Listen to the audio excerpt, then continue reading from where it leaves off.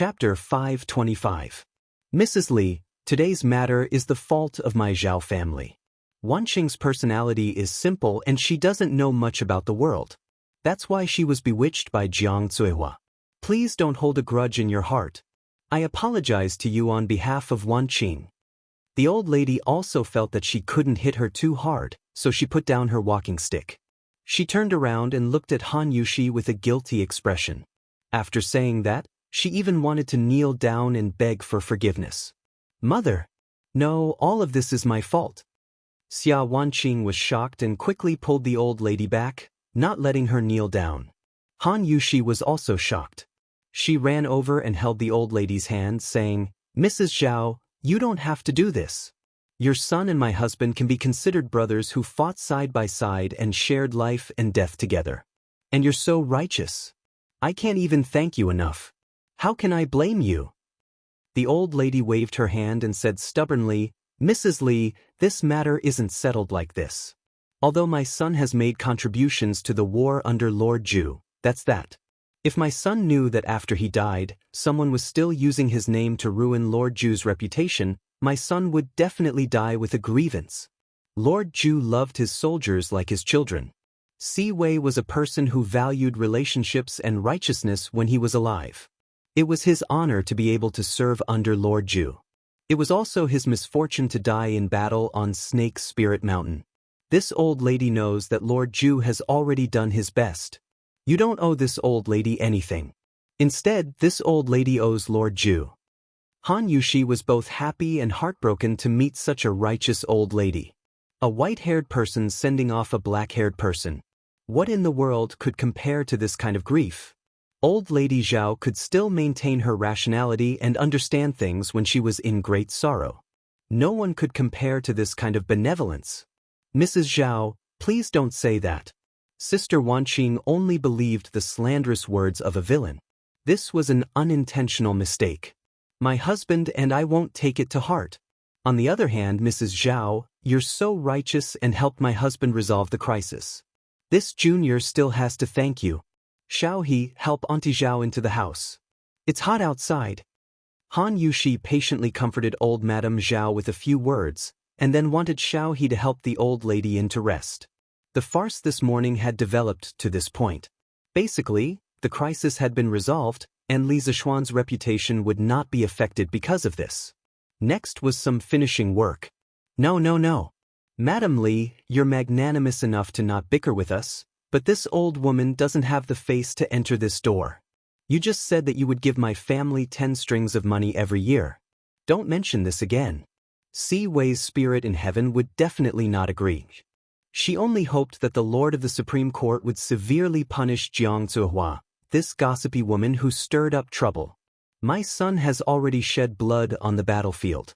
We can't let him shed tears in the netherworld because of these villains who use his name to do whatever they want.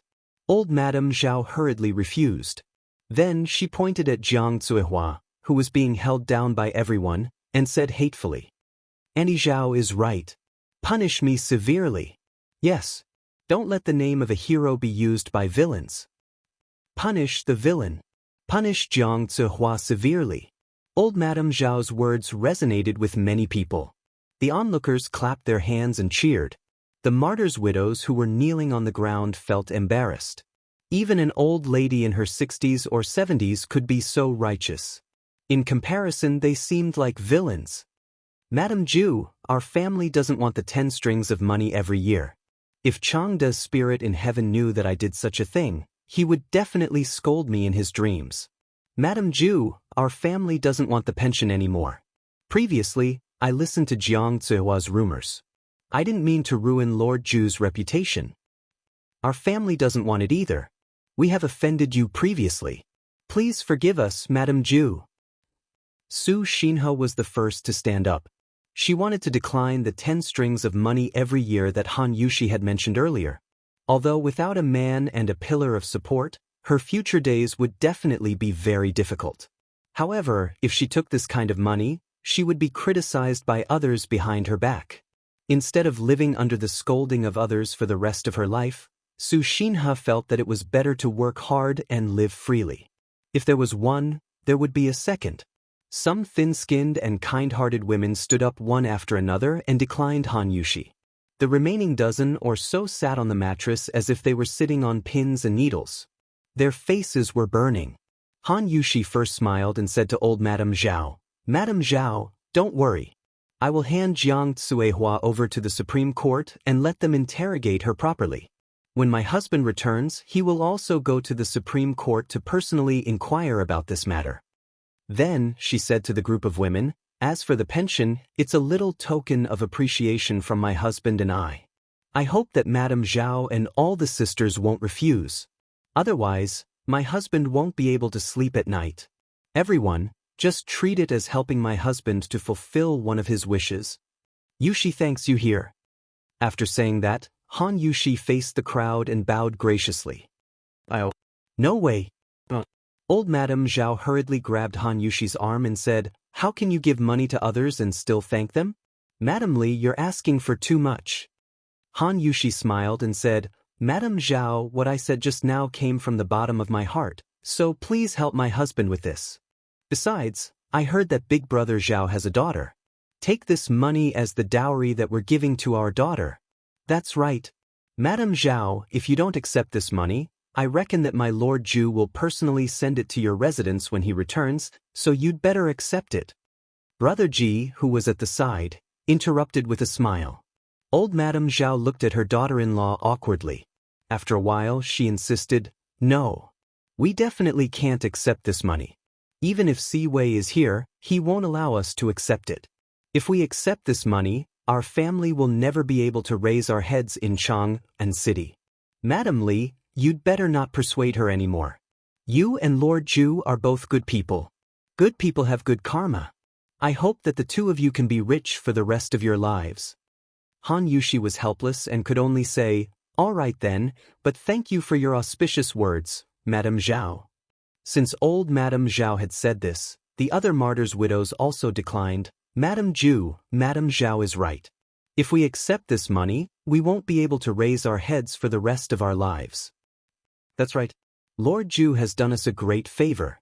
We were in the wrong in the first place today. No matter what, we can't ask for money anymore." That's right.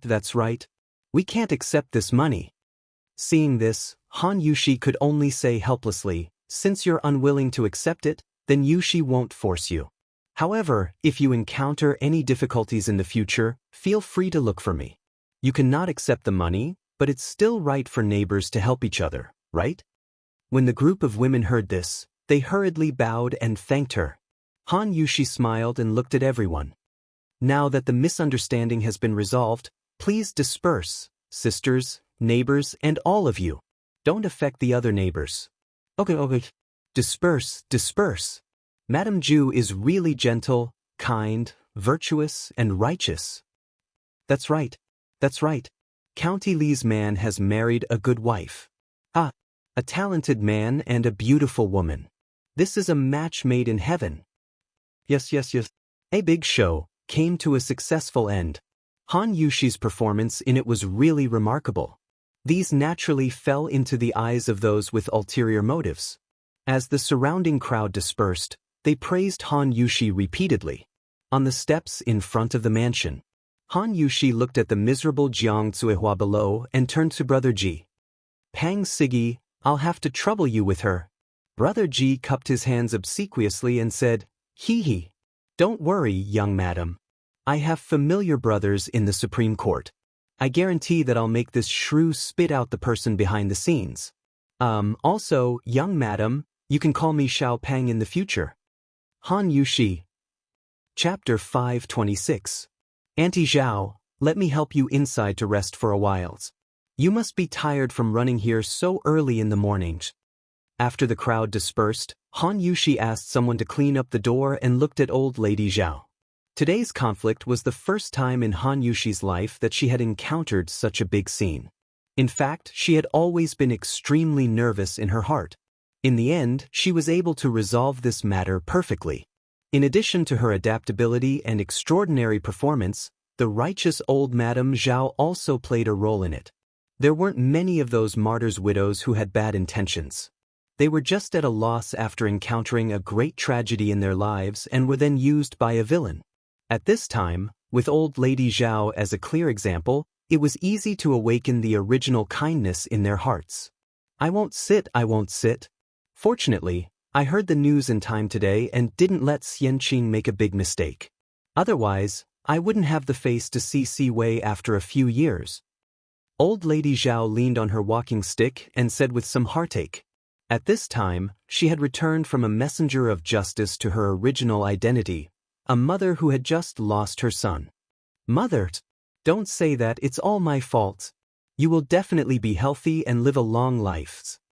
Xia Wanqing held old Lady Zhao's hand and cried. Han Yushi also said softly, Auntie Zhao, Sister Xianqing was just carelessly used by a villain. Don't blame her and don't blame yourself. I still have to thank you for coming all the way here to help today. This is what I should do. It's not much help. Old Lady Zhao shook her head and said, Mrs. Li, I stayed because I have something to tell you. Don't think I'm long-winded. Of course not. Auntie, if you have something to say, just say it. This junior is all ears. Han Yushi stroked the hair in front of her forehead and said with a smile. Old Lady Zhao looked to the east. Her gaze was slightly bleak. She sighed and said, Although you didn't tell me clearly, I guess that my son had already been buried in the snake's stomach and not even his bones were left. As for the 7 cultivators of true virtue sect, I wish I could personally go to their sect and perish together with them. As for that 7-headed giant snake, I dream of eating its flesh and drinking its blood even in my dreams. Everyone says that Lord Zhu values friendship. This time, the imperial court has sent a large number of troops to attack Snake Spirit Mountain. Based on Lord Zhu's usual behavior, he will definitely avenge my son and the soldiers who died. However, I really don't want to let more good men follow in my son's footsteps because of revenge. It's enough for this old woman to have to see her own child die before her own. I hope that Lord Zhu won't let more people die because of revenge. If that's the case, even if we get our revenge, I won't be able to feel at ease for the rest of my life. What kind of mother was she to be able to say such deep and moving words? Only those who truly had great love and kindness in their hearts would be able to consider things so thoroughly. This was not a small love for a family, but a great love for the whole world. When Han Yushi heard this, her heart was filled with mixed feelings. Her eyes were slightly moist. Taking a deep breath, Han Yushi held back the tears that were about to burst out of her eyes and comforted her. Auntie Zhao, you don't have to worry too much. My husband has already thought about what you just said. Right now, he is thinking of a way to destroy the 7 cultivators of true virtue sect with the smallest price to avenge Big Brother Zhao and the soldiers who died. You just have to wait at home with peace of minds. Old Madame Zhao nodded her head in relief and said, Good. I was thinking too much. It's good that Lord Zhu can think of this. Madame Li, this old woman will take her leave first. And Auntie Zhao, take care. Sister Wanqing, you should come over often in the future. Thank you, Madame Zhu. Yushi, you handled today's matter very well. Not only did you not let those who wanted to smear Xian Er's reputation succeed, but you also let Xian Er's reputation among the common people rise to a higher level. Xian Er is really lucky to have married you. After the farce ended, Han Yushi was about to return to her room to tell her parents-in-law that she was safe. Who knew that the old couple had been hiding behind the door and secretly observing. Seeing Han Yushi enter the courtyard, Madame Li held her hand and said with a smile, Mother, you're too kind. Actually, I was also very nervous just now. Han Yushi was happy in her heart, but she said modestly, no matter what, this is the best result. Facts have proven that Xian Er can't leave you. Li Jingma stroked his beard with relief and laughed. Unlike Madame Li, Li Jingma had been in the business world for decades and had seen countless people.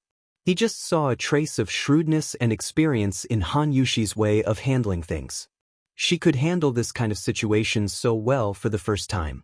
He felt that in the future he could completely be a shopkeeper with his wife because his son and daughter-in-law, one outside the family and one inside the family, could take charge of things independently. Young madam looked so awe-inspiring just now. Jiang Zihua is such an unruly shrew. Didn't she have to obediently beg for mercy when she saw young madam? Xiao He came over to join in the fun with a smile. Haha. The whole family couldn't help but laugh heartily. While they were happy, the mysterious man in the alley opposite the Li residence had a constipated expression. Bastard. Trash. This Jiang Zuihua is really a stupid woman's. She could even fail in such a good situation. Why would I find such a trash? The mysterious man kicked over a jar placed by someone by the roadside and cursed loudly. After venting for a long time, his mood finally calmed down a little. He muttered, "Forget it. Since this plan didn't work, I can only wait until the day after tomorrow to negotiate with the other families.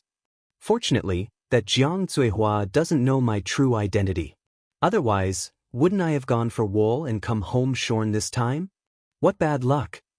After saying that, he flicked his sleeves and left. Sigh. Which heartless bastard, who gave birth to a son without eyes, kicked over the pot that I had just washed? Come out. Come out if you have the guts. See if I don't crush you to death. As soon as the mysterious man left, a fat woman with a waist of 3 feet came out from the side courtyard. When she saw the jar that had been knocked over on the ground, she was instantly furious and raised her voice to curse loudly. The mysterious man, who had turned into another alley, heard the faint curses coming from behind him. He couldn't help but frown and say, "Which family's stupid woman is actually so shrewish? She's simply ruining the refined culture. However, she shouldn't be scolding me." The mysterious man felt good about himself and shook his head and continued to walk forward. Chapter 527. Your Imperial Highness. Why have you come? Quickly, take a seat. Not long after the farce ended, Han Yushi heard a servant report that Princess Changel had arrived. She promptly went out to welcome her. As for Li Jingma and Madame Li, the old couple knew that their son had some friendship with the princes and princesses. Since Changel had come to the Li residence, she was definitely not looking for them. As a result, they returned to the east courtyard. Big Sister Yushi, are you all right? Changel heard that someone was causing trouble at your residence. However, Imperial Father and Big Brother Crown Prince are still attending morning court, so I came over myself. After not seeing her for a month, Changel's complexion was much better than before. At this moment, she walked over and spoke with concern. Seeing that the concern on Changel's face was genuine, Han Yushi couldn't help but feel warmth in her heart. Smiling slightly, she replied, I'm fine. Those people have already dispersed. Many thanks for your Imperial Highness concern. It's good that you're fine. Also, Big Sister Yushi, how many times have I told you? You can just call me Changel.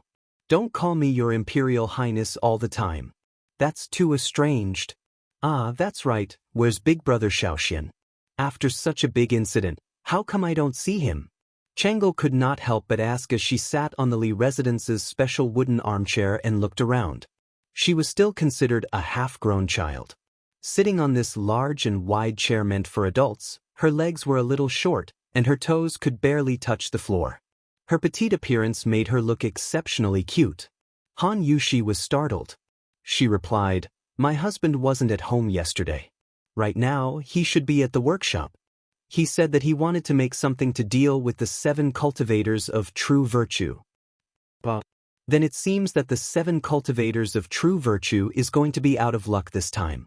Every time Big Brother Xiaoxian says that he wants to make something, he always makes something that none of us can imagine. Changel laughed happily. Afterwards, she blinked her large, beautiful eyes and asked, Big Sister Yushi, did Big Brother Xiaoxian say when he would finish? When the time comes, Changel wants to see what it is. Han Yushi smiled and replied, he didn't say when. He only said that he should be able to make it within 3 days. Changel, if you want to know, you can ask him when he returns. Oh. Changel nodded rather regretfully, and then she said, Then Big Sister Yushi, quickly tell Changel how those people were sent away. Sister Yushi? Sister Yushi? Are you okay? At this moment, a clear female voice came from outside. The 2 people in the house looked out and saw a girl in a red dress with delicate features and mischievous eyes. It was Li Yu, the girl who sold her body to Datong daily and worked to pay off her debts. Is Little Fishy here?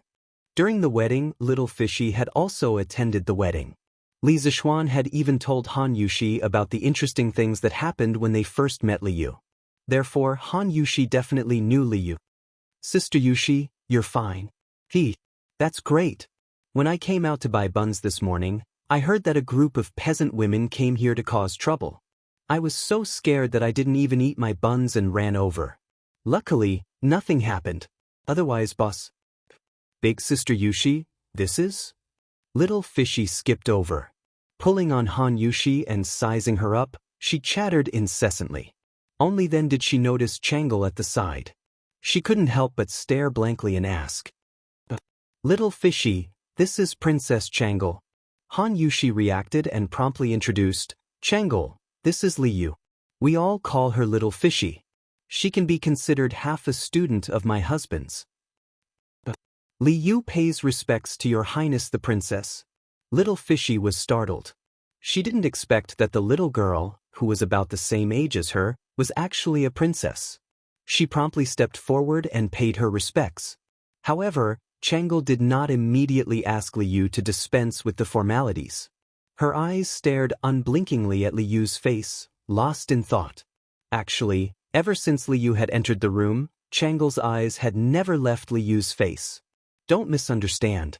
Our Princess Changle is definitely not a lesbian. Changle?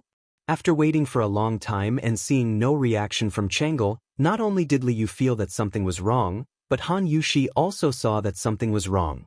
She couldn't help but cough dryly and remind Changle. Oh. Changle finally awoke from her reverie. Somewhat flustered, she said, dispense with the formalities, dispense with the formalities. Since you are Big Brother Xiaoshuan's student, there is no need to be overly courteous. Speaking of which, you and Big Brother Qingke can be considered half of the same school. Since your highness says so, then I won't be courteous. Li Yu had an easygoing personality.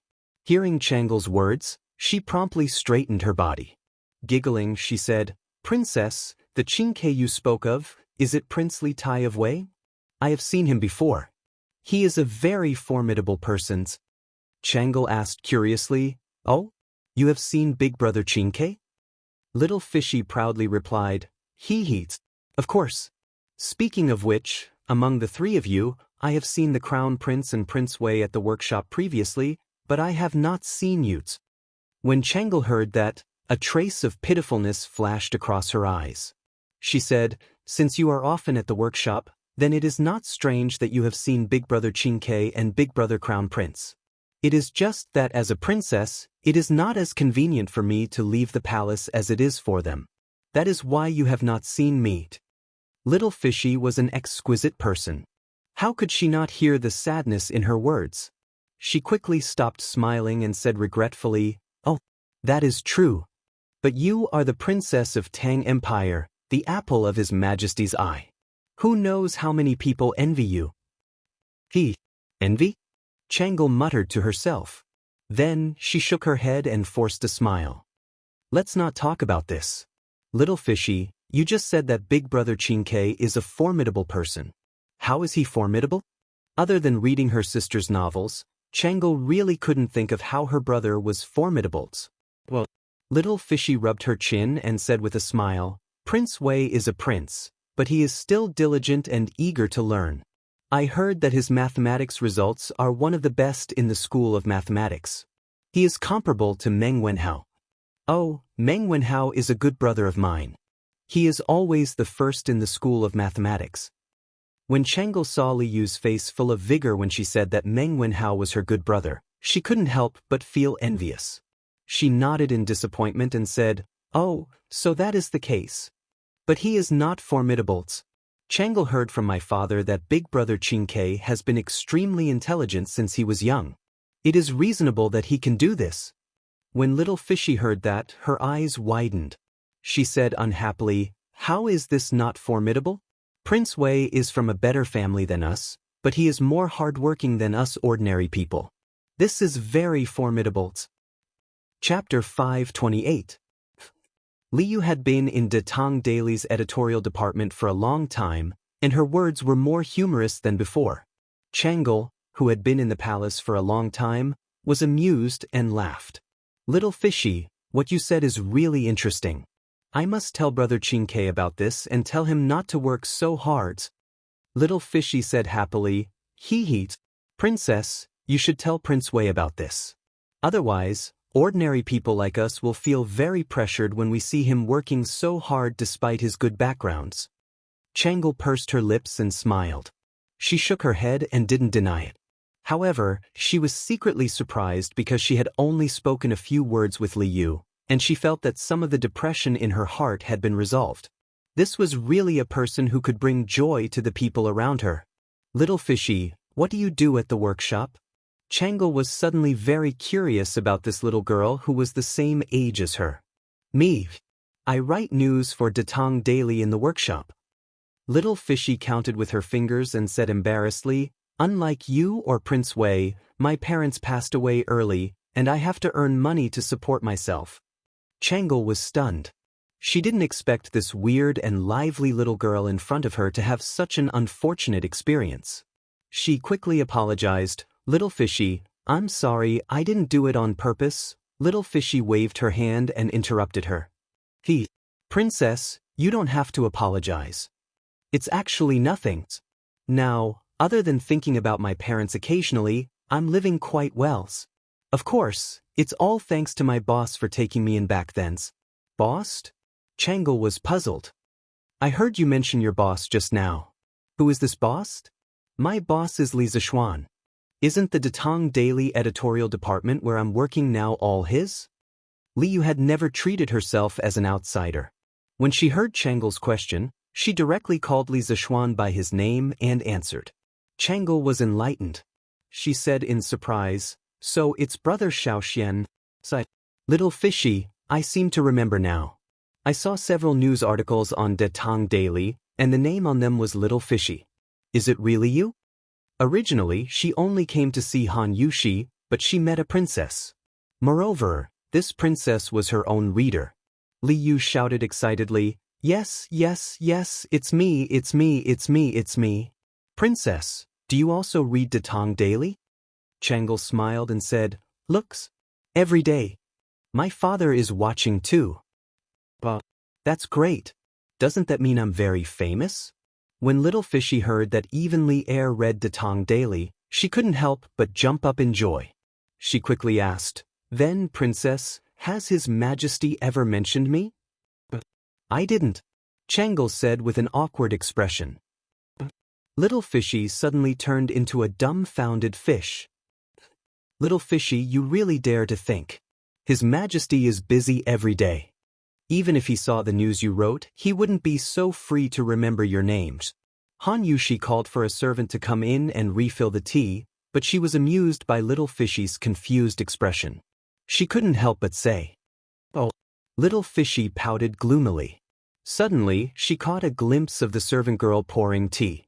She smiled mischievously and said, "Sister Yushi, I don't want to drink tea.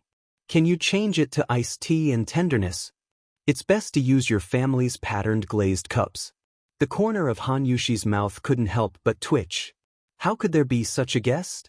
She wanted to say that the tea was for Changle, not for her. But she felt that it would be too hurtful to say this. She could only nod and say, "Okay. I'll get someone to change it for you." "Changle, do you want to change it?" Changle hesitated for a moment, and then for some reason she actually said, "I'll change it too." "Thank you, Sister Yushi. It's okay." Han Yushi chuckled and then ordered someone to change the tea to tenderness. Great minds think alike. How can this tea taste better than tenderness?" Li Yu said with a grin. Changle felt that she was a little rude when she said that. But now that she heard Li Yu's shameless words, she suddenly felt that what she said just now was nothing. Han Yushi tapped Little Fishy's forehead dotingly and said, "Utes? You only dare to talk nonsense here." "Isn't that because Sister Yushi and the boss are kind?" Little Fishy was very perceptive and flattered her. In a short while, the servants brought over the tenderness and glazed cups.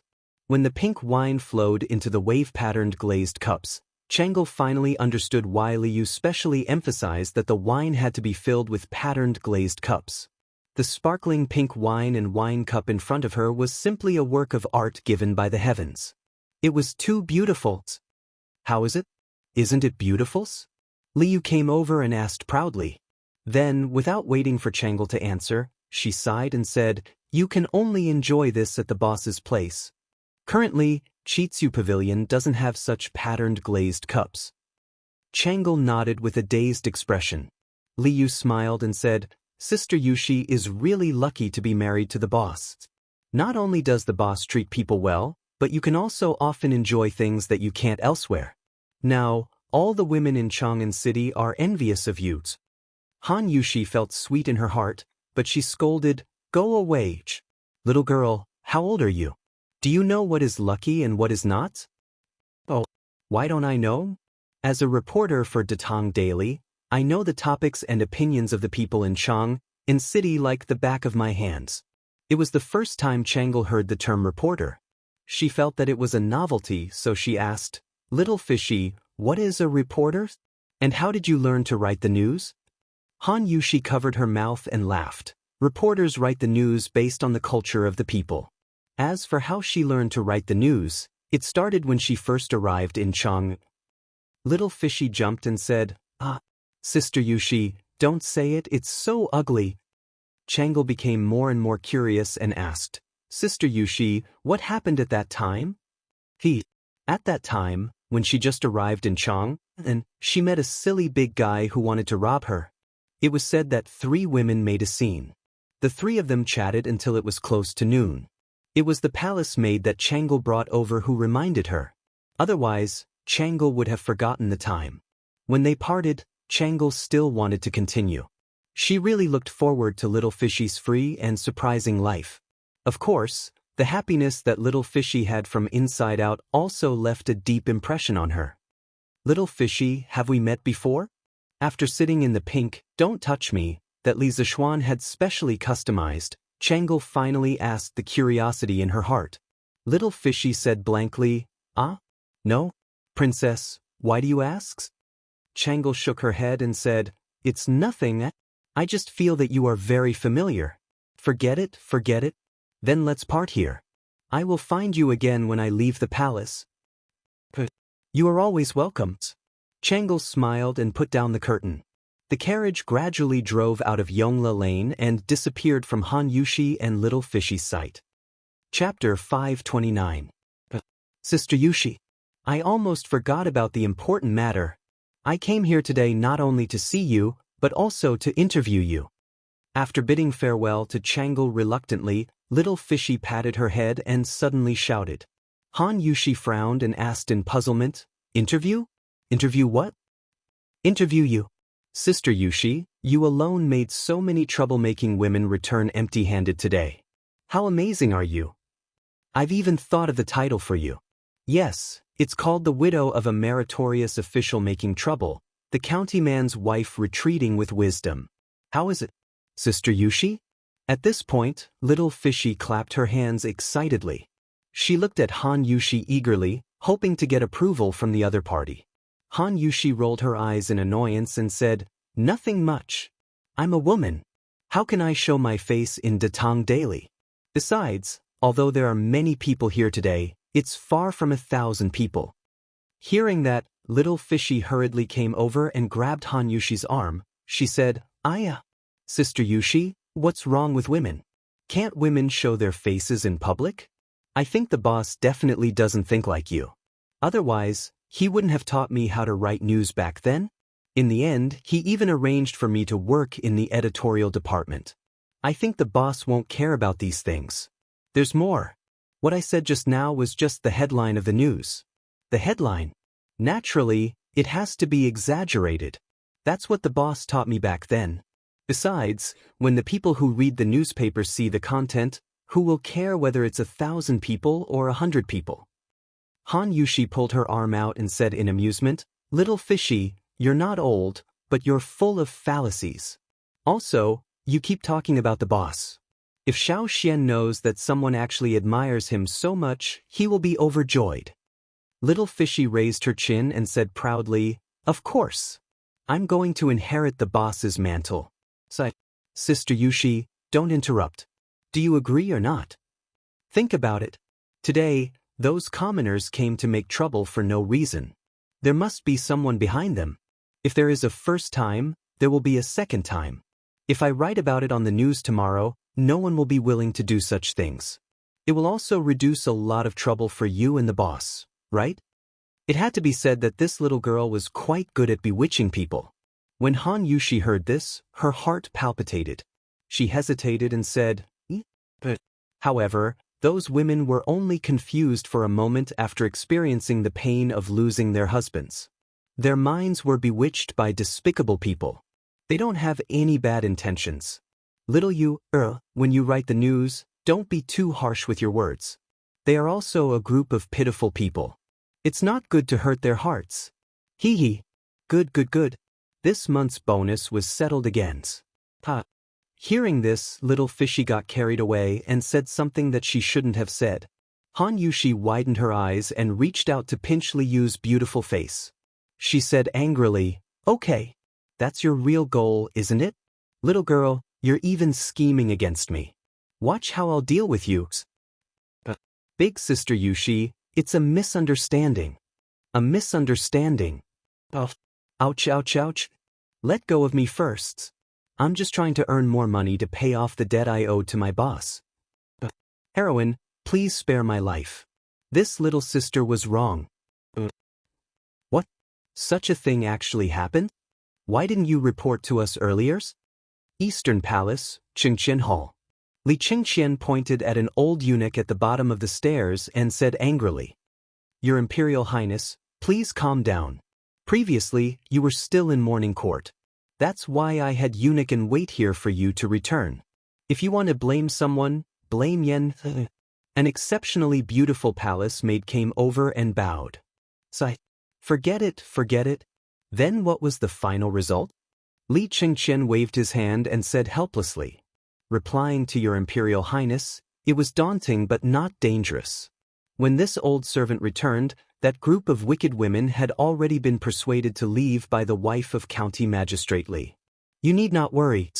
Moreover, it is said that Princess Changle has already paid a visit. Madame Li was not offended. The old eunuch wiped his sweat and promptly replied. Li Qingqian breathed a sigh of relief and said, "Phew, that's good. Speaking of which, little sister Changle really cares about the matters of little Xian's family. How about this? Us will also pay a visit to little Xian's family." Yen stammered for a long time before stammering, "Your Imperial Highness. I'm afraid that your Imperial Highness's actions are inappropriate." Li Qingqian frowned and said unhappily, "What's inappropriate? Your Imperial Highness may not know, but County Magistrate Li has not been at home these past few days. Right now, only his wife is in charge of the Li estate. If your Imperial Highness were to go now, it would be difficult to guarantee that there won't be vile people gossiping behind your backs." Li Qingqian was furious.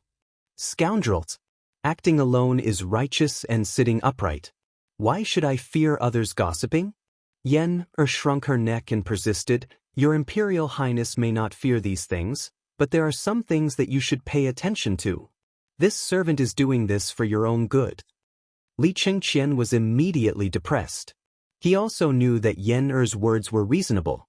As the crown prince, he knew this better than anyone else. After cursing these annoying etiquette twice in his heart, Li Qingqian finally waved his hand and said, "All right, that's fine. Yen, go to the storeroom and prepare some gifts. Go to little Xian's family on my behalf." "Yes, your Imperial Highness." Yen hurriedly accepted the order as if she had been granted amnesty. In the hall, Li Qingqian thought for a while and then asked, "Yen just said that little Xian hasn't been at home these past few days. Did he go to Snake Spirit Mountain again?" The old eunuch bowed and replied, "Your Imperial Highness, Lord Zhu isn't in the army. It's said that he's in the workshop of the Strange Taste Pavilions." Workshop? Li Qingqian was puzzled. Imperial Father sent 6,000 soldiers to surround Snake Spirit Mountain 2 days ago. At that time, Little Xian said that he had a way to deal with the 7 cultivators sect alone. I thought he was in the army. Why is he in the workshop? This old servant doesn't know. Li Qingqian shook his head and said, "It's fine. Fortunately, I have nothing to do in the afternoon. I'll go to the workshop to see what little Xian is up to." Speaking of this, he actually had to thank Li Zishuan. Ever since Li Tai became addicted to mathematics, he rarely paid attention to the imperial palace. Now that the little fatty had left Chang and city to experience life at the Cloud Mountain construction site, Li Qingqian didn't have to worry about competing with Li Tai for favor anymore. Now, he only needed to listen to the morning court and deal with the government affairs that Li Erpei sent him. He could be considered to be free and unfettered. This old servant will arrange a carriage for your Imperial Highness. Chapter 530. Oh, Li Zishuan married a good wife. She knows when to advance and retreat, uses both the carrot and the stick, and handles it with ease. This girl actually turned a very unfavorable situation for Li Zishuan around. Amazing! Amazing! Li Zheng Palace, Li Er, who was freeloading at Empress Zhangxuan's place, had obviously heard about the farce in front of the Li residence today. Empress Zhangxun smiled and said, who said it wasn't? Previously, when Shaoxian married Han Yushi, many people felt that their family background was not right. Although there was news that Han Yushi was Han Qinhu's great-granddaughter and Du Daoling's granddaughter, many people still felt that this girl was not worthy of Shaoxian. Now, it seems that this girl is better than many young ladies from rich families. The situation that Zhang Sun said was not groundless because whether it was Han Qinhu or Du Daoling, they were now just fleeting clouds. They only represented the glory of the past and could not let Han Yushi escape the fact that she was born a peasant girl. A dignified county man who founded the country married a peasant girl. In this era where status and family background were valued, it was inevitable that people would gossip. Previously, Li Zishuan held a grand wedding for Han Yushi that caused a sensation in Chang, and, as well as his meticulous care for Han Yushi after marriage, made Han Yushi feel happy and sweet at the same time, she also felt immense pressure. Therefore, she did not slack off after marriage and kept learning from Mrs. Li. She just wanted to become a woman worthy of Li Zishuan's love. That was all. Sometimes, Li Zishuan could not help but feel embarrassed when he saw her diligence. Of course, there was a reward for effort. If it had been a few months ago, Han Yushi definitely would not have been able to handle this sudden incident on the spot. I didn't expect Li Zishuan, this brat, to be so good at judging people. But Zhao Siwei's mother is also very important. She deserves a reward. Li Er saw things very accurately and got to the crux of the matter in one sentence. However, the first half of his sentence was wrong. When Li Zishuan married his wife back then, he did not consider whether the girl was of equal status or whether she was capable or not. He only pursued congenial feelings. Indeed, if it wasn't for that old lady's righteousness, that girl from the Han family would have to go through a lot of troubles. But Shaoxian is too generous. He took out more than 100,000 strings of cash just like that. Did he tell your majesty before? Empress Zhangxun asked with a frown. Li Er nodded his head and recalled, he did mention it. Yesterday, this brat asked someone to hand over a booklet. The booklet mentioned that he wanted to pay for the compensation to the families of the 215 soldiers, but we have not approved it yet. But this kid definitely didn't expect that those people would take the initiative to ask for money before he even gave them the money, right? Li Zishuan was right. This was something that Li Zishuan had not expected. If he had been present today, he definitely would not have mentioned the 100,000 strings of cash. As someone who had transmigrated from modern society, he hated things like moral kidnapping the most. Because, strictly speaking, he didn't owe those people money at all. If he gave it, it was out of sympathy. If he didn't give it, it was only right. No one could force him to give money that he shouldn't have. Empress Zhangxun thought for a while and suddenly said, Your Majesty, it is said that the reason why these women went to the Li residence to cause trouble was mainly because they were instigated by someone called Jiang Zuohua. I feel that this person's intentions are definitely not simples. Of course it's not simples. I'm afraid that some people don't like that brat recently. How dare you do such a thing right under my nose? How dare you? Li Er could obviously see this kind of problem that could be figured out with his butt. He almost instantly saw through the intentions of the person behind the scenes and couldn't help but snort coldly. What? I've only been away for a few days and so many big things have happened in Chang'an? Duke Lu's residence. Cheng Chumo grabbed the food in his bowl and shouted with his cheeks puffed up. In the past few days, this guy had gone hunting with Li Huairen, Yuqi Baolin, and a bunch of other second-generation generals in Zhongnan Mountain. He had just returned near noon today. During lunch, this guy heard Qing Yaojin talk about what had happened in the past 2 days and immediately exploded. "Thi, what are you shouting for?" Qing Yaojin knocked on the bowl and said angrily. Cheng Chumo slammed the bowl and chopsticks on the table and said unhappily, "No, Dad, how can I eat? My brother is being bullied, and my brother's wife is being harassed. Tell me, how can I still eat? Eat, Madam Qing glared at this bastard son and said faintly, but the fierce look on her face disappeared in a flash. Cheng Chumo immediately withered. He looked at his father, but Qing Yaojin only cared about eating and didn't care about him at all. He had no choice but to sit down again. But at this moment, looking at the food in front of him, he no longer had any appetite. No. After a few seconds, Cheng Chumo stood up again. He stretched his neck and said, "Dad, Mom, I have to go to Snake Spirit Mountain to take a look. Also, Butler Liang, bring some gifts in the afternoon and visit Uncle Li and Aunt Li." After that, he didn't wait for Madam Cheng and Madam Chung to say anything and directly went out. Hey. Wait. Finish eating before you leave." Madam Cheng reached out to stop him but couldn't. She could only roll her eyes at Qing Yaojin and complain, "Look at the good son you taught. He's as impatient as you all day. Chuliang, don't learn from your brothers." Oh. Cheng Chuliang, who was at the side, grunted sullenly. Qing Yaojin was unhappy. He glared and said, "So what if he's like me? If my son doesn't look like me, does he have to look like old Wang next door? What the F***ck is this?" When Madam Cheng heard that, she angrily threw the chopsticks in her hand at him and said, "What nonsense are you saying? How can you say such things so carelessly?" Qing Yaojin tilted his head to avoid the hidden weapon and laughed dryly. He knew that he was in the wrong and didn't dare to quibble. He buried his head and continued to eat. Cough cough. "Madam, what about the Li residence?" Butler Liang wiped the sweat on his forehead and said hesitantly. Obviously, he knew who was in charge at this moment, so he directly asked Madam Cheng instead of Qing Yaojin. "You don't have to go. I'll go personally in the afternoon." Madam Cheng thought for a while and said lightly. Putting everything else aside, her relationship with Li Zixuan's mother was quite good. "Yes, madam." Butler Liang heaved a sigh of relief and cupped his hands. Chapter 5:31. Afternoon. The Li residence was very lively. Carriages came one after another. There were carriages from the Cheng residence, the Qin residence, the Yuqi residence, the Niu residence, and the Li residence. What shocked the passers-by the most was that someone from the East Palace also came. Although it was only a palace maid, the meaning behind it was very shocking. This was the social network Li Zixuan operated. Today, he was no longer the young boy who could only rely on his parents when he first arrived in Chang.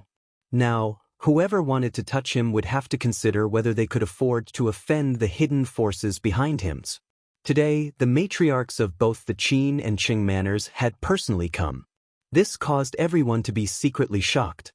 Those who participated in the disturbance in the morning couldn't help but feel their hearts tremble. On one hand, they regretted listening to the rumors and causing trouble, but on the other hand, they were glad that they declined the compensation from the Li family. Otherwise, they wouldn't have the face to see anyone in the future. "Bao Lin, are you going or not?" Yes. "Ah, good. Good brother. This bullshit 7 cultivators of true virtue bullied little Xian. Let's go and kill them all." Yes. Kill them all." Obviously, Cheng Chumo didn't forget to find a companion when he went out to cause trouble. This guy came to Bu Zhengfang and tricked Yuqi Baolin. "Bah, kill your head." Cheng Chumo, you stinking brat, you came to kidnap my family's Bao Lin again. This time, when we went to Mount Zhongnan, you all came back fine. Why did my family's Bao Lin have a few marks on his face? At this time, Yuchi Jingda came out of nowhere and scolded Cheng Chumo. After scolding, he strode forward and wanted to catch Cheng Chumo. As the saying goes, if you can't beat the old, what's wrong with bullying the young? What's more, this little brat Cheng Chumo is as cheap as his father. He really needs to be taught a lesson. Hey, Bao Lin run. Cheng Chumo was as slippery as a loach. How could he let Yuchi Jingda catch him? When Yuchi Jingda was still 3 feet away, Cheng Chumo could already tell that something was wrong and scampered off. However, he didn't forget the mission he came here for today. As he ran, he yelled at the back. Oh, wait for me, ugly bull. Yuchi Bao Lin hurriedly followed after him. Sighed. Bao Lin, don't go. Even little Xian can't beat you. What can you do there? Yuchi Jingda was so anxious that he stomped his feet. In the end, the two of them ran further and further away, and very soon, their figures disappeared. The only thing left in the air was Cheng Chumo's shouting, Uncle Yuchich, don't worry, we'll be back soon. Yuchi Jingda almost vomited blood. He yelled at the direction Cheng Chumo disappeared, Cheng Chumo, you better watch yourself. If Bao Lin gets hurt, I'll kill my way to your Cheng family. After yelling, Yuchi Jingda sighed softly, somewhat distressed. Sigh. How did I give birth to such a stupid son? On the other side, Li Qingqian was a man of his word. After lunch, he took a car to the workshop. Nowadays, sedan chairs were no longer popular among some of the rich families in Chang and City. That thing was swaying and slow, and it was also very stuffy. How could it compare to the speed, coolness, and comfort of the strange interest pavilions, Don't Touch Me? Although the production of Don't Touch Me was still very low, and the market was also very small, the rich had their own solutions. There was always a way. If 1,000 strings of cash couldn't buy it, then 2,000 strings of cash. If 2,000 strings of cash didn't work, then 3,000 strings of cash. As long as you had money, you wouldn't have to worry about not being able to buy a cart. The black market, or rather, the scalper gang, existed in any era. Once he reached the entrance of the workshop, Li Qingqian called over a Wu Ho who was guarding the workshop and asked, Where's Li Zishuan? When Li Zishuan assigned Pang Feiji's team of Wu Ho to Li Zishuan as his personal guards, the Right Marquis household sent another team of Wu Ho to be responsible for the safety of the Strange Interest Pavilion workshop and the two sides of the Strange Interest culture. Replying to Your Highness, Lord Ju. Lord Ju is at the Drunken Wind Pavilion. That Wu Ho had a difficult expression as he stammered out a reply. All right. I understand, you can leave. Li Qingqian didn't notice the strange expression on that Wu Ho's face. After saying that, he walked in by himself. He had been to the Drunken Wind Pavilion before, so he didn't need anyone to lead the way. Sigh. That Wu Ho stretched out his hand, wanting to say something, but in the end, he didn't dare to say anything. Hee. I want to see what you're doing hiding in the workshop during this big battles. Looking at the Drunken Wind Pavilion not far away, Li Qingqian thought curiously. Greetings, Your Highness. Li Qingqian had been to the workshop more than once. Seeing his arrival, the two workshop servants at the entrance of the Drunken Wind Pavilion hurriedly bowed and greeted him. Dispense with the formalities. Is Li Zishuan inside? Li Qingqian didn't expect that there would be two gatekeepers here, so he asked in passing. Your Highness, Lord Ju is inside. Song Xiaoxi cupped his fists and replied. That's good. Li Qingqian nodded in satisfaction and was about to walk in. Your Highness, please wait. Song Xiaoxi gritted his teeth and hurriedly flashed in front of Li Qingqian. He stopped him and said, Forgive me, Your Highness, but you can't go in. Lord Ju had instructed me earlier that no one is allowed to enter this courtyard for the next 3 days. Lord Ju's meals can only be delivered to the door for these 2 days. Li Qingqian was a little displeased. Even I can't go in? Plop. Song Xiaoxi dragged his other companion and knelt on the ground. He said, I don't dare to stop Your Highness, but I don't dare to disobey Lord Ju's orders either. Your Highness, if you insist on going in, You can step on my body to go in. With that, he hit his head on the ground and prostrated himself on the ground. Li Qingqian said angrily, "Bastard! Are you threatening me?" At the end of the day, this child was also a person above everyone else. He could be a little patient with his friends, but not with people like Song Xiaoxi who had nothing to do with him. "Your Highness, please forgive me. I definitely didn't mean that." Song Xiaoxi hurriedly kowtowed. Li Qingqian said indignantly, "Whether you mean it or not, I still want to go in and take a look." With that, he planned to go around the person in front of him and go in directly. Boom! At that moment, a loud bang suddenly exploded in the Drunken Wind Pavilion. Li Qingqian could feel a huge wave of heat coming from outside the courtyard, and he could even feel the ground trembling. Just as Li Qingqian was about to shout, "The Earth Dragon is here," loud laughter came from inside. "What? I did it! I finally did it!" Li Qingqian recognized the identity of that voice and seemed to understand something. He wiped his sweat and said glumly, "All right, as you wish. I won't go in anymore." With that, he ran off as if there was oil on the soles of his feet. "This place is really too dangerous." Li Qingqian sighed in his heart. Chapter 5:32. Chou Niu Bao Lin? At the foot of Snake Spirit Mountain. As usual, Niu Jinda was patrolling the camp with his guards. Suddenly, he heard a commotion outside the gate of the camp. He couldn't help but frown. He had been in the army for many years, and he had always been strict with his troops. He had never seen a situation where he had to obey military discipline. With anger in his heart, Niu Jinda arrived at the gate of the camp and saw Cheng Chumo arguing with the guards, as well as Yuchi Bao Lin behind Cheng Chumo. "Uncle Niu. It's me. Hurry up and tell this bastard to let us in." When Cheng Chumo saw Niu Jinda, he quickly waved his hands excitedly. "This is the military camp. Chou Niu, what are you doing here?"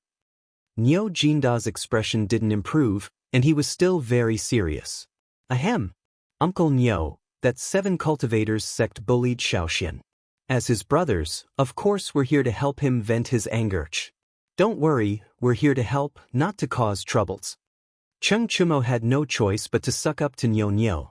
Niu Jinda secretly rolled his eyes and asked, "Do Jijie and Jingda know that you're here?" Cheng Chumo and Yuchi Jingda replied in unison, we know." Seeing that the two of them were solemn and didn't look like they were lying, Niu Jinda could only believe them. He waved his hand and motioned for the guards to let them in. Then he said, "Come in. Someone will arrange a tent for you later, but this old man will say the ugly words first. The army has its own rules. Don't break the rules and make things difficult for this old man's." Cheng Chumo nodded repeatedly and said, we know. "Don't worry, Uncle Niu. We definitely won't cause trouble for you." Yes.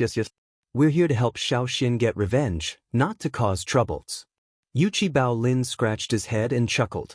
Niu Jinda was too lazy to talk nonsense. He waved his hand and continued patrolling the camp. *CK. So Xiaoxian isn't in the camps. In the end, we came here for nothing. After successfully sneaking into the camp, Cheng Chumo hooked up with a few soldiers of the right way. After a few words, he figured out the current situation in the camp. When he realized that Li Zishuan wasn't in the camp, he couldn't help but grumble. At that time, Li Zishuan had boasted that he would be able to destroy the 7 cultivators of true virtue in 3 days, and that he only needed the imperial court to send an army to surround the Serpent Spirit Mountain and not let the people or beasts inside escape. Therefore, everyone subconsciously thought that he would be preparing for the attack in the barracks. Therefore, Li Qingqian, Cheng Chumo, and the others all fell into this misconception. Then Brother Chou Niu, are we still going to stay here? Yuchi Bao Lin asked. Cheng Chumo rubbed his chin. After thinking for a moment, he gritted his teeth and said, "Wait, 2 days have passed. I don't believe that Xiaoxian would go back on his words. Let's see how our good brother will challenge an entire sect by himself tomorrow. The two of us accidentally missed the big battle a few days ago. This time, we can't miss it no matter what. Yes, we can't miss it this time. I also believe that Xiaoxian can do it." Yuchi Bao Lin waved his fist and said firmly, Newspaper for sale. Newspaper for sale. Today's headline of the newly published Datong Daily.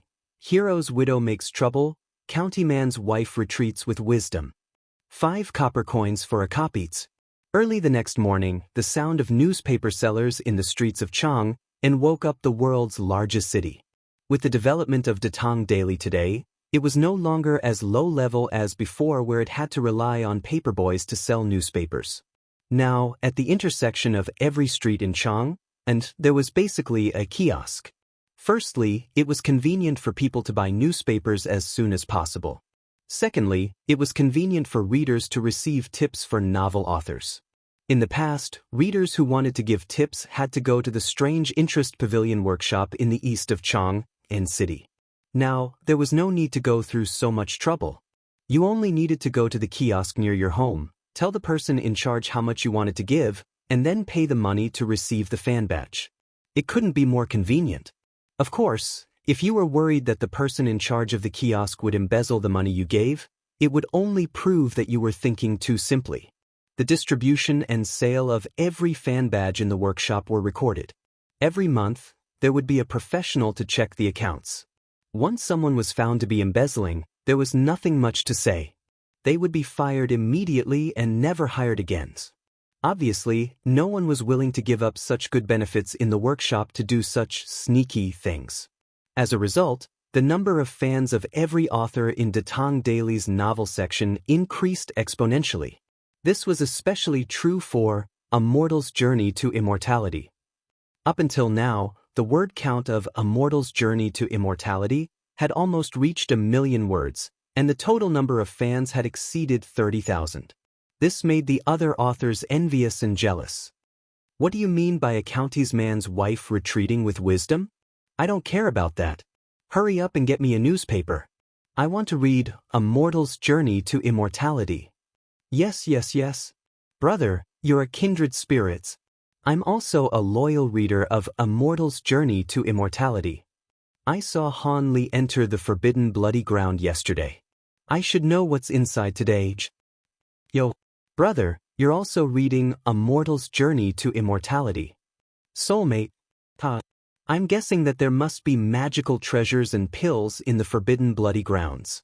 Hee, I'm guessing that there must be beauties. Han Li is so powerful now, but he still doesn't have a bed-warming maid. That's not suitable. Waha, brother, you're right. The 2 bookworms were talking about the plot in front of the group. They seemed to appreciate each other and regretted that they had not met earlier. However, the people behind them were not having it. So, I say, are you 2 done yet? Isn't it just a stupid novels? Other than training, leveling up, and finding treasures in arcane realms, what's the point of it? Look at how useless the 2 of you are. That's right. That Immortal's Journey to Immortality isn't that good either. It's the same thing over and over again. It's okay when you first read it, but it's boring after reading it for too long. The other person quickly chimed in. The 2 people in front of the group were not having it. Hey, are you 2 here to pick a fight? If you think Immortal's Journey to Immortality isn't good, go write one yourself. That's right. Do you have Immortal's Journey to Immortality medals? Did you see it? Branch leader. I'm the branch leader of Immortal's Journey to Immortality. I didn't say that the novel was bad, so what right do you have to say? The person behind said unhappily, isn't it just a medal? What's so great about it? Hey, why are you still here if you don't have a medals? Go back and spout sh** teach. You're still in the right to read novels for free? Who read novels for free? The money I used to buy newspapers isn't money. The young man in the lead said disdainfully, how can there be such a shameless person like you? Do you want to read newspapers for free? Chapter 5:33. The quarrel between the mortal fans was just a small interlude. Near the other newsstands, there were still many people attracted by the Datong Daily's headlines. The wife of a county man repulsed 1,000 women in wisdom? Which county man's wife? Could it be the bride that Li Xianxia just married a while ago? Quick, give me a copy of the newspaper. Give me one too. It's definitely not Li County Man's wife. Haven't you heard of the saying, repulsed 1,000 women in wisdom? How can the girl that Li County Man married have such ability? A slightly older middle-aged man in the back said in disbelief. Hey, what are you saying? Can't Li County Man's wife repulsed 1,000 women in wisdom? I think the girl is quite good. I heard that she's a beauty from the surrounding villages. Hee hee. Beauty? Can beauty be eaten? Ignorant. You're the one who's ignorant. Didn't you say that it's impossible for her to be Li County Man's wife? Let's see and we'll know. Let's see then. Who's afraid of who? Some people were arguing over the main character in the headlines, while others had already bought the newspaper and were discussing the contents. These shrews are really despicables. Relying on their husband's military achievements, they actually bullied Li County Man's family. He's the benefactor of us poor children. How dare they? Yes. How despicable. The imperial court can't blame Li County Man for losing the war. I really don't know what they're thinking. Under the arbor of a tea house, a few young people couldn't help but complain as they read the newspaper. Luckily, Li County Man's wife is quite quick-witted. Otherwise, Li County Man's reputation would have been ruined by these peoples. Indeed, but this old Madame Zhao also came at the right times, and she's much more righteous than those shrews. Hey, I know this old Madame Zhao. Her son is in the Imperial Army and lives in the south of the city. I didn't expect that. Feichen, you know her? Then when you have time, bring us to visit this old madam. I'm afraid that even scholars like us can't compare to such a person who understands the principles of righteousness. That's right, these three were Jinyu Academy's Hua Hongyi, Chen Tianhua, and Liao Feichen. However, the three of them were no longer as poor as they used to be. Chen Tianhua and Liao Feichen both published novels on Datang Daily. Although they were not as popular as The Legend of a Mortal's Journey to Immortality, their monthly income was still slightly higher than ordinary people. So now, they could occasionally drink tea and go shoppings.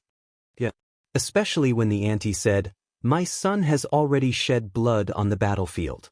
We can't let him shed tears in the underworld because of these vile people who use his name to do whatever they want." I was very touched. To be able to say such words, this Auntie Zhao is a person worthy of my, Chen Tianhua's, respect.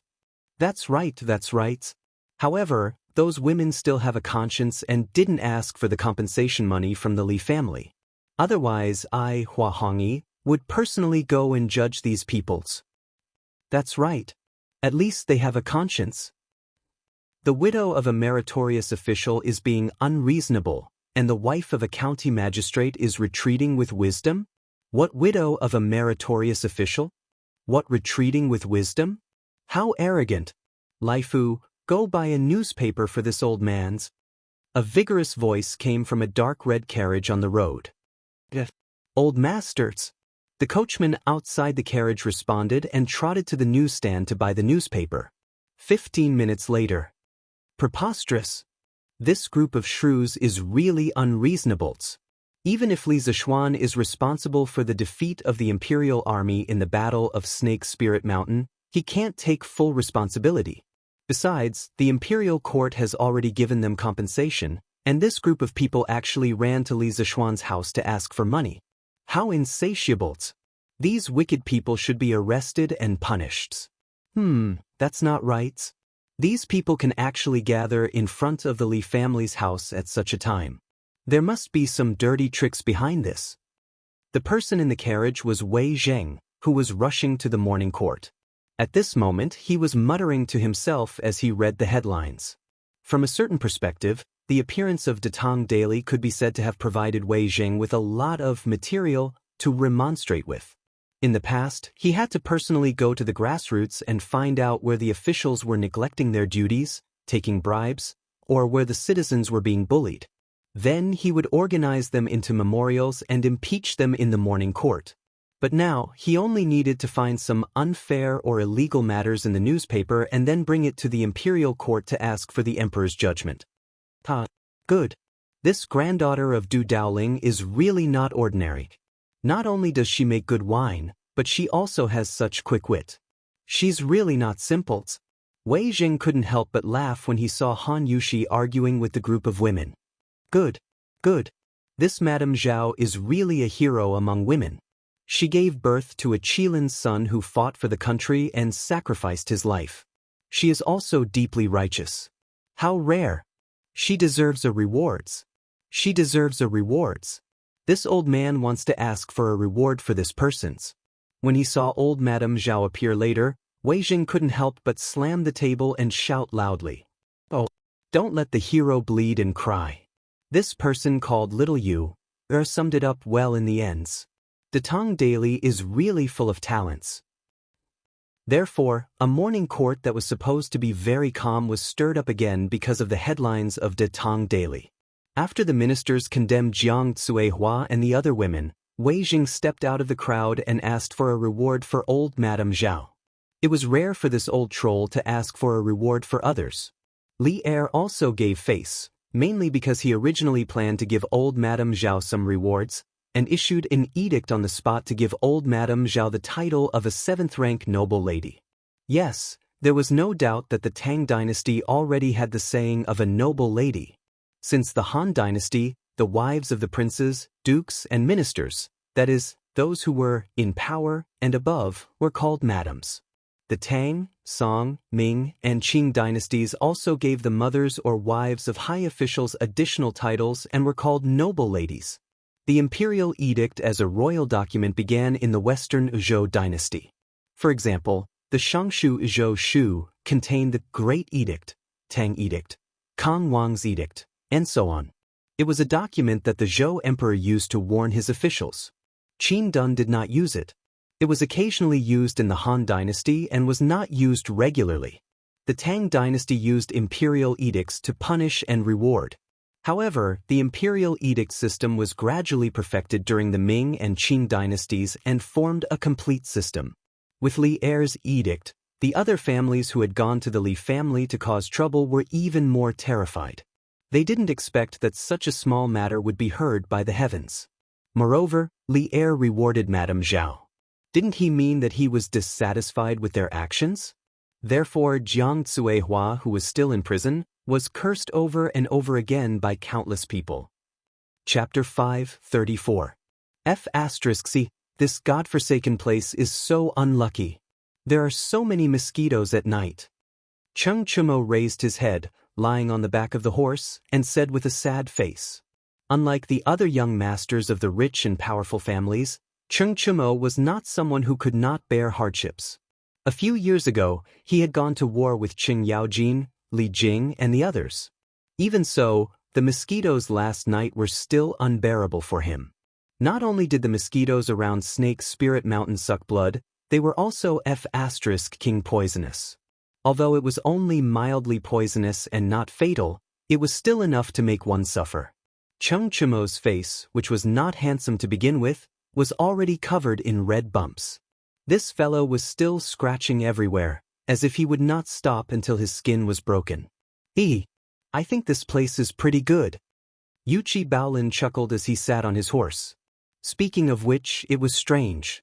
Cheng Chumo slept in the same tent as him, but the mosquitoes only bit Cheng Chumo. Yuchi Baolin was completely fine. He was still white and chubby. No, black and chubby.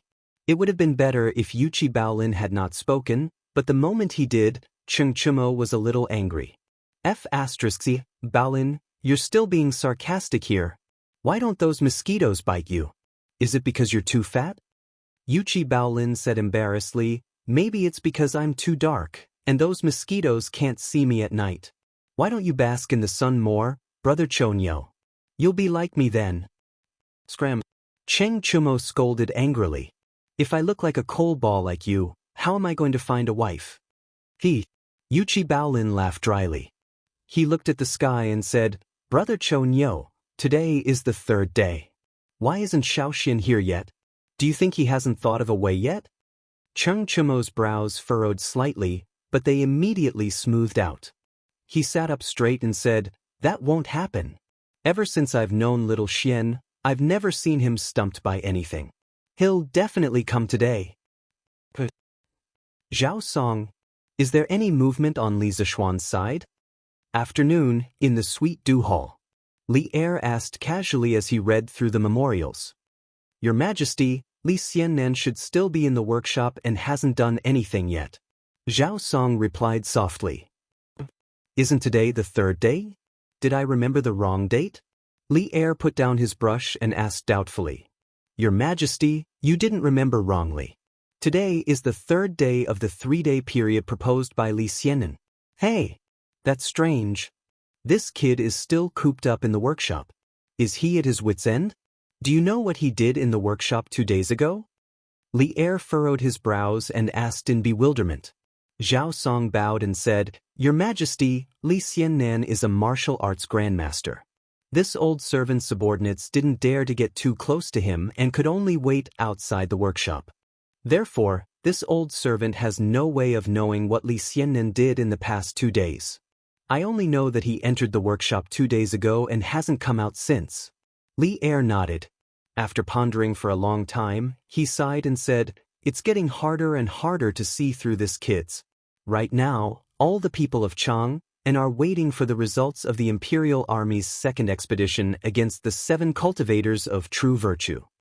He better not make a fool of himself at this critical moment. When Li Zishuan declared that he would destroy the 7 cultivators of true virtue with his own strength, Li Er still had some confidence in Li Zishuan. After all, Li Zishuan had given him too many surprises before. However, after so many days, Li Zishuan still hadn't made any move. Li Er's heart turned cold. At this time, he only hoped that Li Zishuan wouldn't make a fool of himself and lose face for the imperial court. As for the 7 cultivators of true virtue, it wouldn't be too late to attack them after the army regrouped. Senior Marshal Brother. How are your injuries? Snake Spirit Mountain. Inside the secret chamber of the 7 cultivators of true virtue. Snake King looked at the imposing Inbatian in front of him and asked excitedly. Speaking of which, these 2 martial brothers could be considered as brothers in distress. Previously, Snake King was injured by Li Zishuan and returned to this secret room to recuperate. 2 days ago, it was Yin Baishan's turn. However, Yin Baishan's injuries weren't as serious as Snake King's. Moreover, the recovery ability of a peak Grandmaster Realm expert was even more outstanding. Therefore, he was able to recover in just a few days. Junior Marshal Brother, you guessed right. My injuries are completely healed. Inbatian laughed and jumped down from the stone bed. Then, he asked with a concerned face, Junior Marshal Brother, how is your body? Senior Marshal Brother, it's good that you're fine. As for my injuries, I'm already very lucky to be able to keep my life. In the past few days, Inbatian was the only one here to recuperate. Snake King felt that there was no hope for him to fully recover, so he gave up on recuperating. Yin Baishan's face darkened and he said hatefully, It's all because of that little bastard Li Zishuan. We were originally living in peace, but that brat wanted to destroy our sect. Now both of us are injured and crippled. I, Inbatian, am not a man if I don't take revenge. Senior Marshal Brother is right. I have no other wish in this life except to kill Li Zishuan. It's all up to Senior Marshal Brother. Snake King's eyes flashed with a trace of fierceness as he hurriedly pleaded loudly. Inbatian immediately said with a murderous look, Don't worry, Junior Marshal Brother. Once the Imperial Army retreats, I'll take you and your brothers to find a place to settle down. Then, I'll come back to settle the score with that brat. I'll kidnap his wife first, kill his parents, and then slowly torture him. Senior Marshal Brother, this is a good plan. We should let that brat have a taste of our strength. By the way, Junior Marshal Brother, are you still suffering from the backlash of the 7 virtues snake? A trace of pain flashed across Snake King's face. He nodded and said, Now that I've lost all my internal force, I can barely control the 7 virtues snake with the power of the bloodline. It's reasonable for me to suffer from the backlash. But I'm afraid that I can't hold on for long. But what if that brat leads his army to attack the mountain after the 7 virtues snake is out of our control? What should we do? Yin Baishan's face gradually became serious. He frowned and pondered for a long time. Then, he said decisively, Then, let's launch a surprise attack on them while we still have the strength to fight. Junior Martial Brother, you can control the 7 virtues snake to open the way, and I'll detonate all the poisonous pills in the sect from behind. We can take advantage of the chaos to break out of the encirclement. What do you think? Snake King was shocked when he heard this. However, after thinking about it carefully, he felt that there was no better way at present. So, he nodded and said, I'll listen to Senior Martial Brother's arrangement. But Senior Martial Brother, you have to hurry. I can control the 7 virtues snake at most for 3 more days. Okay, then let's make preparations today. Before dawn tomorrow, when the army is still asleep, we'll catch them off guards. Chapter 5:35. Xianji, did you arrange for those women in Datang daily to cause trouble at the Li Mansion? South of Chang, and City, Dunhua Square. In a quaint room of the wealthy house, the white-haired old man leaned on the couch and looked at the young man standing below and asked in a deep voice, Granduncle, this is all my fault for not thinking it through. Please forgive me. Hearing this, the young man bowed and said with a frightened expression, Xianji, you gave advice to the family. What's wrong with that? The white-haired old man laughed loudly and raised his hand, indicating for the young man to stand up. Then he continued, Xianji, your plan is a good one. If it's well planned, we can ruin Li Zishuan's reputation without any effort. But the bad thing is that Xianji, you met the wrong person and acted a little too hastily. The young man hurriedly said, Granduncle is right. Xianji really did not think it through this time. The white-haired old man showed a gratified expression and said, Those in power must learn to know how to use people well. Jiang Cuihua is obviously not a person who can take on big responsibilities. Xianji, you must learn from this in the future. Don't ruin things because of these incompetent people. Granduncle. Although the young man disagreed in his heart, he did not show it on his face. He pretended very well. That's right. Have you arranged for the meeting of the big families tomorrow? The white-haired old man was suddenly startled and raised his eyes to ask. Granduncle, don't worry. Everything has been arranged. There won't be any mistakes. The young man said confidently. The white-haired old man nodded and laughed. Xianji, I still believe in your ability to do things. Tomorrow's meeting is also a good time for you juniors to get to know each other better. The young man smiled and said, Actually, Xianji has the same idea. Excluding the royal family, there are only 6 of us left in the 5 families and 7 sects, and we all have our own camps.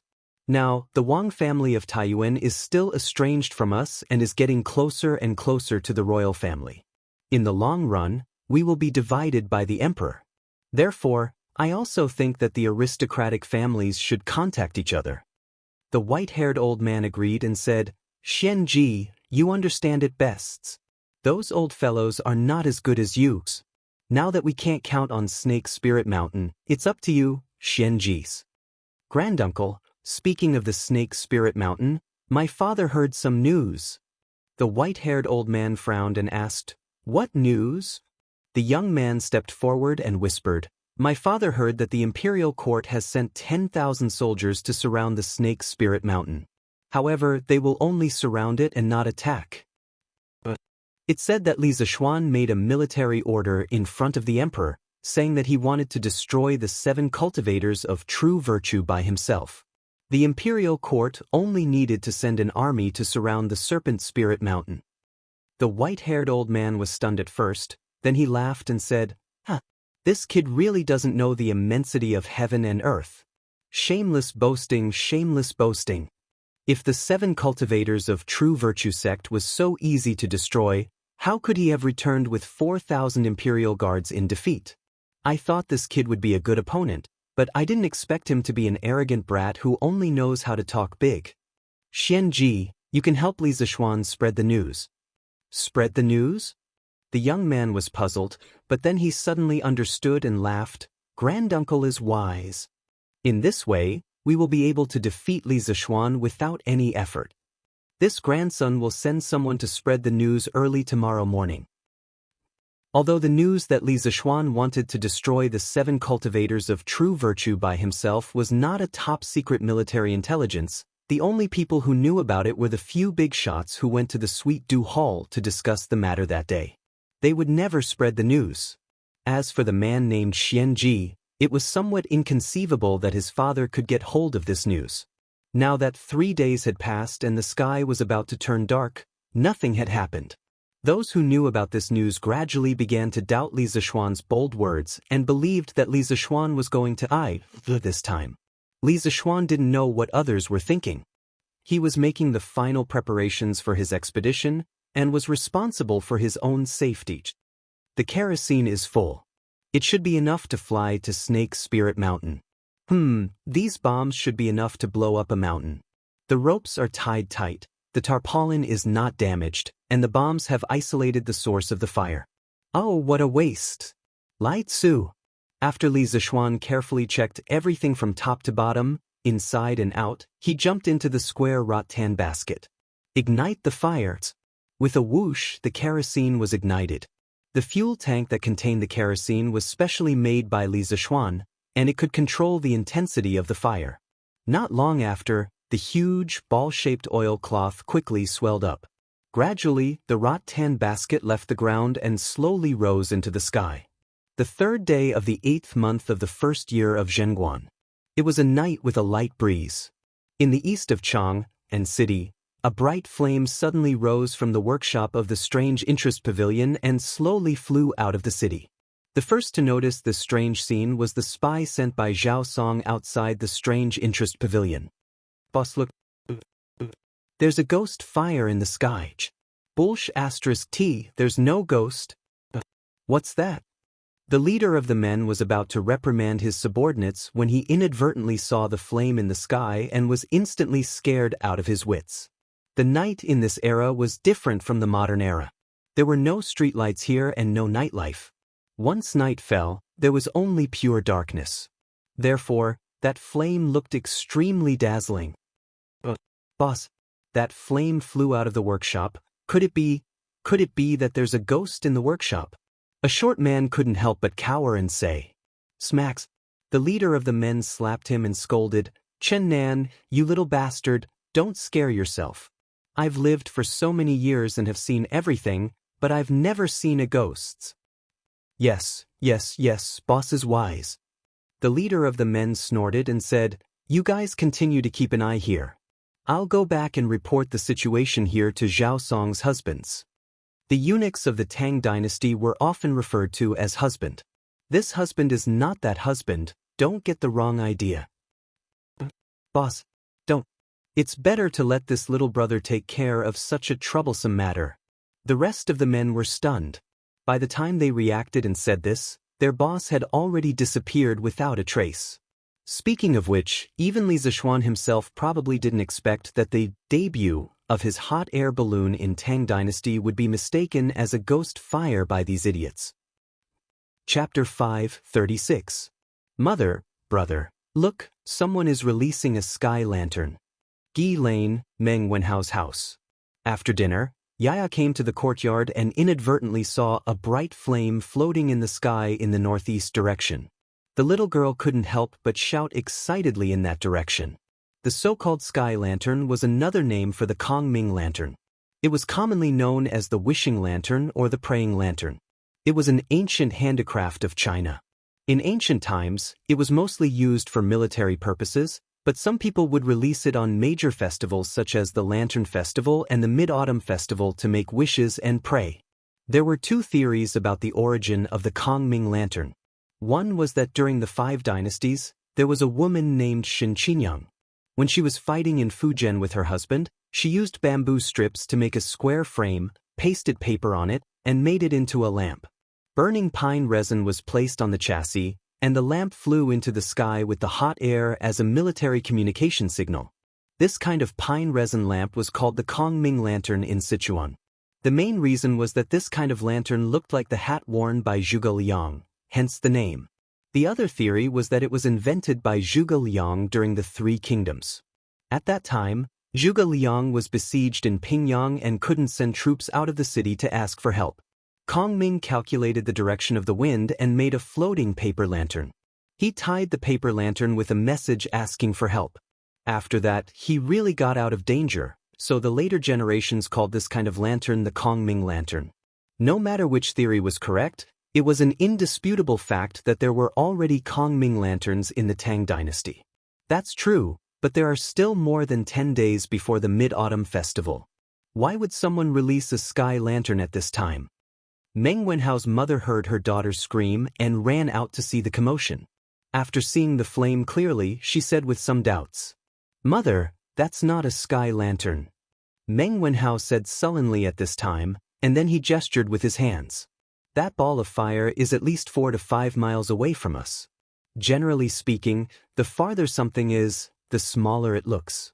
Now that we can see it so clearly from such a distance, it means that this thing is at least dozens of times bigger than an ordinary sky lantern. It's definitely not a sky lantern." Meng Wenhao's mother thought carefully and felt that her son's words made sense, but she still had some doubts.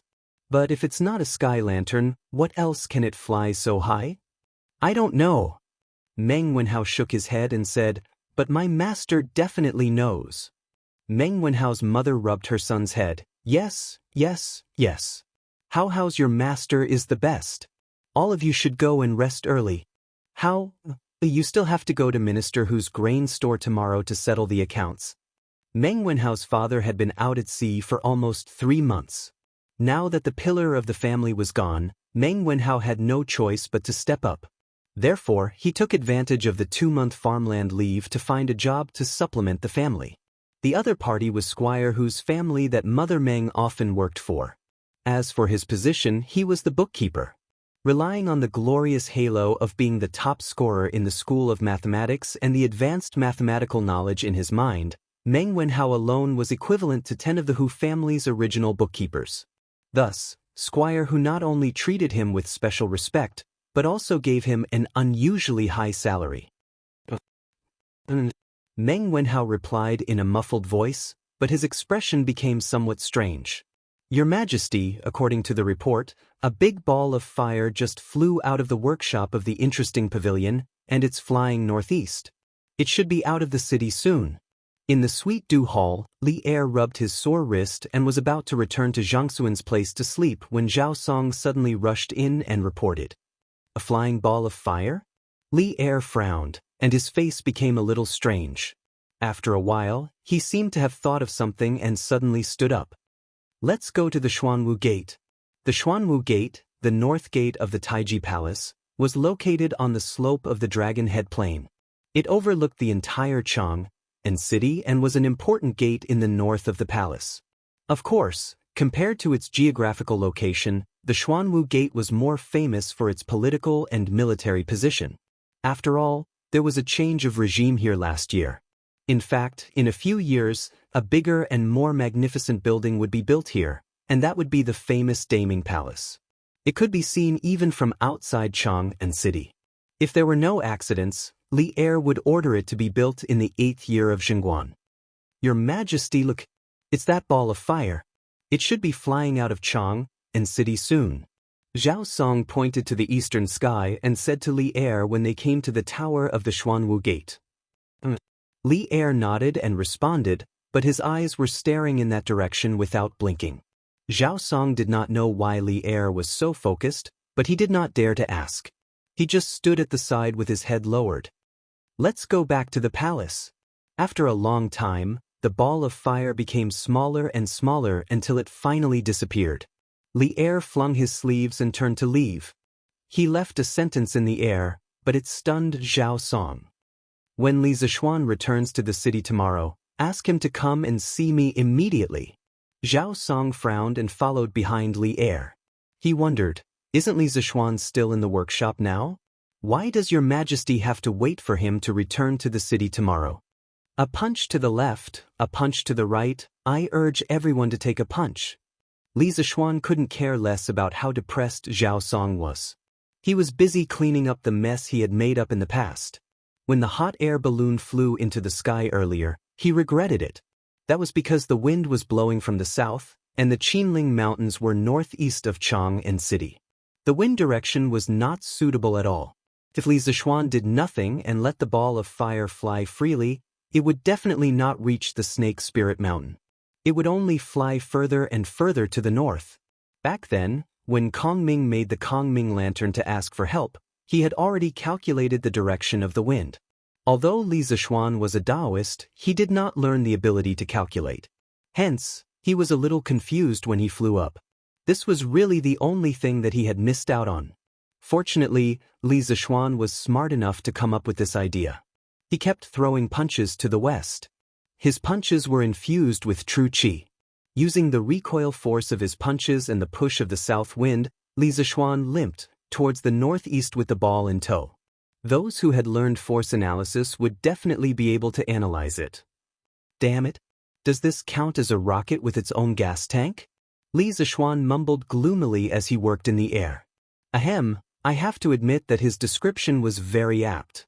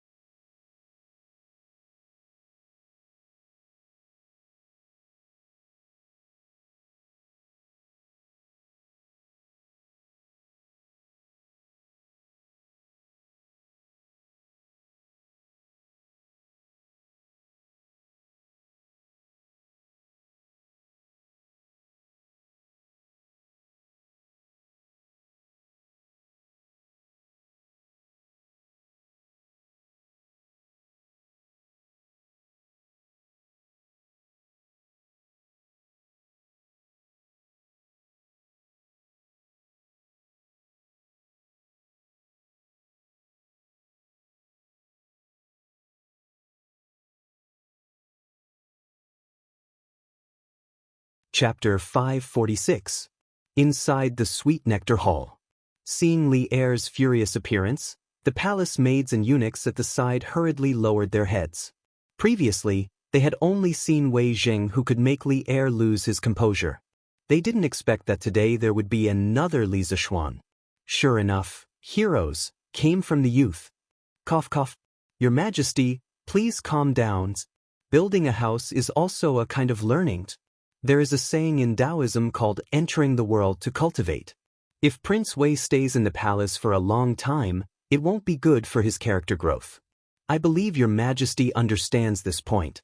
Otherwise, you wouldn't have allowed Qin Ke to go to Cloud Mountains. Heh. Li Er laughed. He didn't agree or disagree. He thought for a while and then said meaningfully, "Let's not talk about this for now. Is there something you forgot to tell me?" Li Zishuan was stunned. Then, he suddenly thought of something and immediately put on a fawning expression. Ayaya! Your Majesty, you are too polite. This humble subject only presented a few blueprints, and you want to reward this humble subject heavily. In fact, this humble subject will be grateful if you reward me with something else. Why do you want this humble subject to personally choose the reward? As the saying goes, thunder and rain are the grace of the emperor. This humble subject. Shut up. Li Er couldn't listen to him anymore. His expression was as if he was a dog. he said angrily. When did this humble subject mention a reward to you? This humble subject is asking you to truthfully tell me the method you used to destroy the 7 cultivators of true virtue. He didn't expect that there would be such a shameless and daring person in this world. He was both angry and amused. So it's not a rewards. Li Zishuan was stunned. He muttered, touched his nose, and said embarrassedly, cough, cough. The method to destroy the 7 cultivators of true virtue was an iron ball of true qi. Didn't this humble subject just say it in the imperial courts? Li Er glared at him and said angrily, You can fool others with that nonsense, but don't think you can fool me. Quickly tell me the truth. You brat, you're getting bolder and bolder. You even dare to lie to me. If someone else dared to be so naughty in front of Li Er would have long ordered people to drag him out and behead him. However, this person was Li Zishuan. Therefore Li Er felt helpless. Li Zishuan was so capable that any monarch who had slightly opened his burning point would choose to put him in an important position. Of course, Li Er was no exception. Feeling Li Zishuan's aggressive gaze, Li Zishuan shrunk his neck and said hesitantly, Actually, the thing that I used to bomb the 7 cultivators of true virtue that night was a type of strong gunpowder. The general principle behind it is similar to that iron ball made of true qi. The only difference is that it wasn't made by my master, but by me. Hearing this, Li Er's breathing suddenly quickened. As expected. I've long guessed that it's impossible for there to be only one of these things. You can definitely make more.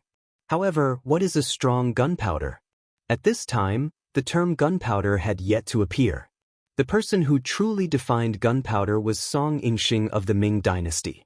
He wrote in the Heavenly Works of Creation, Gunpowder is mainly made of saltpeter and sulfur, supplemented by plant ash. Saltpeter is of the extreme yin nature, while sulfur is of the extreme yang nature. When these 2 divine objects meet, there is no gap between them. When they appear, people will be shocked and their souls will scatter. However, the appearance of gunpowder could be traced back to the spring and autumn period. According to the Fanzi Yeren, gunpowder was already used in China during the spring and autumn period. According to Fanzi Yeren, gunpowder was already used in the common people's livelihood. Of course, gunpowder at that time only referred to saltpeter. This was because saltpeter could directly ignite or explode when it collided with organic matter. When it came to gunpowder that was slightly more powerful, it had to be refined into a pill alchemist. This was because the original use of gunpowder in China was to be used in the fire process of refining pills. In ancient times, when it came to poisonous metals such as sulfur and arsenic, they would often burn them before using them. The word burn meant to subdue them. To make the toxicity lose or reduce, this procedure was called fire suppression. After Li Zishuan heard Li Er's words, he choked for a moment. What did he mean by, I already guessed that there was more than one? After all this time, he was tricked. Your Majesty, gunpowder is a medicine that can be ignited by sparks, flames, and so on. When these things burn fiercely in a very narrow space, it will cause an explosion. This can actually be used as the ignition agent in the fire suppression procedure of Daoist alchemy. After cursing Li Zishuan several times in his heart for having little gg, Li Zishuan gloomily explained. When Li Er heard the word alchemy, his eyes suddenly lit up. He asked, You also know alchemy? Li Zishuan looked at Li Er's expression and knew what he was thinking. He hurriedly said, Of course I don't know this. My master once said that the art of alchemy is the biggest scam of Taoism. Back then, ever since the first emperor recruited alchemists to refine the elixir of immortality, the world has been changing dynasties for nearly 800 years, but there has never been anyone who can live forever. This is just a scam to confuse peoples. After saying so much, Li Zishuan still didn't want Li Er to go astray. Li Er couldn't help but blush when his thoughts were seen through. After he calmed down, he said with a straight face again, I also understand that the art of alchemy is just a small matter, but this gunpowder is so important to my Tang Empire. Why didn't you tell the truth in the imperial court just now? Li Er stared sharply at Li Zishuan's face and asked word by word. Li Zishuan's heart tightened. He knew that the most important test was coming. He hurriedly stopped smiling and said seriously, "Your Majesty, the power of this gunpowder is enough to destroy the world. It is precisely because it is so important to the country that this humble subject doesn't dare to reveal it in front of others. There is no such thing as an impenetrable wall in this world. No one can guarantee that all the officials in the Taiji Palace are working together with your Majesty. Once the gunpowder is leaked, with this kid's previous example of bombing the 7 cultivators sect, all the other forces will definitely covet the gunpowder and send all kinds of spies to find out the formula. Once they find out the formula, it will definitely be a disaster for the Tang Empire's army. After all, gunpowder is a double-edged sword. It can hurt others and also hurt oneself. This is a serious matter, so I have to be careful. That's why I lied in the imperial court just now. I hope your Majesty can forgive me." Li Er's expression turned cold. When Li Zishuan said this, he instantly thought of many bad things. At present, the Tang Empire had just been established, and Li Er had only been in power for less than a year. His control of the Tang Empire had not reached the point where he could sit back and relax. Aristocratic families, external enemies, internal troubles, external troubles, these were all unstable factors hidden in the dark. If he was careless, he might lose the whole games. Not bad. I'm very pleased that you can think of these things. Li Zishuan, you didn't disappoint me. After a long time, Li Er sighed. His expression gradually softened as he looked at Li Zishuan and said, Chapter 547. In the Ganlu Palace. It was rare for Li Zishuan to hear Li Er speak human language. He couldn't help but feel a little better. Wasn't he working so hard for the sake of Great Tang? Thank you for your praise, your Majesty. In addition to what I said earlier, I also believe that Great Tang doesn't need gunpowder at all. What do you mean? Li Er asked with some confusion. Li Zishuan stood with his hands behind his back and said, Your Majesty, Great Tang's army is full of valiant generals and high morale. What we lack now is not combat power, but the country needs to rest and recuperate. Once the people are rich and the treasury is full, the Turks in the north will be wiped out. Gunpowder is just icing on the cake, it's not the key to victory. Currently, gunpowder may be useful for defending a city, but for attacking, once the other party spreads the cavalry, gunpowder won't be effective. On the contrary, once gunpowder is used in war, we have to be prepared for other people to research gunpowder and use it on us. I feel that the gains don't make up for the losses. Although they had gunpowder now, gunpowder and cannons were two different things. If they wanted to make cannons for attacking, they still needed to solve many technical problems. Unless they were like Li Zishuan who used a fighter jet to bomb the 7 cultivators of virtue sect, gunpowder would have a limited effect in war. Moreover, if someone secretly learned the gunpowder formula, it would be really troublesome. Li Er shook his head and said, Although what you said is reasonable, how can I give up eating for fear of choking? The power of gunpowder is beyond doubt. I believe that as long as we keep it a secret, there won't be a problem. As for how to use gunpowder for attacking, didn't you already do it yesterday? It seems that Li Er also wants to use yesterday's bombing of the 7 cultivators of virtue. Li Zishuan quickly shook his head and said, Your Majesty, this is not the same. For the time being, this subject will call the mountaineering tool the celestial lamps. Although the celestial lamp can fly hundreds of feet high in the sky, its flying direction is completely dependent on the direction of the wind. Wherever the wind blows, it will follow, just like a sailboat on the sea. The situation on the battlefield changes rapidly. How can we pin our hopes on the unreliable direction of the wind? Li Er asked doubtfully, Then how did you do it last night? I remember that it wasn't a southwest wind last night. Ugh. Li Zishuan said awkwardly, Your Majesty, I used my true qi to forcefully change the direction of the celestial lamp last night. I'm afraid it's very difficult for people below the guru level to achieve this. Li Er was speechless. The 7 cultivators of true virtue is truly unlucky to have provoked you, brats. Li Zishuan awkwardly smiled and stood there without saying anything. A man can't be a man if he doesn't take revenge.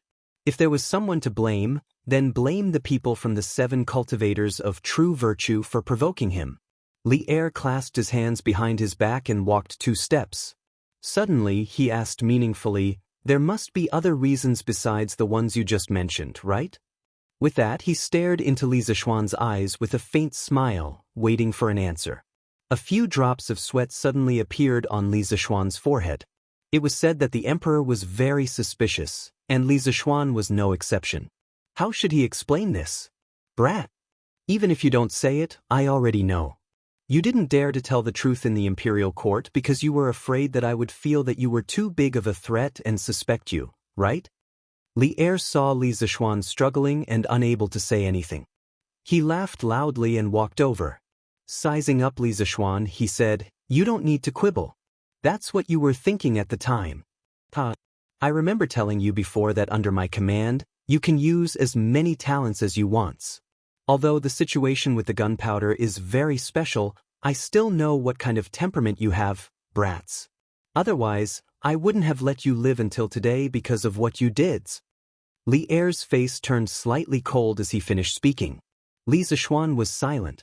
He secretly thought that Li Er had his reasons for becoming an eternal emperor. His vision and breadth of mind were things that many emperors didn't have. After a long while, Li Zishuan faintly sighed and cupped his hands.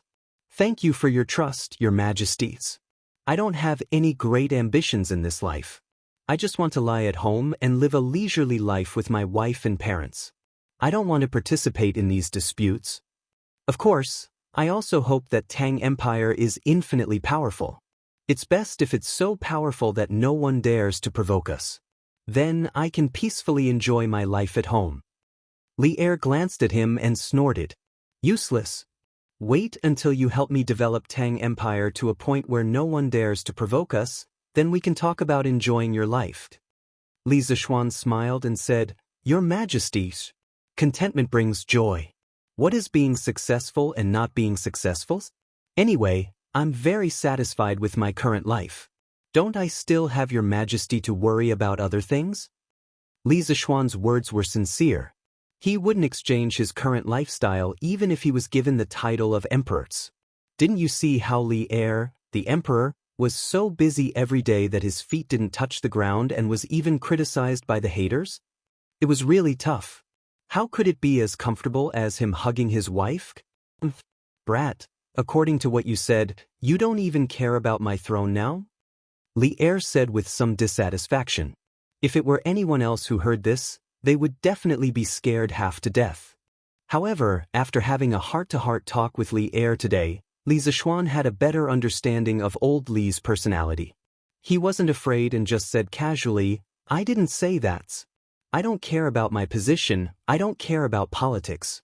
I just want to be a good son and a good husband. I don't care about other things." "Heh, you brat." Li Er pointed at Li Zishuan and then walked back to the table and sat down.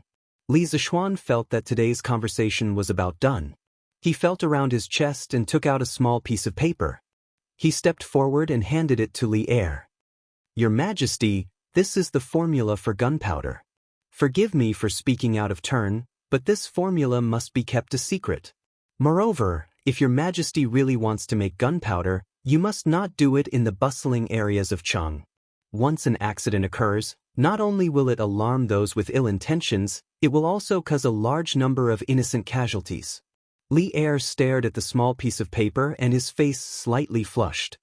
He didn't take it and instead asked, "You handed over such an important thing so easily?" Li Zishuan said seriously, "Your Majesty, as I said before, I don't have any great ambitions. If it wasn't for the 7 cultivators sect forcing me into a corner, I wouldn't have used gunpowders. Now that I've made gunpowder, this national treasure should be handed over to your Majesty for safekeeping. I can't think of any use for it." "Good. Immortal lamp, gunpowders. Don't worry, since you took the initiative to offer these 2 things, I won't treat you unfairly." Li Er took the small piece of paper and said in a deep voice. Li Zishuan cupped his hands and said, "Thank you, your Majesty. If there's nothing else, I'll take my leave." Go. Chapter 548. More than an hour ago, in a private room of the Junyue restaurant. Inside, there were 5 young masters who were dressed luxuriously and had extraordinary appearances. Their nobility and elegance were clearly not something that could be nurtured by a poor family. The 5 of them sat opposite each other and did not deliberately maintain the order of the seats. Among them, the young man named Xianji said, Li Zishuan first flattened the price of books, and then he launched the dictionary of the Tang dynasty. Such actions are tantamount to digging at the foundation of the Shandong landowning clans. I believe that all the brothers present can see this. Xianji is right. Since the establishment of the Li Tang dynasty, the Shandong gentry have been suppressed repeatedly and have long lost their former glory. Now we have to pay attention to the actions of this Li Xianji. He is shaking the prestige of our families in the scholarly circle. A slightly older man sitting next to Xianji took over the conversation. How can a small dictionary shake the foundation of the Shandong gentry? Cui Xuanji Cui Shin, when have the people of the Cui family of Qinghe and the Cui family of Bowling been so timid? Hearing these 2 people talking, the handsome young man sitting on the outside sneered discontentedly. It turned out that the people sitting in this room today were all outstanding representatives of the 5 surnames and 7 hopes. Cui Xuanji of the Cui family of Qinghe, Cui Shin of the Cui family of Bowling, Zheng Huijie of the Zheng family of Xingyang, Lu Qingqing of the Lu family of Fanyang, and Li Jingxian of the Li family of Zhao County. Now 5 of the 5 surnames and 7 hopes were here. The Li family of Longxi and the Wang family of Taiyuan were not here. To be able to be chosen as the representative of each family, these people naturally had their own outstanding aspects. Right now, perhaps they were still not well known because Li Yuan and Li Er, these 2 generations of emperors, were doing their best to suppress the Shandong landowning households. After a few more years, many of them would stand out in the court. For example, Lu Qingqing, who was the prime minister during the Gaozong period, Cui Shin. Although this person did not have many achievements in the officialdom, he later had a very powerful son named Cui Xuanji. This person also served as the prime minister during the Gaozong period. During the Wuzhou period, in order to support the crown prince, Li Xian, to ascend the throne, he launched a coup and was conferred the title of prince. Zheng Huijie. Today is different from the past. You and I have both seen the plight of the aristocratic families. The emperor's ambition is also clear as day. At this time, you still have high standards but little ability. Could it be that you will only wake up when we are all reduced to ordinary families? Cui Xuanji said with an ugly expression. You really have groundless fears. In any case, the Cui family was a rich and powerful family that had lasted for thousands of years. Even if the current emperor intended to weaken the aristocratic families, could he really do anything to the Cui family? It's true that our families are being suppressed now, but I think it's just because Li Tangchu and the Li family of Longxi want to raise the status of the Guanlong nobles. At this moment, we only need to lie low. When the crown prince takes the throne, we will definitely have more opportunities. Zheng Huijie retorted somewhat disapprovingly. It had to be said that although this guy was a little arrogant, he had a good grasp of the overall situation. In China's history, aristocratic politics sprouted in the Eastern Han dynasty and died at the end of the Tang dynasty. Therefore, some people felt that the aristocratic family politics, from the Eastern Han dynasty, through the Wei, Jin, Southern and Northern dynasties, to the Sui and Tang dynasties, gradually weakened and died out following the disappearance of the 2 great privileges of the economic, occupying farmland shady guest system, and the political 9 ranks of the emperor system, without any rebound. In fact, this was a great misunderstanding. Because in terms of historical facts, in China's aristocratic politics era, there were 2 most glorious periods. One was the Weiji Northern and Southern dynasties, and the other was the Tang dynasty. In the Tang dynasty, especially in the middle and late Tang dynasty, aristocratic politics didn't dim. On the contrary, it strangely became glorious again. At the beginning of the Tang dynasty, the Shandong nobles were indeed greatly suppressed. First, the Guanlong military group still had a lot of power at that time. Second, the emperor deliberately suppressed them. Third, in the vigorously promoted imperial examination system, many ministers of the illegitimate family appeared. At that time, the 5 families were not used to this kind of official method. Fourth, the court officials who came from humble families were jealous. However, after Empress Wu came to power, on one hand, she suppressed the old ministers of the Guanlong nobles and eliminated political resistance. On the other hand, she began to use the Shandong nobles. For example, Li Jingxian, who came from the Li family of Zhao County, was recognized by Empress Wu at this time and walked into the center of power. After the Lushan rebellion, the political center of the Tang dynasty was rebuilt. The power to suppress the nobles was no longer as fierce as it was under Li Yuan and Li Er. The 5 families also used the imperial examination system to rise up fiercely. For example, the Zheng family of Xingyang. During the Tang dynasty, it was hard to find a prime minister. However, from the middle of the Tang dynasty onwards, there were more than 10 prime ministers and important ministers. Another example would be the Cui family of Qinghe. In the Tang dynasty, there were 10 people from the branch house, the South Ancestral branch, the Qinghe main branch, the Qinghe small branch, and the Qingzhou branch. Before the Lushan rebellion, there were only 2 people who were prime ministers. After the rebellion, 8 of them became prime ministers. The reason why the nobles of Shandong were able to rise again was because of the change in the attitude of those in power. Another reason was that after adapting to the imperial examination system, the profound family tradition and knowledge of the nobles gave them a special advantage in the imperial examination. For example, the Lu family of Fanyang had more than 100 people in the Tang dynasty, especially from the middle of the Tang dynasty onwards. This number was shocking. One must know that in the Tang dynasty, the Jinshi examination was the most difficult. The number of people who were admitted was also very small. The Lu family was able to have such results because of their family traditions and knowledge. Therefore, if the nobles wanted to develop, they had to wait for the right time. Li Jingxian nodded and said, "Xuanji, although Huaijia's words are offensive, they are not without reason. Right now, we should wait patiently and not take the initiative to cause trouble." However, Lu Qingqing frowned and said, "Jingxian, you're wrong.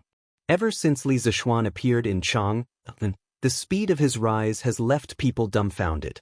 Everything that Qin Guanji has done seems to be deliberately going against us. Recently, I even heard that he wants to build some Yanhuang Academy and develop engineering. It's really absurd. Qin Guanji suspects that he is a tool that His Majesty arranged to suppress the nobles. The current situation is no different from boiling a frog in warm water. If we don't take action soon, sooner or later, our foundation will be nibbled away. If the Cui family wants to deal with Li Zishuan, the Lu family is willing to help." Cui Xuanji smiled and said, "Brother Qingqing is really far-sighted and righteous." Then he turned to Zheng Huaijie and Li Jingxian and said, "Brother Zheng, Brother Li, time waits for no man's. If Li Zishuan is allowed to do as he pleases, the situation of our families will be even more worrying. Please reconsider carefully." Cui Shen chimed in, "Huaijie, Jingxian, I believe that with your foresight, you can't see Li Zishuan's threat. Please consider the big picture." In the current situation, 3 out of the 5 families had formed a united front. Hesitation appeared on Li Jingshuan's face. After a while, he stood up and said, "In that case, the Li family of Zhao County is also willing to help.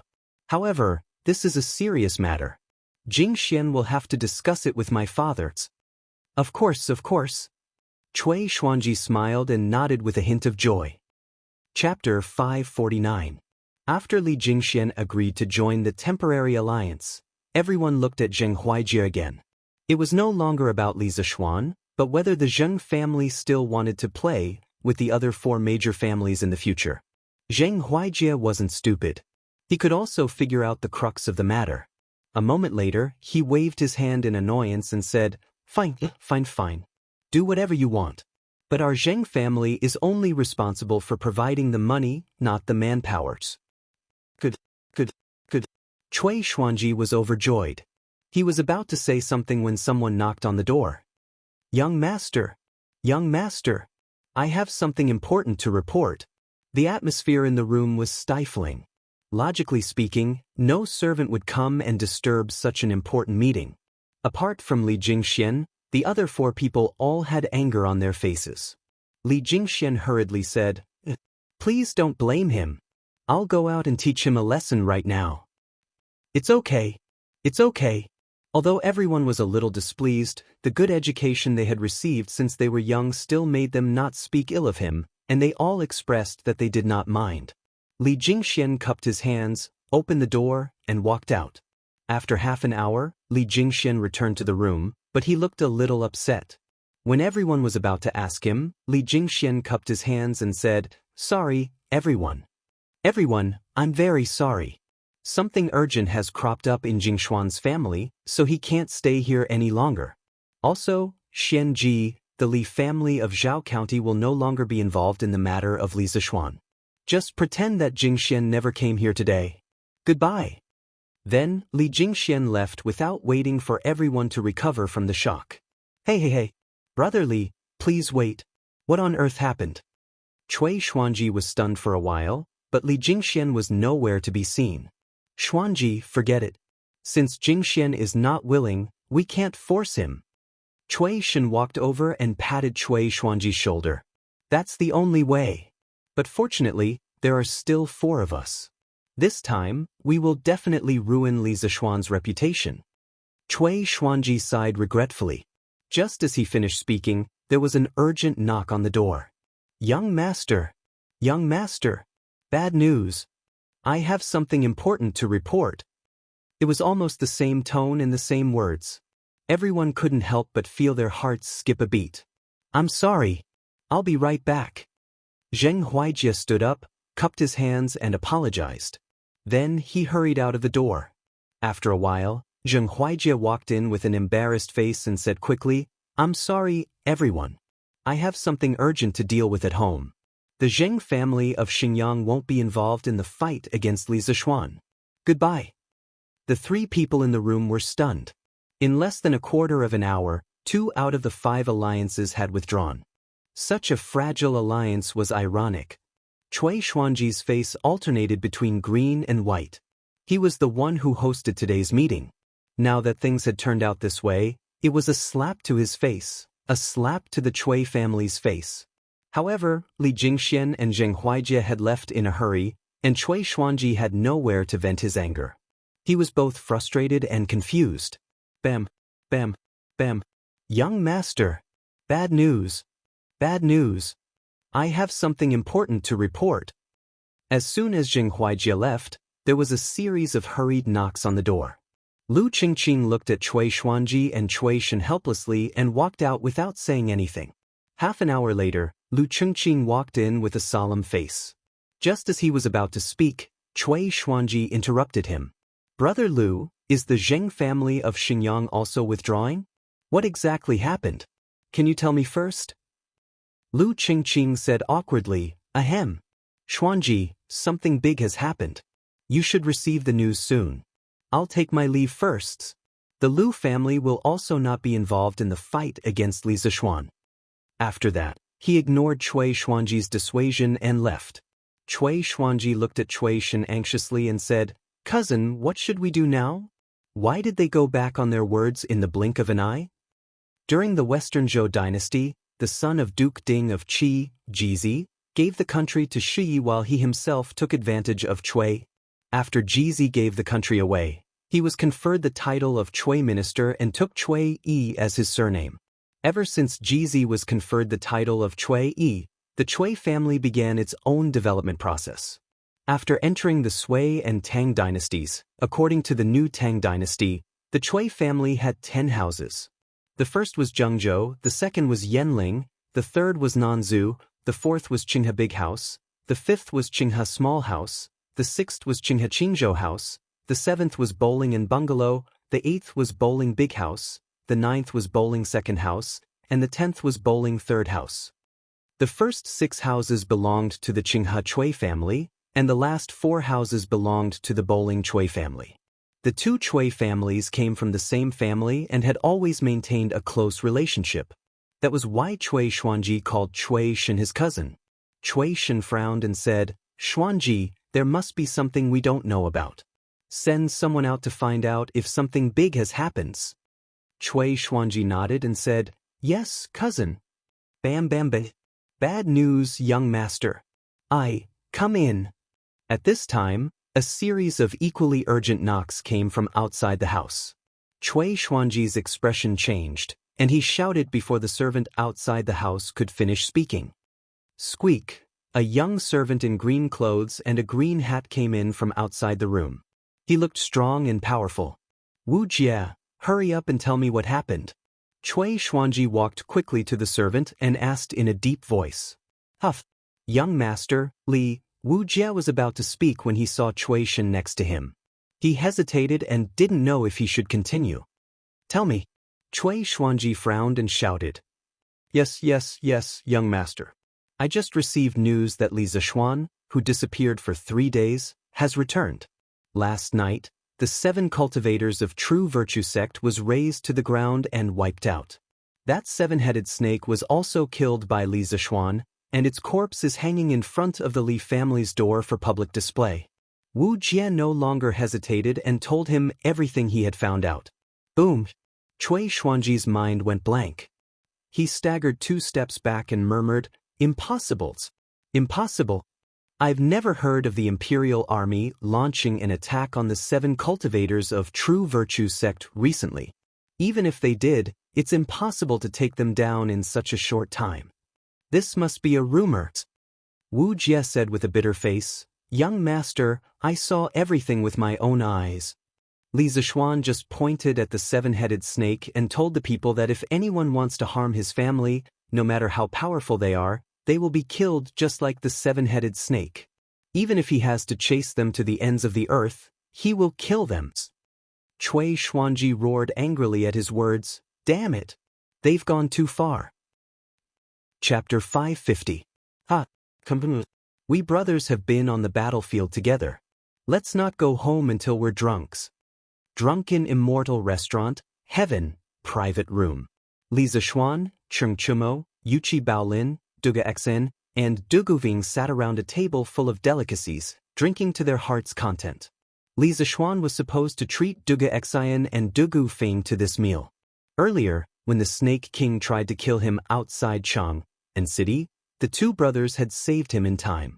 A few days ago, when they attacked Snake Spirit Mountain for the first time, Dugu Xen and Dugu Fing had also helped him a lot.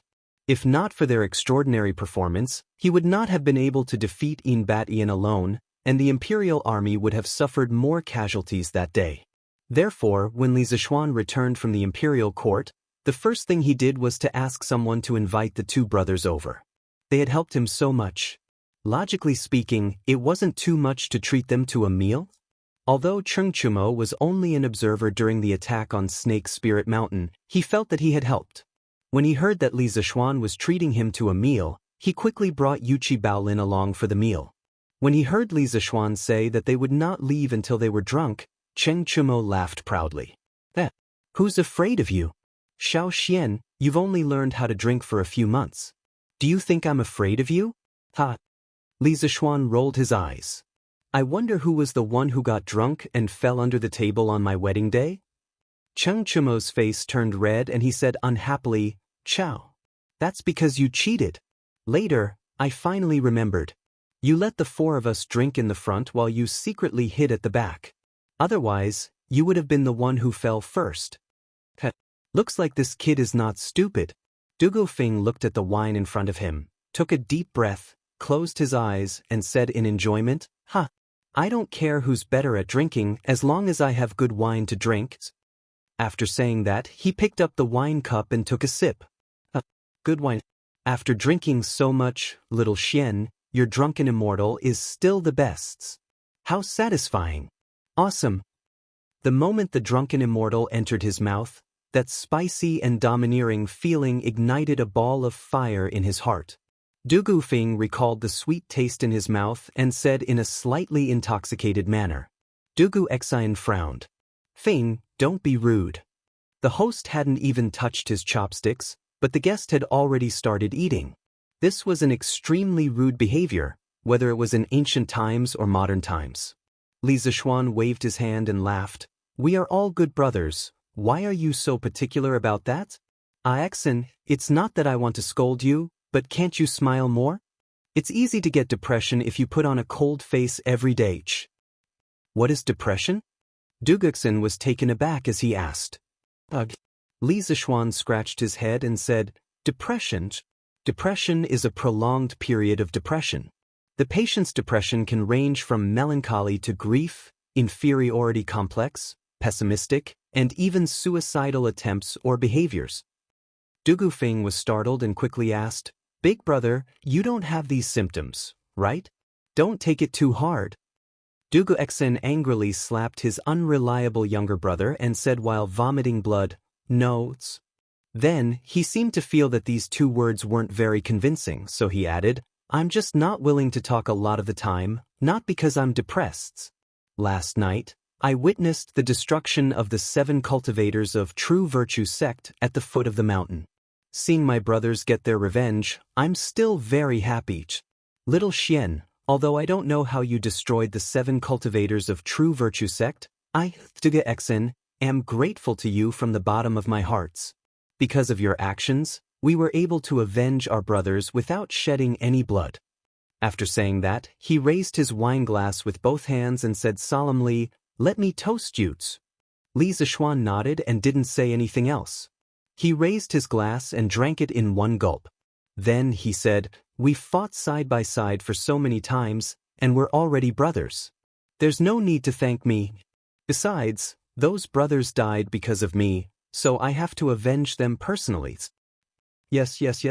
We're all brothers, so there's no need to be so polite. Come, let's drink together. Cheng Chumo stood up and laughed. Drink.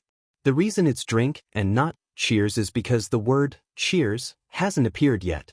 The English word cheers originated in Ireland in the 16th century, and it originally meant toast.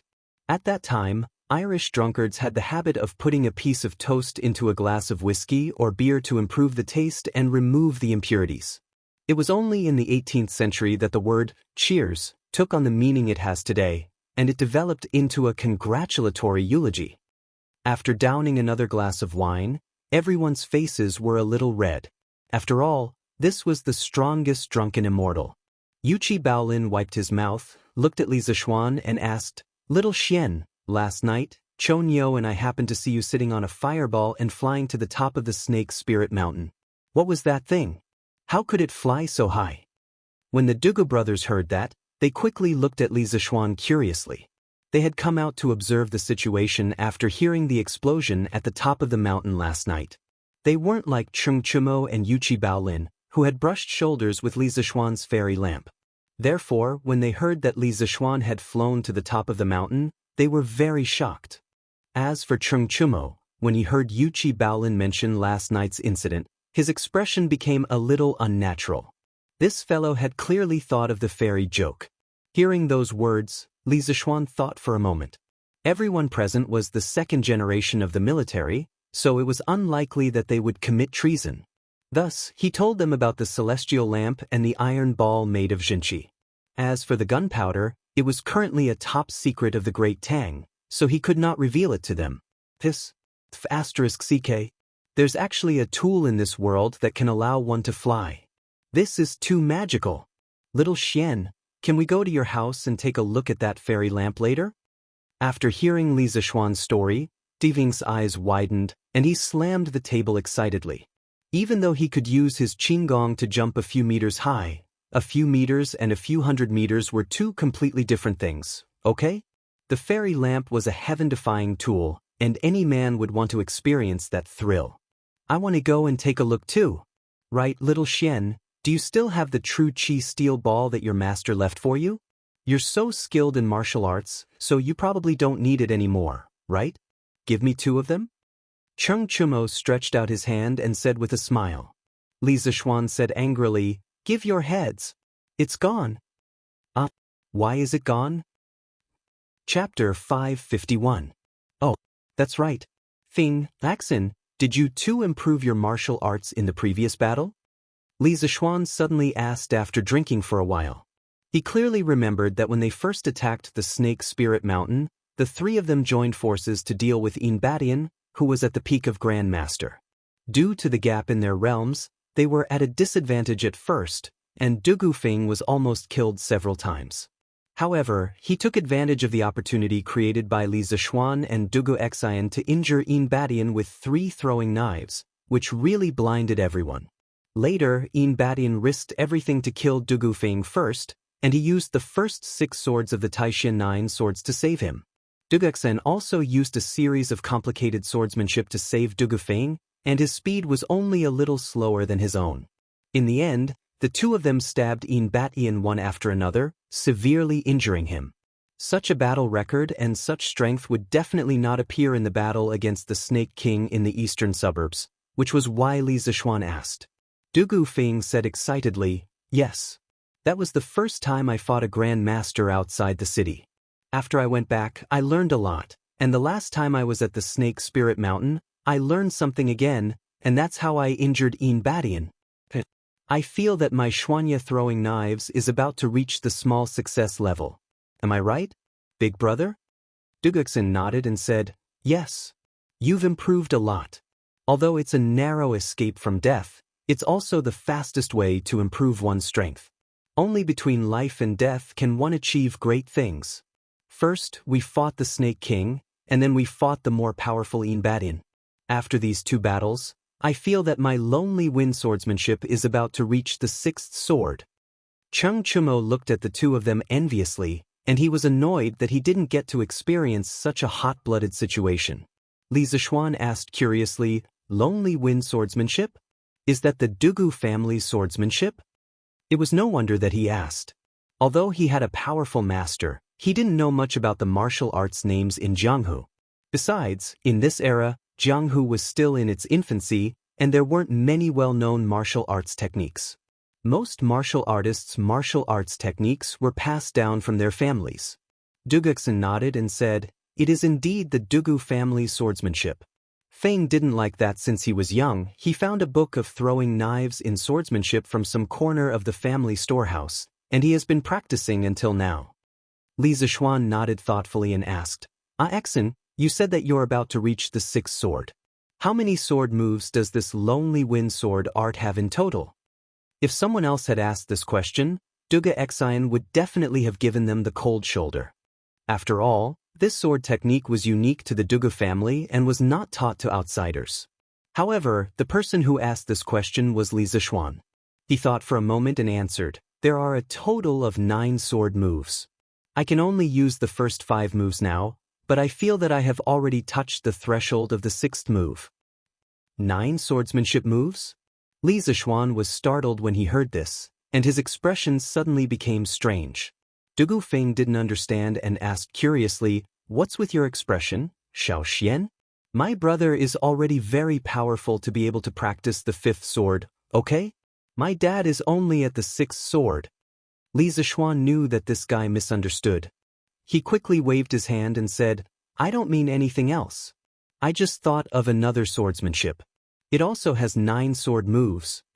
Dugu Feng snorted and said, "There are many swordsmanship with 9 sword moves in this world. What's so strange about that?" "Yeah.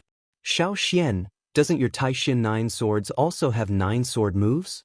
Cheng Chumo, who had been with Li Zishuan for the longest time, knew the most about the situation. He also interrupted. Li Zishuan shook his head and said, "No, the swordsmanship I thought of is called Dugu 9 swords." "Dugu 9 swords?" Everyone couldn't help but exclaim in unison. Then, everyone's expression became strange. Dugu Xian couldn't help but say, "I've never seen this swordsmanship in my family. But from the name, it seems to be related to my Dugu family. Xiaoxian, tell me, where did this Dugu 9 swords come from?" Li Zishuan was secretly amused. "Of course, you haven't seen this swordsmanship before. This is a divine skill from old Master Jin's novel. Where did you see it?" Actually, the reason why he mentioned the 9 swords beyond the swords was because Dugu Xian's words had coincidentally reminded him of the smiling, proud wanderer from his previous life. The other reason was that he had transmigrated to the Tang dynasty, and he had mysteriously acquired martial arts. With his current martial arts realm and comprehension, Some of the moves in Old Man Jin's novel seemed to make some sense, and it was worth pondering over. Li Zishuan used his powerful spiritual power to recall a little, then answered, I heard from my master that this Dugu Nine Swords was created by a senior who was known as the Sword Demon. He defeated all his enemies, defeated all his heroes, and defeated all his opponents. He was invincible in the world. The Sword Demon wanted an opponent who could make him defend himself with one move, but he couldn't get it. In the end, he buried his sword in an empty valley and died. He also had another name, Dugu Qiubai. When the other four heard this, their eyes widened in shock. Dugu Ving exclaimed, Dugu Qiubai? That name is so domineering. There's actually such a strange person in the world? Then this Dugu Nine Swords must be very powerful, right? Li Zishuan smiled and said, Of course. Dugu Nine Swords has a total of 9 moves. Ultimate move, breaking sword move, breaking knife move, breaking spear move, breaking whip move, breaking rope move, breaking palm move, breaking arrow move, and breaking chi move. The Dugu Nine Swords is the extreme of swordsmanship. There are a total of 360 variations, and it only attacks and does not defend. When you understand the sword intent of these 9 swords, there is nothing you cannot do, nothing you cannot come out of, and nothing you cannot enter. Damn, that's awesome. Xiao Xian, do you have this sword manual? If you do, I'll practice this instead of the horse lance in the future. Cheng Chumo said with a hopeful face, drooling. Duguxin stood up and cupped his fists solemnly. Xiao Xian, this Dugu Nine Swords is very similar to our Dugu family's solitary wind swordsmanship. If you have this sword manual, our Dugu family is willing to pay any price to exchange it. Please help us. Seeing Dugu Xian's solemn face, Dugding also stood up and cupped his fists. Xiao Xian, please. Li Zishuan hurriedly waved his hand and said, sit down first. Sit down, sit down. But, sit down first. Otherwise, I won't say anything. All right. After they all sat down, Li Zishuan said, I've only heard about this Dugu Nine Swords from my master. I don't have the sword manual, but I can roughly remember the essentials of each move. I'll tell you in detail when I have time in the future. When he heard Li Zishuan say that he did not have the sword manual, Dugu Xen was initially disappointed. But when he heard the last sentence, he was instantly excited. He quickly said, Okay. Chapter 552. Hey, didn't you say that we're not going home until we're drunk? Why are we talking about swordsmanship now? Come, let's drink. The dishes are going to get cold soon. The 9 swords beyond the swords was an idea that Li Zishuan came up with on the spot. Li Zishuan had no idea if he could come up with a complete set of 9 swords beyond the swords based on the description in Old Man Jin's novel. However, with his current understanding of martial arts, he had the ability to give it a try.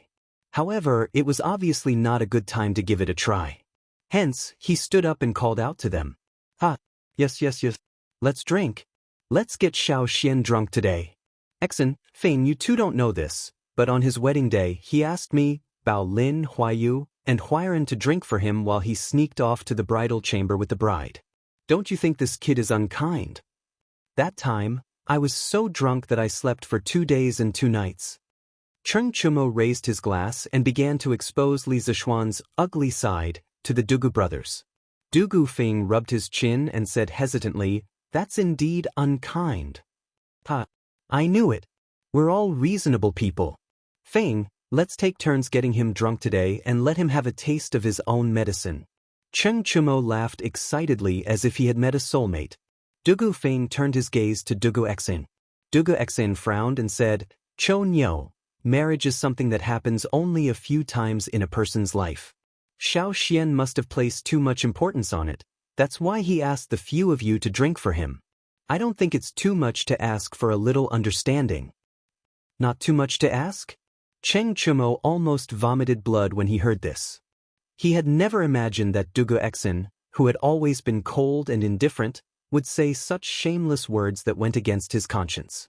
What the F***K was going to happen? What the F***CK? Xen, how did you become such a person? Didn't little Xian just agree to give you the sword manual? You're going against your conscience because of this? *CK. I old Cheng have misjudged you. Cheng Chumo glared and said with grief and indignation. Ha. Li Zishuan could not help but laugh. Cho Nyo, isn't it easy for you to get me drunk? I'll give you a chance today. But there's no point in fighting like this. How about we play a game? The loser will drink. Hee hee. Little Xian, are you talking about rock, paper, scissors? This is good. I'm the best at this. Let's do this. Yuchi Baolin clapped and cheered. Finger guessing is fine too. I'm definitely better at this than you, little Xian.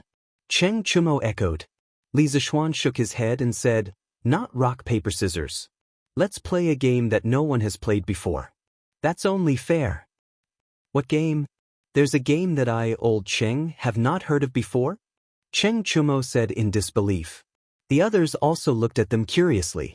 Li Zishuan smiled and began to explain. The game I'm talking about is called Every 7 Passes. The rules are simple. The 5 of us will pick one person and say any number. For example, if Cho Nyo says 8, Baolin, you have to say 9, Xian, you have to say 10, and so on. But there's one thing to take note of. Whenever there's a number that's a multiple of 7 or contains 7, that person can't say it out loud. He has to say pass. Those who don't say pass, or those who hesitate for more than 2 breaths will all fail. The loser will be punished by drinking a glass of wine. Then, we'll start the next round from that person. How about it? This game is quite interesting. Why don't we play it? It was the first time Dugu Feng had heard of such a novel game. He could not help but be interested. On the other hand, Cheng Chumo was smart. He thought about it and shook his head. Oh no. Xiao Xian, you're scamming us again. At the end of the day, this game is still testing one's ability to calculate. In this aspect, if you dare to say that you're second, who would dare to say that they're first? No, I won't do it even if you beat me to death. Who would have thought that this idiot would be enlightened at such a crucial moment? Li Zishuan was amused. Although this game is related to calculating ability, it's also very easy to fail miserably, okay? After all, it also tests one's reaction speeds. Besides, this is my first time playing this game. Let's have a fair competition. Cho Nyo, if you don't dare to play, you can watch from the side. If you want to play, come and play. Let's use this method to get drunk today. Okay. Count me in. Count me in too. I'll join too. The moment Li Zishuan finished speaking, Duging, Yuchi Baolin, and Duguexin all expressed their willingness to join. Cheng Chumo said anxiously, who said that I don't dare to play? Heh. Who's afraid of who? I'll join too. This idiot rolled up his sleeves and looked like he was about to go all out. He said to Li Zishuan, let's begin. Li Zishuan smiled. Then the first round will start with me. 6. Cheng Chumo was stunned for a moment before he quickly said, pass. He was secretly pleased with himself. You want to scam me so soon? No way. After all, this idiot had spent so much time in the mathematics school where experts gathered. He had learned quite a lot. The ones who were at the losing end were probably the 2 brothers, Dugu Xian and Dugu Feng. Yuchi Baolin, 8. Dugu Exin, 9. Dugu Feng, 10. Li Zishuan, 11. Cheng Chumo, 12. Yuchi Baolin, 13. Dugu Exin, 14. When it was Dugu Xian's turn, this honest kid's brain had not yet processed the situation and subconsciously blurted out the answer. Ha, wrong. There's no use regretting it. Drink up, drink up. Cheng Chumo immediately stood up and shouted. At this moment, he felt that this little game was quite interesting. Duguexin knew that he had answered wrongly as soon as he said it. Seeing Cheng Chumo's heckling, he did not say anything else and directly raised his head to drink the drunken immortal in one gulp. Then he shouted, continue, I say 20. With the help of the game, their banquet lasted all the way until the sun set in the west. The bustling sounds in their private room could be heard throughout the entire drunken Immortal restaurant. As for the final battle, Duguexin and Dugu Feng drank the most and had to be carried back. It was very easy for the game to fall into a vicious cycle. Those who drank too much would naturally become more and more muddle-headed towards the end, and the number of times they answered wrong would naturally increase. Li Zishuan did not drink that much. This was his first time playing this game in Tang Dynasty, but he had played it many times in his previous life. Naturally, he would not lose to the natives of Tang Dynasty. Chapter 553. While Li Zishuan was having a drink with his friends at the Drunken Immortal restaurant, a storm was raging outside because of him. Cui Xuanji thought that Li Zishuan was just bragging when he said that he would destroy the 7 cultivators of true virtue by himself. Therefore, he arranged for people to spread the news and make everyone think that Li Zishuan was just a braggart. Who would have thought that the corpse of the 7 cultivators of true virtue serpent would be hung in front of the Li residence, proving that Li Zishuan was not just bragging and that he had the strength to destroy the 7 cultivators of true virtue. But when Cui Xuanji learned that Li Zishuan had destroyed the 7 cultivators of true virtue, the people he sent to spread the news had already spread it out. It was too late to regret. Oh, so that Li Xiannan had made a military order in front of His Majesty to destroy the 7 cultivators of true virtue by himself. He is truly a young hero. Previously, the imperial court was unable to defeat the 7 cultivators of true virtue. Who would have thought that Li Xiannan would have the courage to deal with the 7 cultivators of true virtue by himself?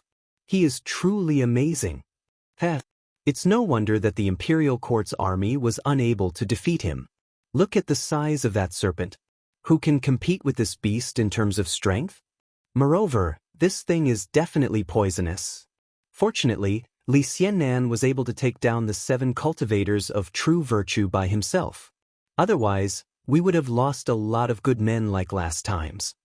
Today, many people in Chang and city had heard that Li Zishuan had made a military order to destroy the 7 cultivators of true virtue by himself.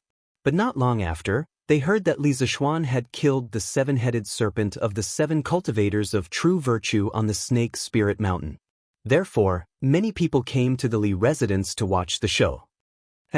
Lord Zhu had personally come out and said something. He said that the people of the 7 cultivators of true virtue had repeatedly tried to harm him and his family, flouting the law of the state. Therefore, His Majesty had sent troops to deal with them. Then the 7 cultivators of true virtue deserved it. I heard that Li Xiannan was like a divine soldier descending from the heavens and killing all the people of the 7 cultivators of true virtue by surprise. Did you see the fire in the northeast last night? When this old man woke up last night, I was shocked. I thought some rich family had caught fire. From the looks of it, the fire last night must have come from the 7 cultivators of true virtue. This Lord Li is so powerful? One person annihilating an entire sect? How did he do it? That's what a genius is. In the eyes of these commoners, Li Zishuan was able to wipe out the entire sect single-handedly when not even the imperial court's army could handle the Jianghu sects. Naturally, he was very powerful. Therefore, Li Zishuan became the idol of many people. Of course, he had also become the nightmare of many people.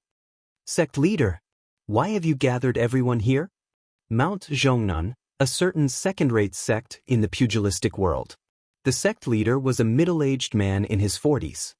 He looked at the 200 or so disciples in the field and said loudly, "Today, this old man will announce a major event that concerns the life and death of our sect. Everyone must listen to me carefully. In the future, if anyone dares to violate this, they will be expelled from the sect. Do you understand?" Everyone was shocked. They wanted to ask what kind of matter could concern the life and death of their sect, but when they saw the sect leader's serious and fierce face, they could only reply in unison, "We understand." The sect leader nodded with satisfaction and continued, "In a while, each of you will come and get a portrait. You must remember the person in the portrait. If you meet him in Chang and city in the future, you must remember that you must not provoke this person. Otherwise, you will be expelled from the sect. Do you understand?" At this moment, everyone, from the disciples to the elders, was dumbfounded. Although their sect was only a second-rate sect, there was no one who was worthy of their fear. If they offended someone, they could just go and apologize, and the matter would be over. Was there a need to call everyone together with such great fanfare? Do you all understand? Seeing that no one answered him for a long time, the sect leader angrily repeated himself. Understood. Understood. At this time, everyone finally reacted and agreed. Good. Come and receive the portrait first and take a good look at it. If you meet the real person in the future, don't recklessly offend him. In a luxurious house in the south of Chang'an City. Granduncle, the plan this time has failed. Not only did I fail to ruin Li Zishuan's reputation, but I also made him more popular in the hearts of the people. I deserve to die. In the afternoon, Cui Xuanji first asked the servants who had been sent out to spread the false news to come back, then he came to the room to report. On the soft couch in the room, a white-haired old man was half-sitting. It was Cui Xuanji's granduncle, Cui Junchuo. Cui Junchuo was Cui Shanfu's uncle and the uncle of the three Dugu empresses. However, as early as the Sui dynasty, because of being implicated by the dethroned crown prince Yang Yong, Cui Junchuo was removed from his position and exiled.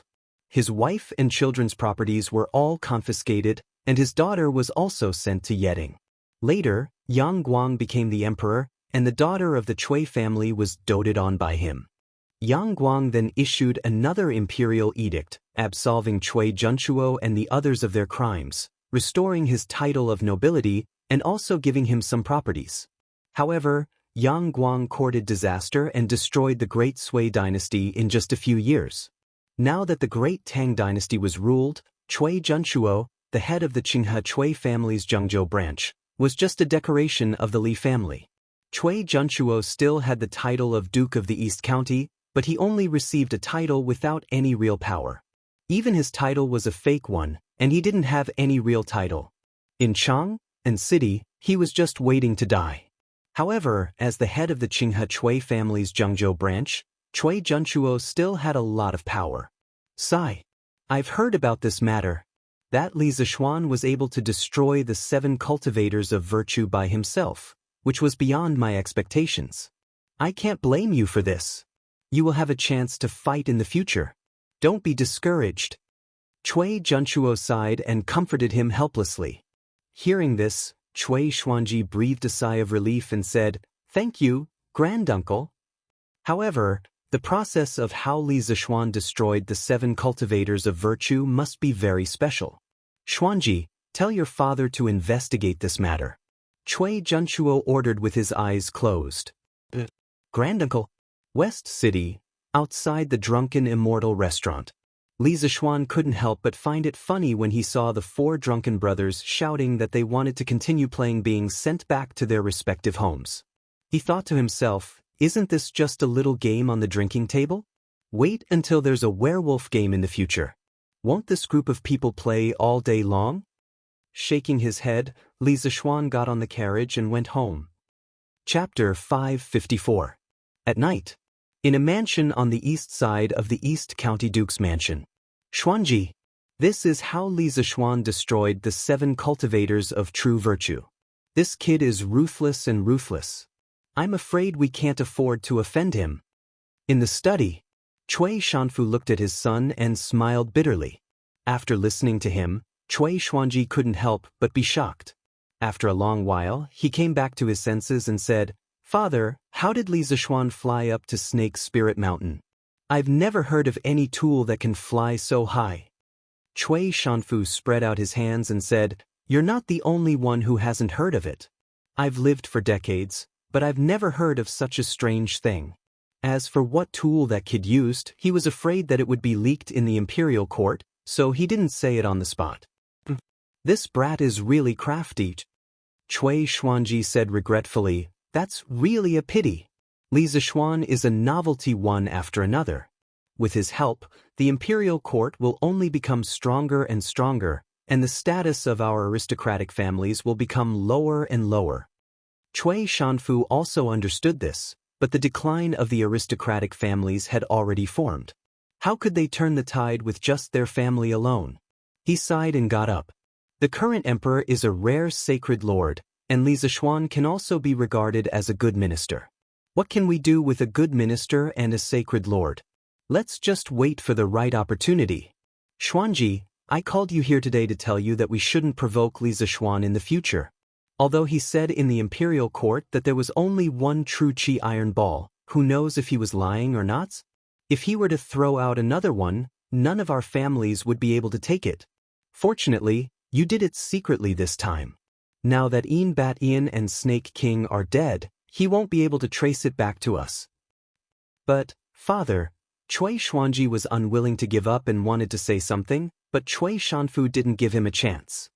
He waved his hand and interrupted, No buts. This matter is over.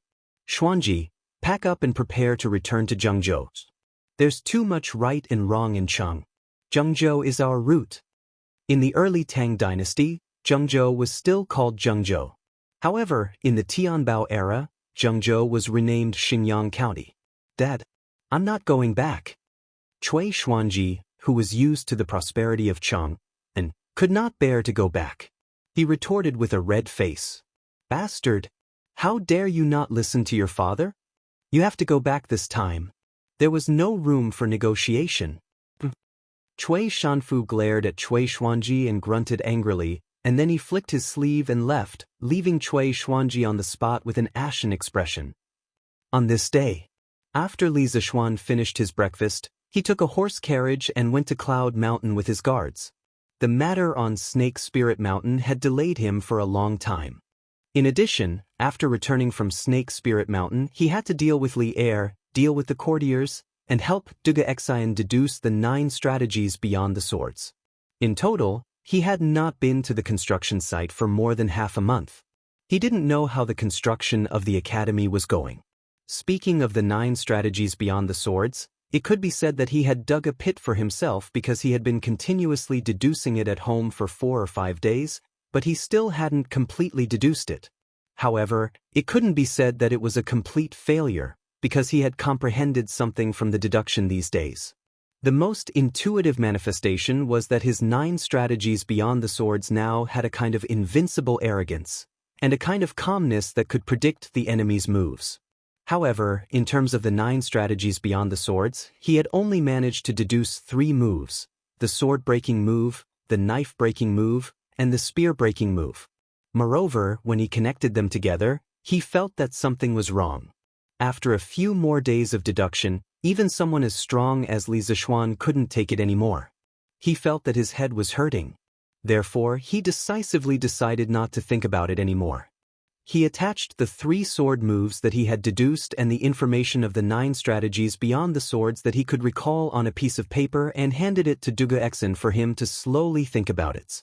As the saying went, it was better to trick others than to trick oneself. Li Zishuan was very good at this kind of thing. However, this was going to be tough for Duga Xian because in terms of martial arts realm, he was not as good as Li Zishuan. In terms of spiritual power, he was even weaker. Therefore, he had to use a hammer to deduce the sword moves. Wow! The progress is really fast. When he reached the peak of the Cloud Mountain, Li Zishuan saw that on the originally barren Cloud Mountain, there were actually many half-built red brick houses. Although these houses were only 2 to 3 zhang tall and didn't have a roof, Li Zishuan was still very happy to see them. This mountain was going to be the foundation of his future in Tang Dynasty. What made him even happier was that there were many cement roads on the Cloud Mountain. Walking on them, Li Zishuan couldn't help but feel a sense of familiarity. It was as if he had returned to the modern era. However, that was destined to be impossible because the air here was so fresh. There wasn't even a trace of industrial dust. How could it be the modern era? Hey. All right, both of you pull with all your mights. Not far away, Li Tai, the little fatty, was instructing the commoners to use a hemp rope to pull a basket of red bricks. The hemp rope went around a tall frame, and as the 2 commoners slowly pulled, the basket of red bricks also slowly rose. On the ladder next to the wall, there was a craftsman holding a shovel, waiting for the bricks to be transported over. Squeak, squeak. Perhaps it was because there were too many bricks in the basket. The friction between the hemp rope and the support frame made unpleasant squeaking noises. Li Zishuan was originally still wondering where Li Tai, that little fatty, got such an ugly beggar's version of a crane. At this moment, he suddenly shouted with a face full of shock. Ching! get out of the way for me. Although he was shouting, his feet didn't stop moving. This was because he saw that the hemp rope was already 2/3 broken, and Li Tai was standing right below the bamboo baskets. If the bamboo basket fell from such a height, Li Tai's head would definitely be like a watermelon that fell to the ground. By then, the entire Tang Empire would be shaken. Thinking about it, if the great king of Wei died at the construction site of Li Zishuan Academy, not to mention how the courtiers would impeach him, Li Zishuan would probably even have the thought of killing Li Zishuan. Even without considering the feelings of Li Zishuan and the courtiers, Li Zishuan didn't want to see anything happen to Li Tai. This little fatty was a disciple that he valued a lot. How dare you? Who dares to call themselves my father? Hearing the roar, Li Tai was enraged. Other than Li Zishuan, there was probably no one in the world who dared to call themselves his father. Crack! At this moment, the hemp rope finally couldn't withstand the weight and completely broke from the middle. With a whoosh, the bamboo basket fell rapidly and went straight for Li Tai's head. Chapter 555. Be careful, Captain. The moment the rope broke, the two workers felt their hands loosen and almost fell. When they came back to their senses, they wanted to rush forward to save Li Tai. Gu Xiaomao, the vice-captain of the 8th team of the 1st Regiment, was waiting for Li Tai to succeed in his experiment. However, when he saw this scene, he was scared out of his wits and his legs went soft. Perhaps ordinary people didn't know about Li Tai's identity, but he knew about it. If something happened to Li Tai here today, he would definitely not be able to escape. He might even implicate his family. Thinking of this, Gu Xiaomao's face turned pale. He wanted to save Li Tai, but his legs were so weak that he couldn't move at all. F***ck. Li Tai looked up and was almost scared to death. He subconsciously wanted to run away, but with his body size and his slow reaction, how could he escape before the bamboo basket fell? Seeing that the bamboo basket was getting closer and closer to his head, Li Tai couldn't help but shout in his heart, "This prince is going to die today. Li Zishuan, oh Li Zishuan, this prince is using my life to help you build the academy. When you return, remember to burn something interesting for this king to bring to the underworld." Huff! Bang! Just as Li Tai closed his eyes and cursed in his heart, he suddenly felt a gust of wind beside him. Following that, he heard a dull thud.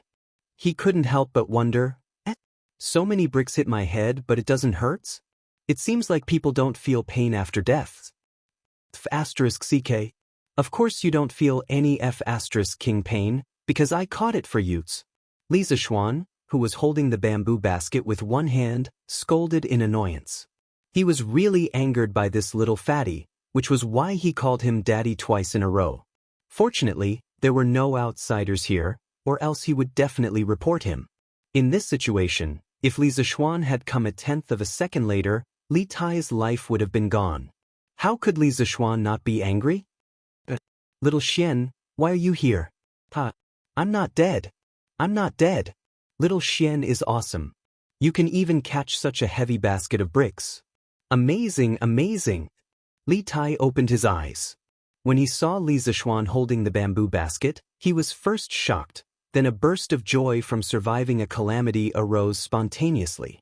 He jumped away from the bottom of the bamboo basket with lingering fear and then laughed loudly. Li Zishuan's face couldn't help but twitch. He threw the basket of bricks in his hand to the side and said with a fierce expression, "Brat, if you want to move bricks, then do it properly. Why are you standing under the bamboo basket? If I didn't come over today, who would be able to bear the responsibility if something happened? Do you know how many innocent people will die because of you?" Cough cough. Li Tai's face turned red and said with shame, "I just wanted to observe the operation of the brick-moving machine from this angle and see if there are any improvements to be made. I didn't expect that such a thick rope couldn't even handle a few bricks. I didn't think it through and miscalculated." F***ck. Li Zishuan shook the hand that just caught the basket and couldn't help but interrupt. "You call this a few bricks? Damn it, can't you guys get a bigger bamboo basket? This big basket of bricks is at least 200 pounds.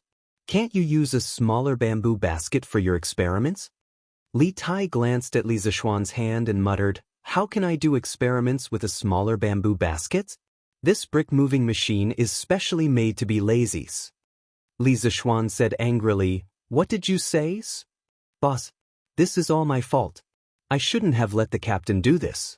I should have let everyone carry the bricks properly." Gu Xiaomao finally came back to his senses. He came to Li Zishuan and bowed repeatedly to apologize. Li Tai stared and said, "Gu Xiaomao, I wanted to do this. It's none of your business." "You shut up first." Li Zishuan snorted and then said sternly to Gu Xiaomao, "Gu Xiaomao, you are indeed responsible for this. Even though Qin Ke is doing the same things as you, eating the same food, and sleeping in the same room, you know very well how important the responsibility is to him. I'm not asking you to give him preferential treatment. He will do what he should do himself. But as the vice captain, you have to pay attention to his safety at all times. Qin Ke was standing under the basket just now. Didn't you think that there would be dangers? If something happened to him here today, do you think you'll have a good time?" Gu Xiaomao's face was pale as he replied bitterly, "I won't have a good time. I'm sorry, boss. I didn't think it through and didn't take precautions. It's all my fault. No matter how you punish me, I won't have any complaints." Li Tai couldn't stand it and wanted to speak up for Gu Xiaomao. Li Zishuan glared at him and stared back at him. Li Zishuan waved his hand and said to Gu Xiaomao, "All right, you should reflect on yourself. What happened today can't happen a second time. Otherwise, you won't have a good time and I won't have a good time either. Do you understand?" Gu Xiaomao quickly bowed and said, I understand. Li Zishuan nodded and turned to Li Tai and said fiercely, "Qing, come with me." After saying that, he walked to the house next door. The simple, temporary combat command room had now become a one-story brick house. "Oh." Li Tai shrunk his neck and replied sullenly. Today's Li Zishuan was too fierce. Even he was a little scared. "Say it. What the hell is that brick-moving machine? Why do you want to make it?" In the room, seeing that Li Tai had followed him in, Li Zishuan asked expressionlessly. Speaking of the brick-moving machine, Li Tai immediately became confident. He smiled proudly and said, "Heat. This is my, Li Tai's, exclusive inventions." Previously, the craftsman said that if we were to build the academy according to the blueprint, we would have to use the method of filling in the ground. Otherwise, we wouldn't be able to continue building the walls. I thought that was too troublesome, so I thought of this idea of sending bricks up from below. Li Zishuan asked sullenly, "Filling in the ground? What's that?" Li Tai heard and immediately said with disdain, "Damn, you don't even know about the method of filling in the ground? I really have to give it to you." "What's with the nonsense? I asked you, just answers." "Okay." After Li Tai's explanation, Li Zishuan finally understood that the method of filling in the ground was to use soil to bury the bottom part of the building. After the top part was covered, the soil was removed. This was also the method that the ancient people used to build high-rise buildings. After all, in this era, there was no lifting equipment. After listening to Li Tai's explanation, Li Zishuan was speechless and said, "So? That's why you made such a lousy toy? You're such a clever little brat." Chapter 556. Little Smarty Boy? Li Tai's face turned green when he heard Li Zishuan calling him that. He shouted, "F***ck, you're the little smarty boy. Also, you can insult me, but you can't insult the brick-moving machine I made. I thought about it for a long time before I came up with it." When Li Zishuan heard this, he was almost amused by this little fatty. He laughed and said, "Insult you? How did I insult you? Also, what kind of brick-moving machine is this? What the hell are you making? Have you considered the stability of the base? Have you ever thought that the friction between the hemp rope and the frame will be too strong? Have you ever thought that if the goods are heavier, the workers won't be able to move them? Have you ever done a stress analysis on the frame?" With Li Zishuan's series of questions, Li Tai couldn't help but be stunned. He muttered, "If the goods are too heavy to move, you can ask more people to do it. But what is friction? What is stability? What is stress analysis? You didn't even do a theoretical analysis, and you want to put it into practice. You can only fail if you put it into practice." Li Tai was unconvinced and said, This is just an accident. Next time, it will be better than this. If you don't change your method, you won't be able to do it even if I give you a year. Li Zishuan, who had done countless research projects in school in his previous life, knew that before a new technology was born, there must be careful theoretical analysis. Without a theoretical basis, trying to do it recklessly was tantamount to a blind man trying to figure out an elephant. The efficiency would be greatly reduced. If you're so capable, come and do it. You've been gone for more than half a month. I thought you would only come back after the academy was built. Li Tai was a little annoyed. He sat on the stool next to him and complained loudly. Speaking of this, Li Zishuan felt that he was in the wrong and didn't want to argue anymore. He touched his nose and said awkwardly, "Ahem. I came back to Chang, and to do something. Now that the matter is settled, I will come here more often." Little Fatty curled his lips and said, "I know you're busy. Our great hero single-handedly annihilated an entire clan. How awe-inspiring." It had been a long time since that incident happened, so Li Tai obviously knew about it. But his tone was a bit. Li Zishuan raised his hand and said angrily, "F***ck. If you have something to say, can't you just talk nicely? Why do you have to be so sarcastic? Are you asking for a beating?" Little Fatty immediately cowered and hurriedly said, "How am I being sarcastic? This prince is praising you. So, don't hits. At most, I won't tell Imperial Father about you calling yourself lousy in front of me." Li Zishuan was stunned. Then he sneered, "Do you dare to say it?" Li Tai rolled his eyes. Of course, he didn't dare to say it. If he said it, Li Er and Empress Zhangsun would know that he was almost killed at the construction site today. In that case, he wouldn't be able to come out easily in the future. "Go get me a pen and paper. I want charcoal. Xiaoning should have it." Li Zishuan smiled and said suddenly, "What do you want to do?" Li Tai didn't react and said in a daze. Li Zishuan said unhappily, "What can I do? To give you a lesson. Today, I'll show you what a real brick-moving machine is." When Li Tai heard that, he wasn't displeased by Li Zishuan's impatient tone at all. Instead, he was overjoyed and said, Good. I'll go get you a pen and paper." Although he felt that he wasn't much worse than Li Zishuan before he built the brick-moving machine, he realized the gap between them after he almost lost his life. When he heard that Li Zishuan wanted to help improve the brick-moving machine, he was happy. "Lord Zhu, let me do such a small thing." Brother Chicken, who came with Li Zishuan today, came over and cupped his fists.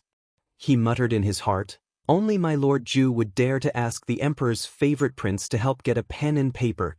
Before Li Zishuan could say anything, Li Tai patted Brother Chicken's arm and said, "I'll go get it.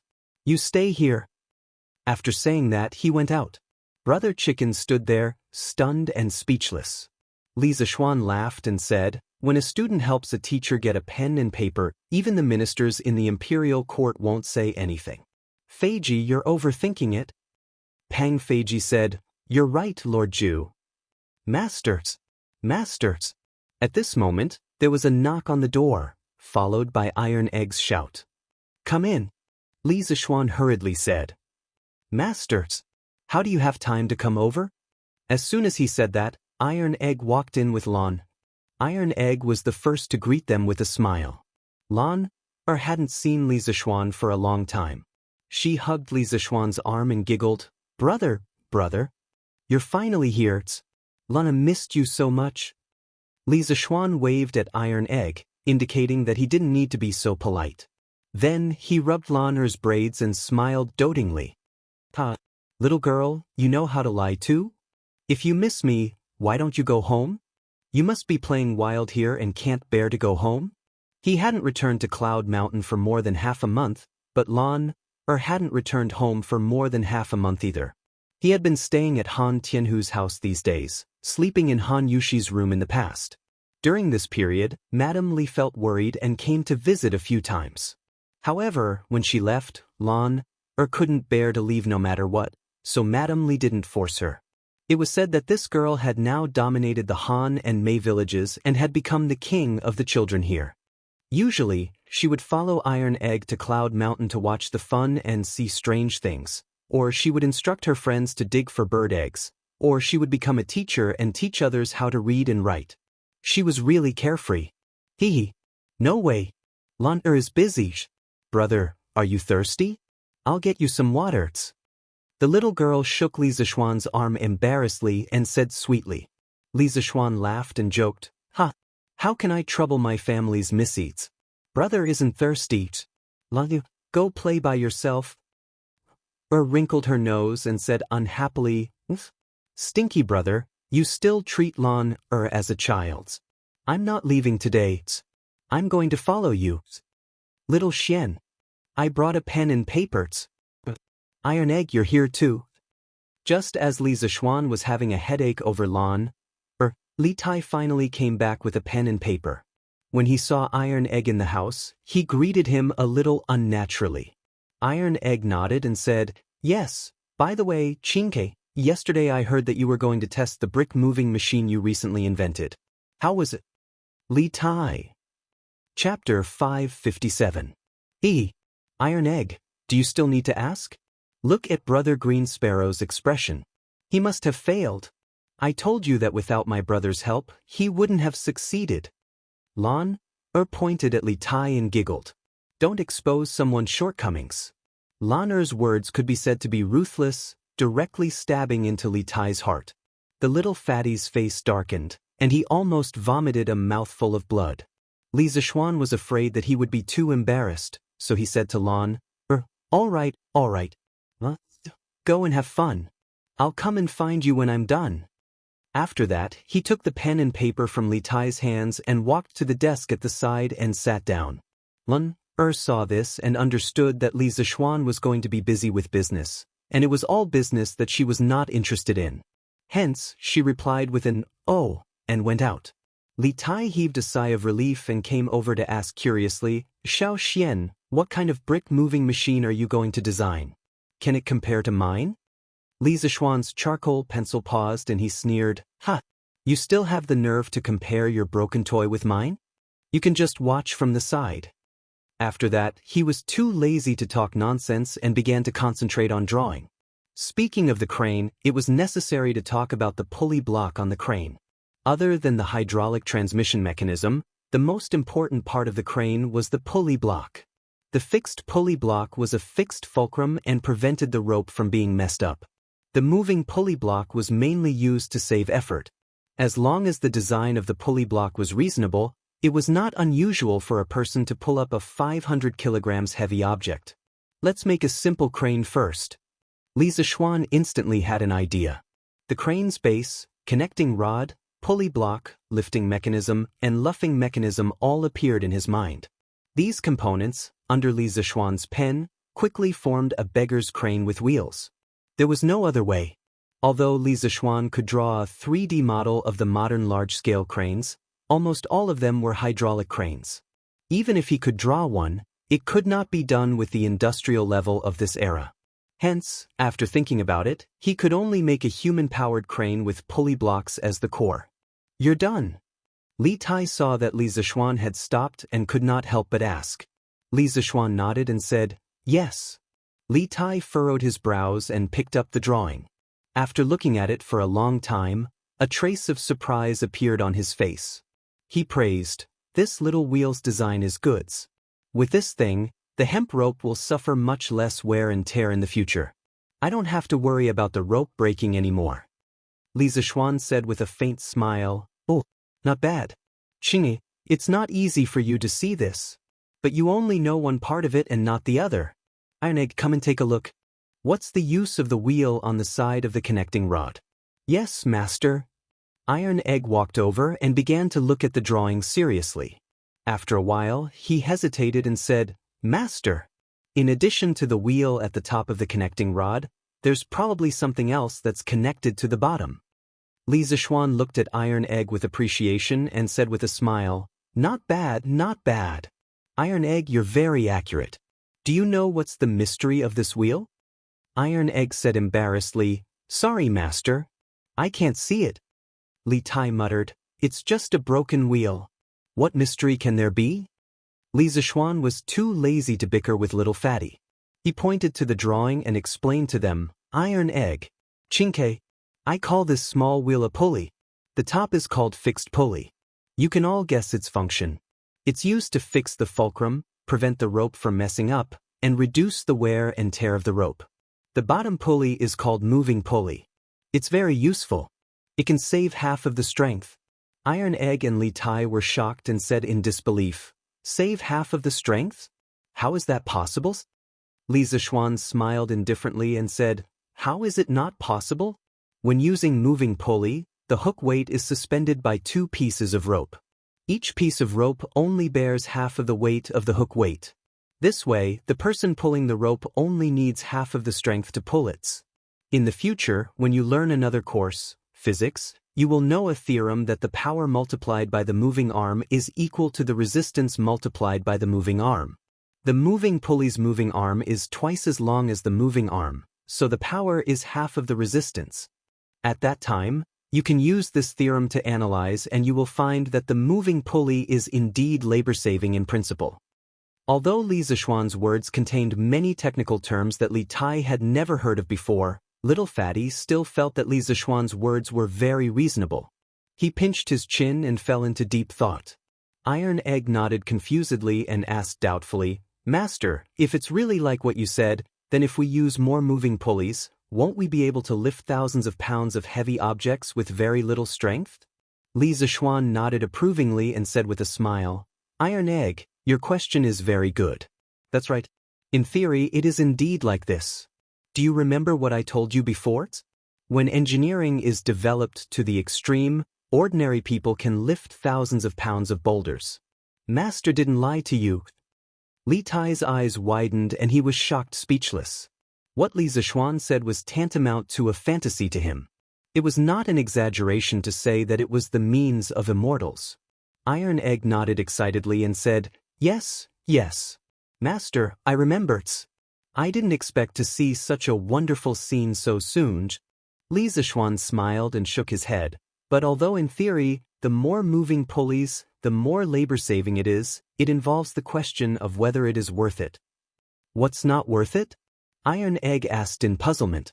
Li Zishuan said with a smile, although using a moving pulley saves energy, the distance it moves is twice as far as the distance it moves the hook. That is, it consumes a lot of distance, and that brings up the issue of efficiency. For example, using a wooden stick to pry open an ant and using a wooden stick to pry open an elephant. Do you think the wooden stick is labor-saving or labor-intensive? It's the same with pulleys. If you use pulleys that can lift thousands of pounds of boulders to lift a basket of bricks, the pulleys will probably be heavier than the bricks. It's definitely not worth it. So when deciding the number of pulleys, you must consider the actual situation. The size of the horse should match the size of the saddle. Don't do more useless work. There were not many technical terms in these words, so it was not difficult to understand. Iron Egg and Li Tai both seemed to understand something after listening and fell into deep thought. Iron Egg understands. Thank you for your teachings. After a long time, Iron Egg came back to his senses and solemnly clasped his hands. Li Tai also came back to his senses. He said seriously, after listening to Master's words, Tai has also benefited a lot. Thank you very much. At this time, he realized that Li Zishuan was right. The brick-moving machine he made was indeed a piece of junks. Chapter 558. Hee. All right. It's good that you guys understand. Feiji, get someone to send the blueprint to the workshop now. The structure of this thing is simple, so it shouldn't be too difficult to make. Get Faubert to arrange for someone to make one today to try it out. Li Zishuan put away the blueprint on the table, handed it to Pang Feiji, and instructed him. When he was explaining the principles of the pulley block to Iron Egg and Li Tai, he didn't deliberately ask Pang Feiji to avoid it. Therefore, Pang Feiji was very clear about the importance of this blueprint. He took the blueprint with both hands and said solemnly, Lord Zhu, this thing is so important that I have to make a trip personally. Otherwise, if something goes wrong, I'll really die 1,000 times. Li Zishuan smiled and didn't refuse. Brother Chicken took the blueprint and went out. Chingay, Iron Egg, let's go. Follow me for a walk. Li Zishuan watched Pang Feiji leave, and then said to the two people in the room. Master. Master, look at these tall buildings. It hasn't even been a month since the start of construction, and so many have already been built. Iron Egg has never heard of this speed before. Iron Egg said emotionally as he walked on the cement road at the top of the mountain and looked at the rows of half-finished buildings beside him. Li Tai heard him and said with a smile, "What's so strange about this? Iron Egg, why don't you see how many craftsmen and commoners we've hired here? There's strength in numbers, so naturally, we can't use common sense to measure this. Just the cost of wages and food on this construction site every day isn't something that ordinary people can afford." Li Zishuan nodded and said, "There's strength in numbers. Hee, that's right. However, after the crane is made, the construction speed will definitely be faster." Crane? What's a crane? Li Tai was puzzled. Li Zishuan patted his head. He just remembered that he was just explaining the principles of the pulley block to them and forgot to tell them that thing was a crane, so he said, "The crane is the improved version of the brick moving machine that I just designed. I feel that it's definitely not just for moving bricks, so I called it a crane." Iron Egg said excitedly, "Crane? That's a good name." In fact, he previously felt that the name of Li Tai's brick moving machine was too old-fashioned, but he didn't say it out of consideration. "Boss Meng, bring 2 men with you to move these bricks up. There's not enough over there." I'm going." At this moment, Li Zishuan suddenly heard an incomparably familiar voice. He looked towards the source of the voice and saw a person he would never have thought of. It was the little idiot Sun Zifan. He pointed at the little idiot in astonishment and asked, "Why is this kid here?" Seeing Li Zishuan's astonished look, Li Tai said proudly, If this king can be here, why can't Sun Zifan be here?" Li Zishuan was stunned for a moment before he reacted and asked, "This kid was brought here by you, Qingke?" Li Tai nodded and smiled, "Of course. Not only him, Wang Meng, Lu Yen, Huiran, Huayu Yudongkai, Kashirqing, Zheng Ziren, and the rest are all here. This king can't be sunbathing alone in the wilderness while they enjoy life at home, right? It's just that Cho Ox said that he could only come tomorrow. That's a bit of a scam. However, more than half of the people from the school were called by me. How about it? I'm awesome, right?" After Li Tai said that, he put on an expression of wanting to be praised and quietly waited for Li Zishuan to praise him. Li Zishuan was stunned when he heard that. He thought for a moment and suddenly asked in disbelief, "Ku Shirqing? Zheng Ziren? Lu Yen? The 3 of them are here too?" If he remembered correctly, when he decided to build his own college and leave the Imperial College, although half of the students from the school were willing to follow him to Yanhuang College, Kashirqing, Zheng Ziren, and Lu Yen, who were top-notch students but were not from official families, did not say that they wanted to come to Yanhuang College on the spots. Now they were urged to come by Li Tai. It was a bit unbelievable. Li Tai understood what Li Zishuan was thinking and replied with a smile, "Xiao Xian, are you trying to say that they didn't agree to come to Yanhuang College?" Maybe at that time, they were hesitant to come to Yanhuang College and lose their future, but how many idiots are there in our school? Xiao Xian, you've made so much news recently. Even idiots know that only by coming to Yanhuang College can they learn real knowledge. Also, I have to admit that you're quite charming. As far as I know, many students in the school have fallen out with their families in order to study under you." Li Zishuan was silent for a while. To be honest, when he left the Imperial College, he was sad to see those students wavering, but he definitely did not blame them. After all, this so-called Yanhuang College was just a mediocre private school in his previous life. It was unrealistic to ask people to give up Tsinghua or Peking University to go to a small school like yours. He just felt a sense of loss that the talents he had painstakingly nurtured were taken advantage of by others. He did not have any resentment, but he did not expect those students to put in so much effort during this period. After a while, Li Zishuan turned his head and asked, "But most of them are spoiled since they were young. What can they do to help if they come here?" Li Tai heard him and said angrily, "F***CK. What are you talking about? They're spoiled since they were young? Aren't I the same? Why can't they do the things that I can do?" Li Zishuan's face was full of black lines. He had almost forgotten about this. Qing Ke is right. Xiao Xian, not only can your students help, but they've also helped a lot. At this time, Yan Xiaoning appeared out of nowhere and walked to Li Zishuan's side and interrupted. Xiaoning? It's really been a long time. When Li Zishuan saw him, he gave him a brotherly bear hug without hesitation. Hey, let go, let go. Yan Xiaoning was not used to such an intimate way of greeting. He quickly pushed Li Zishuan away and said angrily, F***, you still have the cheek to say that. When you left the last time, you said that you would be back in a few days. In the end? This time, you left for more than half a month. I'm so King pissed. Cough cough. Li Zishuan coughed awkwardly and said shamelessly, didn't I already compensate you just now? Speaking of which, not many people in the Tang dynasty can enjoy my hug. Get lost. Yan Xiaoning roared angrily. Ugh. So disgusting. Li Tai covered his mouth, indicating that he could not stand this gay scene. Li Zishuan waved his hand nonchalantly and said, this is romance between men. What do you know? Oh, right, Xiaoning, you said that these students have helped a lot? What do you mean? Chapter 559. Yan Xiaoning didn't know what romance was between men, but he knew that Li Zishuan was just joking. Now that they were talking about serious matters, he became serious and said, although these students from the Institute of Mathematics can't be compared to those commoners in terms of physique, they are all very smart. Basically, each of them can lead a team of dozens of people. They are very good at the allocation of various tasks and the budget of materials and supplies. Although these 10,000 people could work in an orderly manner in the past, with the addition of these students, I can clearly feel that the entire construction corps' work efficiency has increased by a lot. Moreover, Xiaoxian, the academy that you want to build has many buildings that have never appeared in my Tang Empire before. During the actual construction, there will always be various kinds of problems. A while ago, it really gave me a headache.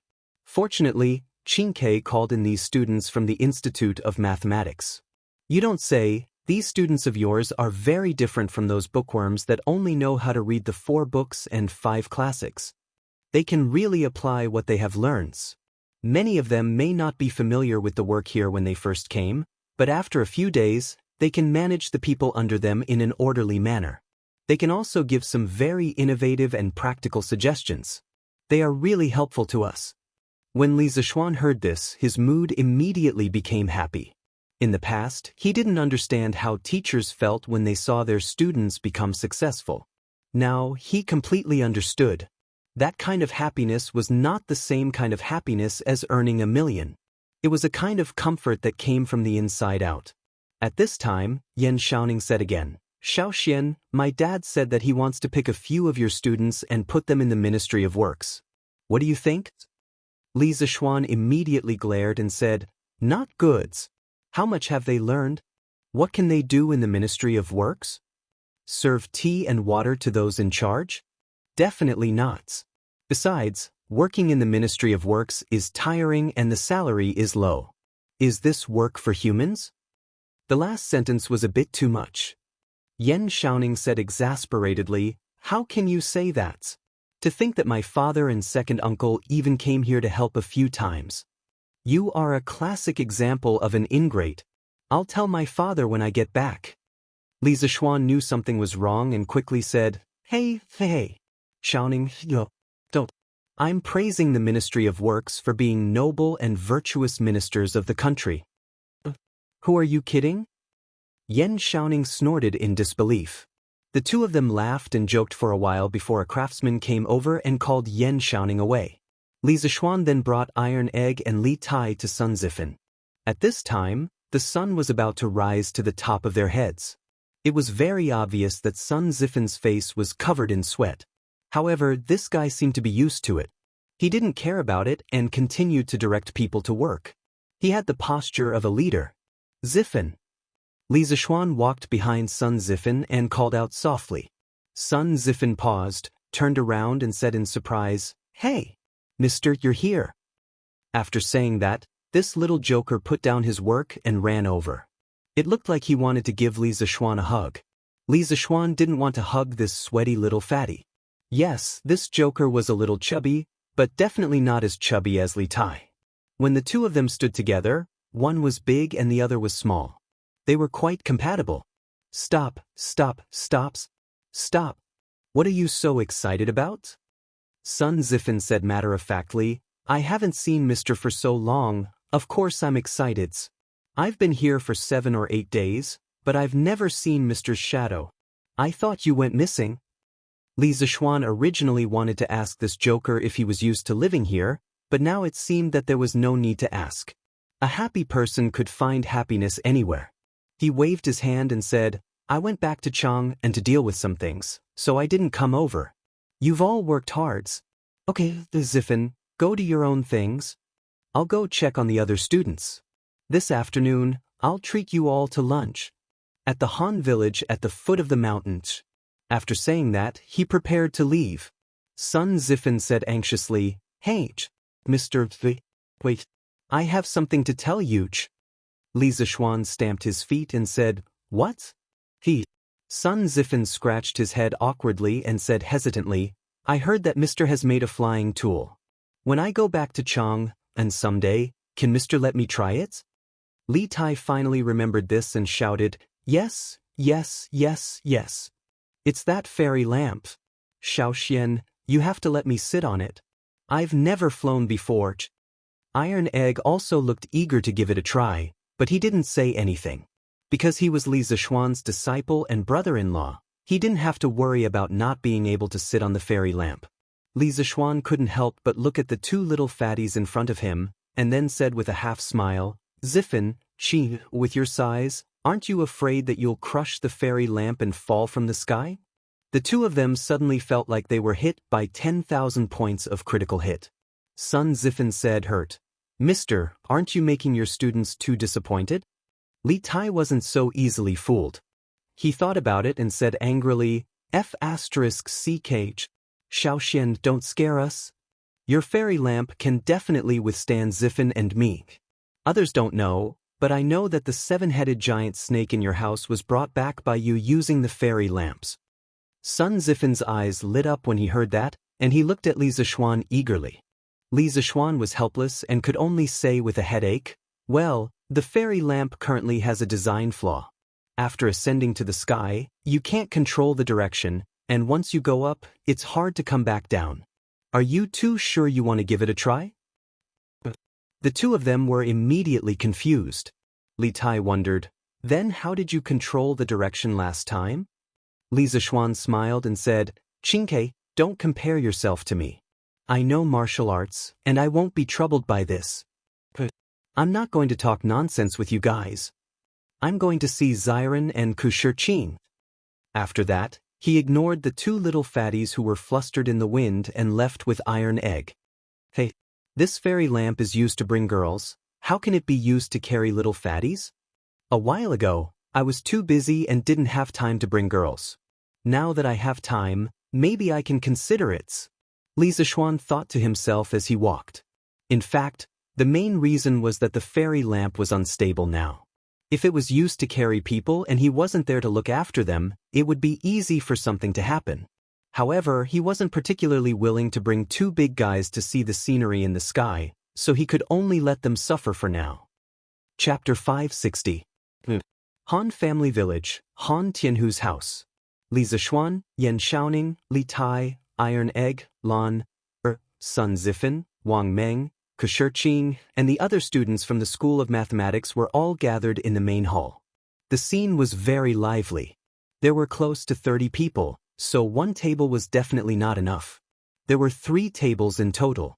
The Han family's front hall, which was not very spacious to begin with, suddenly became very crowded.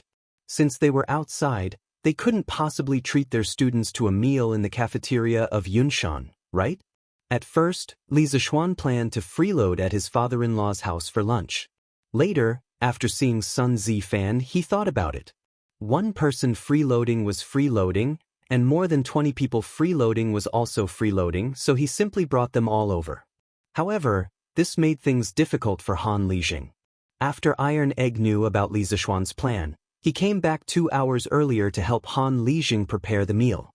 Now that the living standards of the entire Han family village had improved, Han Lijing's family had a special relationship with the Li Zishuan. Naturally, they would not be short on ingredients. They had chicken, duck, and fish, but they lacked a chef. Han Lijing didn't want to neglect the students that Li Zishuan brought over, so he specially invited Hu Hanyun's wife to cook. Lu Yue went home after she finished cooking.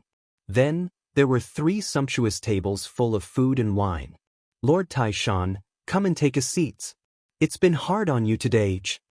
Li Zishuan said apologetically. Actually, what he was thinking was to ask Han Yushi's opinion on whether he should find a second wife for Han Tianhu. It would be best if he could buy a few more maids and servants. Otherwise, it would be too hard for Han Tianhu to manage this huge house by himself. What's so hard about this? Xiao Xian, as long as you guys are happy eating. Han Tianhu wiped his sweat and said nonchalantly. He was really happy that Li Zishuan was able to bring his students over as guests. Now that Li Zishuan was his son-in-law, he was a junior.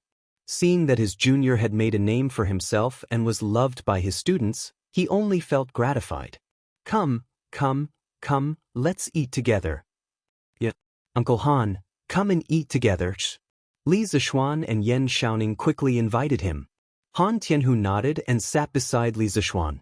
Then he raised his cup and said to Yan, Li Tai, and the others, "This poor village can't be compared to the big restaurants in Chang and city, so please don't despise this simple meals.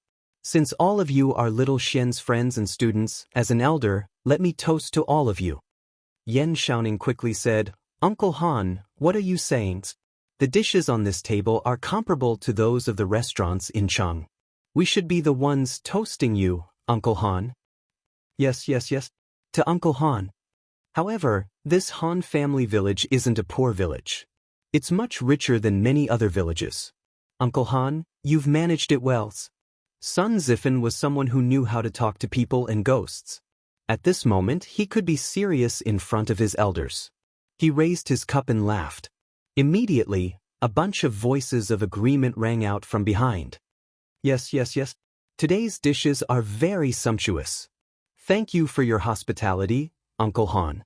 Here's to Uncle Han. That's right. Otherwise, we would have to eat together on Yunshan Mountains. Han Lijing's face was flushed with excitement when he heard these words. He finished the wine in his cup and smiled. Great. Then, you guys eat and drink well. Li Zishuan took over the conversation with a smile and looked at the crowd. He looked at the crowd and said, "More than half of the people from our school of mathematics are here today, right? After more than a month, we're gathered together again. Ku Shiqing, Zheng Ziren, Lu Yan, and the rest of you didn't plan to go to Yanhuang College with me. However, since you're sitting here now, it proves that you're willing to continue learning with me and that you're optimistic about the future of Yanhuang College. I won't say thank you to you for this. I'll only congratulate you. I congratulate you for making the best choice in your life. In a month, Yanhuang College will be officially established. At that time, you'll see an unprecedented college. At that time, Yanhuang College won't be a place where others can enter just because they want to. Come, to all of you. Everyone, let's have a toast." Well said, sir.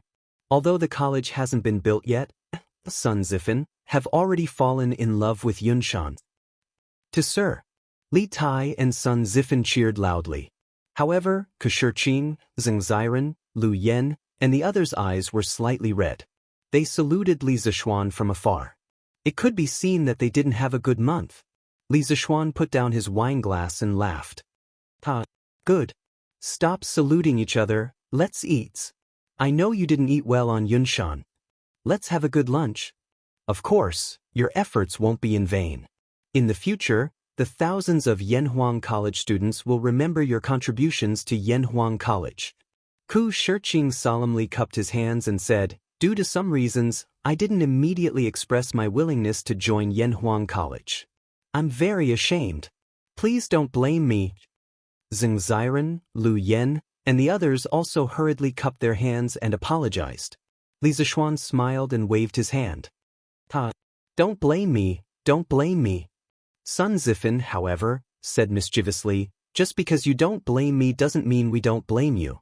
Ku Shiqing, you should punish yourselves by drinking 3 glasses. Ku Shiqing gritted his teeth and said, all right. 3 glasses it is. After saying that, he was about to pour himself a glass of wine. Li Tai hurriedly shouted, hey, wait. If you're all drunk, who's going to help you in the afternoons? Don't drink so much. Li Zishuan couldn't help but burst out laughing. This little fatty had become the supervisor of the construction sites. Zheng Ziren's face was full of black lines. He hesitated for a moment and said, I'll choose to get drunks. Ha. Shiqing, Ziren, Luyen, have you all thought about it? Do you want to come to Yanhuang College? After lunch, Li Zishuan took a rest under the big tree in the Han residence's courtyard for a while and led the group of students on the road to Yunshan. Ku Shiqing nodded firmly and said, Sir, we've all thought about it. In fact, none of the 44 students in our school doesn't want to continue learning from you. When you left the Imperial College, the reason why so many people didn't express their opinions on the spot was mainly because they were concerned about the opinions of their family members. As far as I know, many of our classmates have been thinking of ways to persuade their families in the past month. I believe that when the college starts next month, the 44 students in our school will definitely gather together again. Li Zishuan was silent. He put his hands behind his back and sighed deeply. I hope so. I can't bear to part with all of you. Chapter 561. In the afternoon. After returning to Cloud Mountain, the group of people returned to their respective posts and busied themselves with their own tasks. Li Zishuan did not stay idle either. With his hands clasped behind his back, he strode forward and began patrolling around his territory. He was not patrolling to see if anyone was slacking off. The reward and punishment system that he had set in the beginning had stimulated everyone's enthusiasm to work. Now, no one in the entire construction site would slack off. No one would complain that they had too much work to do. On the contrary, they were afraid that their team would not be assigned any work. This was because not only would the food be worse, but the bonus at the end of the month would also be reduced. This guy was completely full and had nothing to do, so he wandered around aimlessly. This entire mountain will belong to me, Li Zishuan, in the future. And there's a super big school on top of it, TSKSK. How comfortable. In his previous life, Li Zishuan was just a poor student. Even if he joined the workforce, his monthly salary would not be able to buy a 1 square meter house in Beijing. But now, he owned an entire school near Cheng. A modern school that he wholly invested in. How could he not be satisfied? Oh, the student bathhouse has already been built? All around him were half-built houses. Only the larger building next to the student dormitory had been completed. Li Zishuan thought for a while and recognized that it was the student bathhouse. He sighed and walked in. Cement walls, cement floor, and empty space. This should be used to store wardrobes in the future. Inside, there were small cubicles.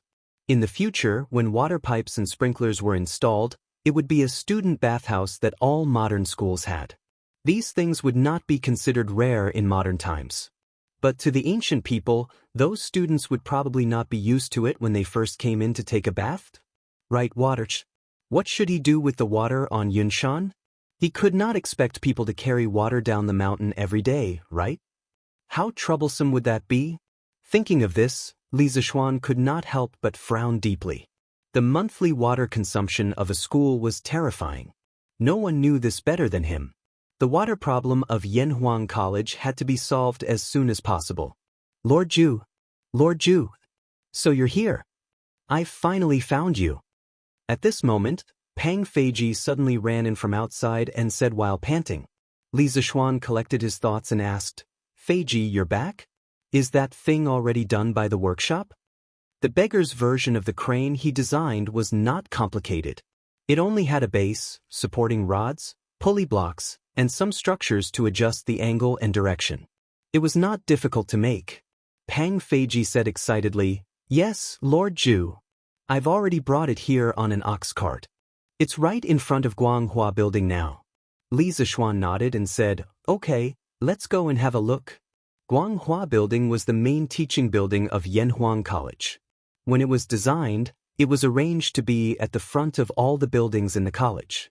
In Li Zishuan's opinion, this building would be the face of Yanhuang College in the future. Of course, it had to be seen by everyone. When they passed by Yanhuang College's future library, the red building, Li Zishuan looked at the prototype of the classical building. Suddenly, he said to Pang Feiji, "Feijish, you have to remember this building well. It has another name, it's called the Airplane Buildings." In Feng Yu's previous life, the red building looked like a huge airplane when viewed from above. Therefore, some people called it the Airplane Building. When Pang Feiji heard this, he suspected that he had heard wrongly. He dug his ears and said in disbelief, "Lord Ju, are you using this building to commemorate me, old Pang?" Lord Ju's kindness, old Pang. As he spoke, he choked up. In his opinion, he was just a rough person. Yanhuang College was destined to be a holy land for scholars. Li Zishuan was willing to use his name to name a building in the college. To him, it was such an honor. How could he not be excited? Cough cough. Li Zishuan saw that this guy was forcing himself to be dramatic. He couldn't help but cough and said, "That's not it. The reason why I called it the Airplane Building was because it looked like an airplane." After that, he ran away as if there was oil on the soles of his feet.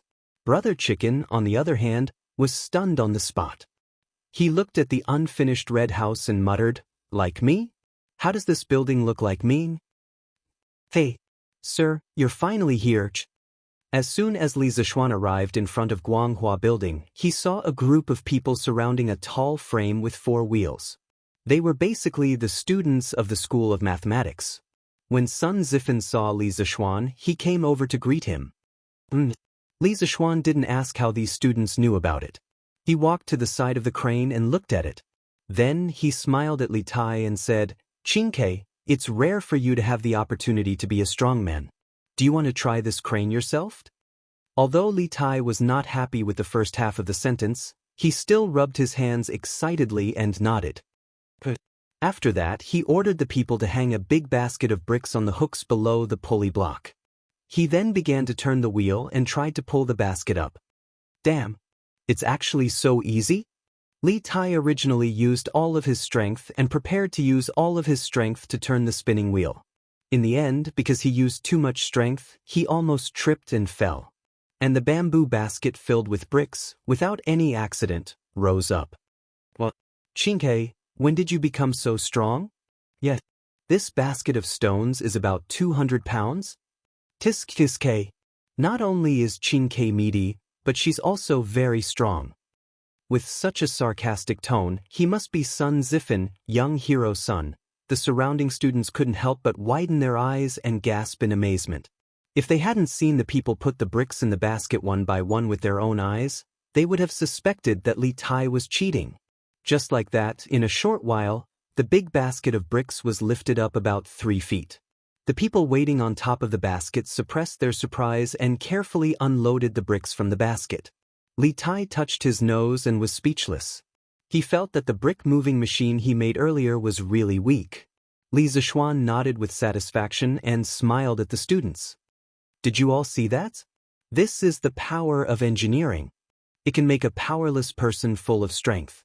It can let you understand the world you're in now. Of course, it can also change the world. The knowledge that Yanhuang College will impart to you in the future will definitely be the most powerful knowledge in the world." "Good. Sir, you're amazing. We want to learn the most powerful knowledge. Sir, you're mighty. Who hasn't been young and frivolous?" When the students heard this, they were all elated and excited, except for Li Tai. He was very dissatisfied with Li Zishuan's words. "It can make a powerless person full of strength." He felt that Li Zishuan was talking about him, so he moved to Li Zishuan's side and whispered, "Xiao Xian, I don't think your crane is good." "What's not good?" Li Zishuan asked subconsciously. Li Tai replied, "It's too troublesome. You single-handedly lifted up such a big basket of bricks in the morning. I think you're better than a crane. Why don't you use Qinggong to help us move the bricks in the future?" "Get lost. Li Zixuan was stunned and almost slapped his size 40 shoe on this little fatty's size 38 face as he shouted angrily. Chapter 562. Shouting, I'll leave this crane to you. With this thing, I believe the construction of the academy will be much faster. Please be sure to finish building the bishop, the canteen, and the dormitory within a month. It was the first time they saw such a novel thing, so naturally, the students of the school couldn't help but try it themselves. After an hour, their enthusiasm faded, and they returned to their posts. Then, Li Zixuan found Yan Xiaoning and said with a smile. Yan Xiaoning had also tried the crane himself. He nodded and said, Yes, that's right. This crane is really helpful to us. No, Xiaoxian, are you going back to slack off again? Li Zixuan couldn't help but twitch the corner of his mouth. Why is this guy so sensitive now? He hurriedly said, No, I'll come here often when I'm free. You have to take care of the things here. If you have any problems, you can send someone to find me directly. Yan Xiaoning had an, as expected, expression and said gloomily, I knew you were going to slack off. You're not even as good as your students. Li Zixuan shook his head and said, You can't say that. I'm not going home to slack off. You guys are responsible for the construction of the academy. I still have a lot of things to deal with. For example, the water supply of the academy, the hiring of teachers, the recruitment of students, the writing of teaching materials, and so on. I need to deal with all these as soon as possible. Compared to those students, I'm the one who's really working hard, okay? Hearing this, Yan Xiaoning stopped complaining. He thought for a while and said, Well, you're right. Go do your own things then. I'll take care of things here. Li Zixuan smiled and said, Okay, then I'll leave it to you. After that, he was ready to go home. What he said just now wasn't a perfunctory or an excuse. He was really short on time. He should have started doing these things a long time ago, but he was delayed by the matter of the 7 cultivators of virtue for a long time, so he really didn't have much time left. Yan Xiaoning suddenly thought of something and hurriedly said, By the way, Xiaoxian, there's one more thing I need to tell you. What's the matter? Recently, the autumn harvest is approaching. Many people want to ask for leave to go back to help with the harvest. However, the construction period here is getting more and more urgent. Moreover, if we recruit new people, the new people will definitely not be as skilled as them. Therefore, I did not allow them to go home for the time being. But this is definitely not a long-term solution. Do you have any good ideas? Li Zixuan frowned slightly. He had neglected this point. In ancient times, the spring planting and autumn harvest were important matters for the common people. Basically, the whole family counted on the grain in the fields to survive the year. He absolutely could not delay the autumn harvest of more than 10,000 families because of his own selfish interests. He pondered for a moment and said, Let's go. More money. All the workers and craftsmen who are willing to stay will have their wages doubled this month. They can use this money to hire people to help with the autumn harvest. Besides, each of their families should have half-grown children, so it shouldn't be a big problem. Of course, if they don't want to stay, we won't force them. We'll allow them to take leave and go home after handing over their work. However, they won't get the double pay. We'll let them decide for themselves. Yan Xiaoning raised his eyebrows and exclaimed, Double pay? Xiaoxian, are you crazy? Putting aside the sumptuous meals, the wages that we Yunshan offer are already considered the most generous. Yet you want to double the wages? Do you know that just based on this, you'll have to spend an extra 30,000 to 40,000 strings of cash this month? Li Zixuan shook his head and said, Xiaoning, you can't calculate it like this. Yunshan is a special case. Although the meals and wages are very good, don't you see that these people are also working very hard? Yanhuang College is such a big project. Which construction team can complete it in 2 months? They can. Their efforts are completely worthy of this treatment. As for the double pay, isn't there no other way? No matter what, I can't affect the students' start of school because of the construction progress of the college. This is the most important. In this era, the students' field break was usually in the middle of September. Counting the days, it was only a little more than a month from now. Li Zixuan's anxiousness made sense. Of course, he also had the capital to say this. Strange Interest Pavilion and Drunken Immortal House were now a group of hens that could lay golden eggs. It wasn't an exaggeration to say that they were raking in gold every day. Moreover, Datang Daily had long been on the right track and was no longer making a loss. Now, just the income from advertising alone was already very considerable. Yan Xiaoning said helplessly, "All right, it's your money anyway. The rich ones are the masters. You can do whatever you want." After coming down from Yunshan, Li Zishuan didn't go straight home. Instead, he went to the workshop. Yanhuang College's enrollment promotion needed the power of Datang Daily. At this time, he couldn't help but feel lucky that he started Datang Daily first. With this tool of public opinion, it would be much more convenient for him to do other things. "Brother Ma, for the next few issues of Datang Daily, help me write a few promotional drafts for Yanhuang College. I will personally write the first draft. Arrange for people to study it seriously and let them understand my engineering skills. You guys will write the drafts for the next few issues. I want to recruit students." In the editorial department, Li Zishuan found Ma Zhou and began to instruct him. Strictly speaking, Ma Zhou wasn't a pure Confucian disciple. He studied the art of governance and had a good understanding of the knowledge that was useful for governing a country. His character was flexible and flexible. Therefore, Li Zishuan felt assured to hand over such an important department like Datang Daily to Ma Zhou. Ma Zhou understood what Li Zishuan meant when he heard this. He nodded and said, "Lord Zhu, don't worry. We will do our best to cooperate." After experiencing so many things with Li Zishuan, Ma Zhou had a very deep understanding of engineering.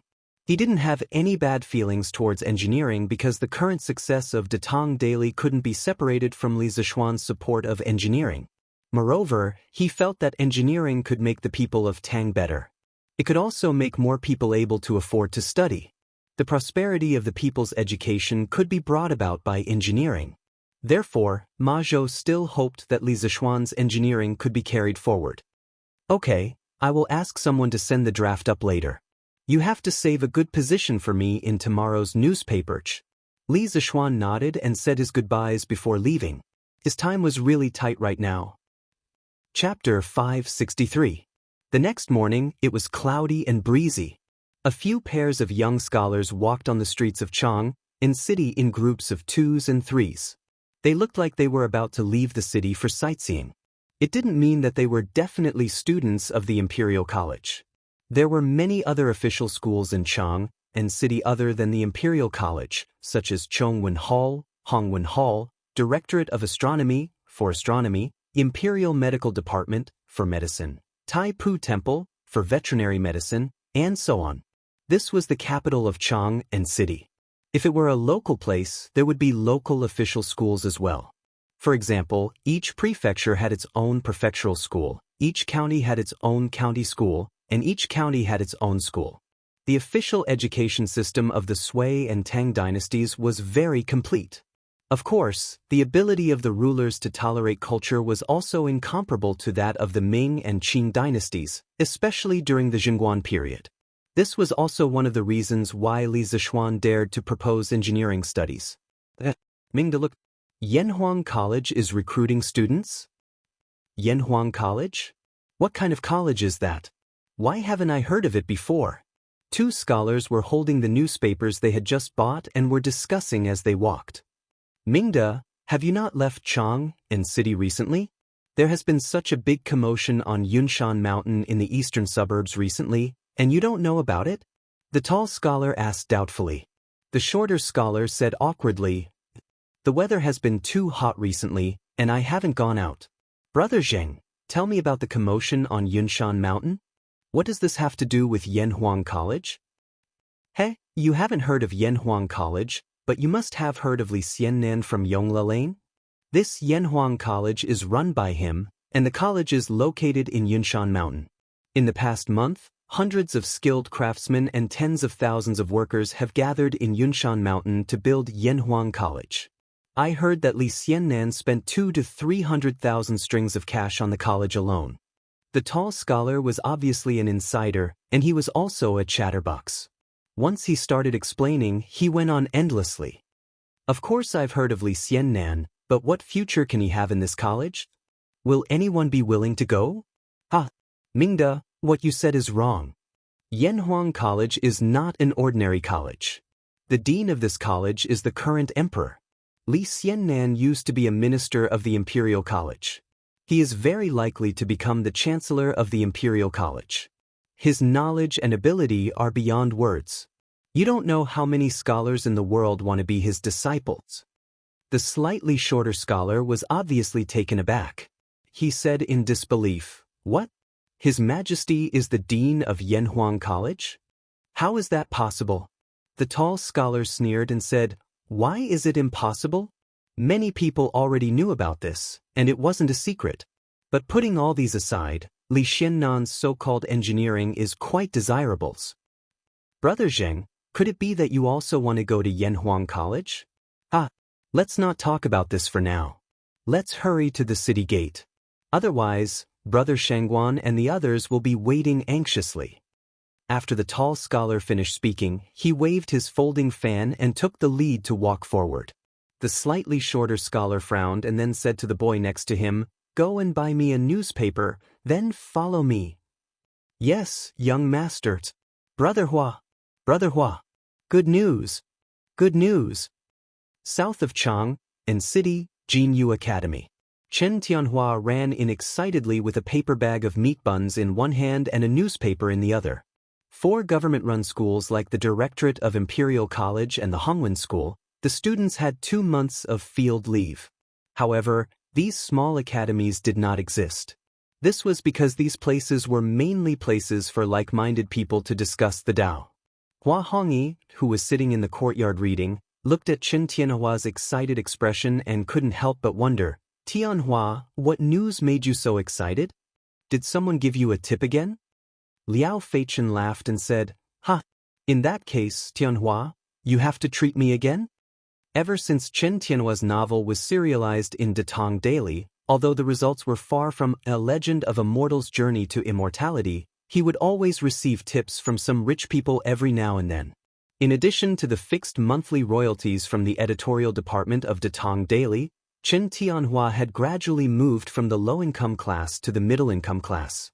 As for Liao Feichen, the results of his novel were slightly worse, but the monthly income was enough for his family's expenses. In this regard, Hua Hongyi was only sincerely happy for his good friend and did not have any feelings of jealousy. He did not seem to be in a hurry and continued to think of a novel that completely belonged to him. Chen Tianhua walked quickly to Hua Hongyi and placed the meat buns on the stone table. Then, he opened the newspaper and pointed to a short paragraph in the middle and said, No, it's more exciting news than tips. Hongyi, Feichen, come and see. Yanhuang College is going to recruit students from all over the Tang empires." Hua Hongyi heard this and immediately jumped up and leaned over and shouted, "Where's? Well, let me see." Liao Feichen also leaned over and looked anxious. Chen Tianhua pointed and said, Here, aren't you going to eat breakfast first?" Hua Hongyi and Liao Feichen both waved their hands and began to read seriously. At the end of June in the first year of Xingguan, Yanhuang College was approved by His Majesty to cultivate a group of talented, thoughtful, and creative young people for the Tang Empire. His Majesty is the honorary president of Yanhuang College, and Crown Prince Li Zishuan is the Yamacho of Yanhuang College. After a month of construction by tens of thousands of craftsmen, Yanhuang College has begun to take shape and will be completed next month. Now, it is openly recruiting students from all over the Tang Empire. All students from Tang Empire above the age of 8 and below the age of 25, regardless of whether they are rich or poor, who are interested in joining Yanhuang College, can register for free at the local Datong Daily branch. All students who have registered will take the preliminary examination on September 18th at Yanhuang College in the eastern suburbs of Chang. Those who pass the preliminary examination will become a student of Yanhuang College and will receive a minimum of 3 to 6 years of education. During this period, all tuition fees will be waived. The contents of the preliminary examination include: It's true. Yanhuang College is really starting to recruit students. That's great. That's great. Ha. Hua Hongyi couldn't help but laugh at this point. Liao Feichen also said excitedly, "That's right. With His Majesty as the president of Yanhuang College, its status is not inferior to that of the Imperial College. I didn't expect that poor children like us would have the opportunity to enter such an institution." Chen Tianhua smiled and said, "You too should finish readings. The contents of the entrance examination are explained at the end." Hua Hongyi and Liao Feichen lowered their heads and continued to read seriously. Chapter 564. Yanhuang College's entrance exam consists of the 5 classics, 30%, mathematics, 50%, and morality, 20%. The mathematics exam consists of addition, subtraction, multiplication, division, and geometry. Most of the content is related to the new mathematics of the Imperial College. Students are recommended to buy the latest textbooks from the Imperial College and study them carefully. The exam difficulty is below average. Students are encouraged to prepare for the exams. In Jinyu Academy, Hua Hongyi and Liao Feichen read the news carefully. Liao Feichen suddenly looked up and muttered, "Textbooks? Where are the new mathematics textbooks? We have to hurry and buy them." Chen Tianhua slapped his head and said, "That's right. Why didn't I think of that earlier? We should have bought the textbooks while we were at it. There must be a lot of people buying them now." "Where can we buy them?" The 3 of them looked at each other and reacted almost at the same time. They said in unison, "Interesting pavilion." Hua Hongyi slammed the newspaper on the stone table and shouted, "Hurry and buy the textbooks." Then he ran out.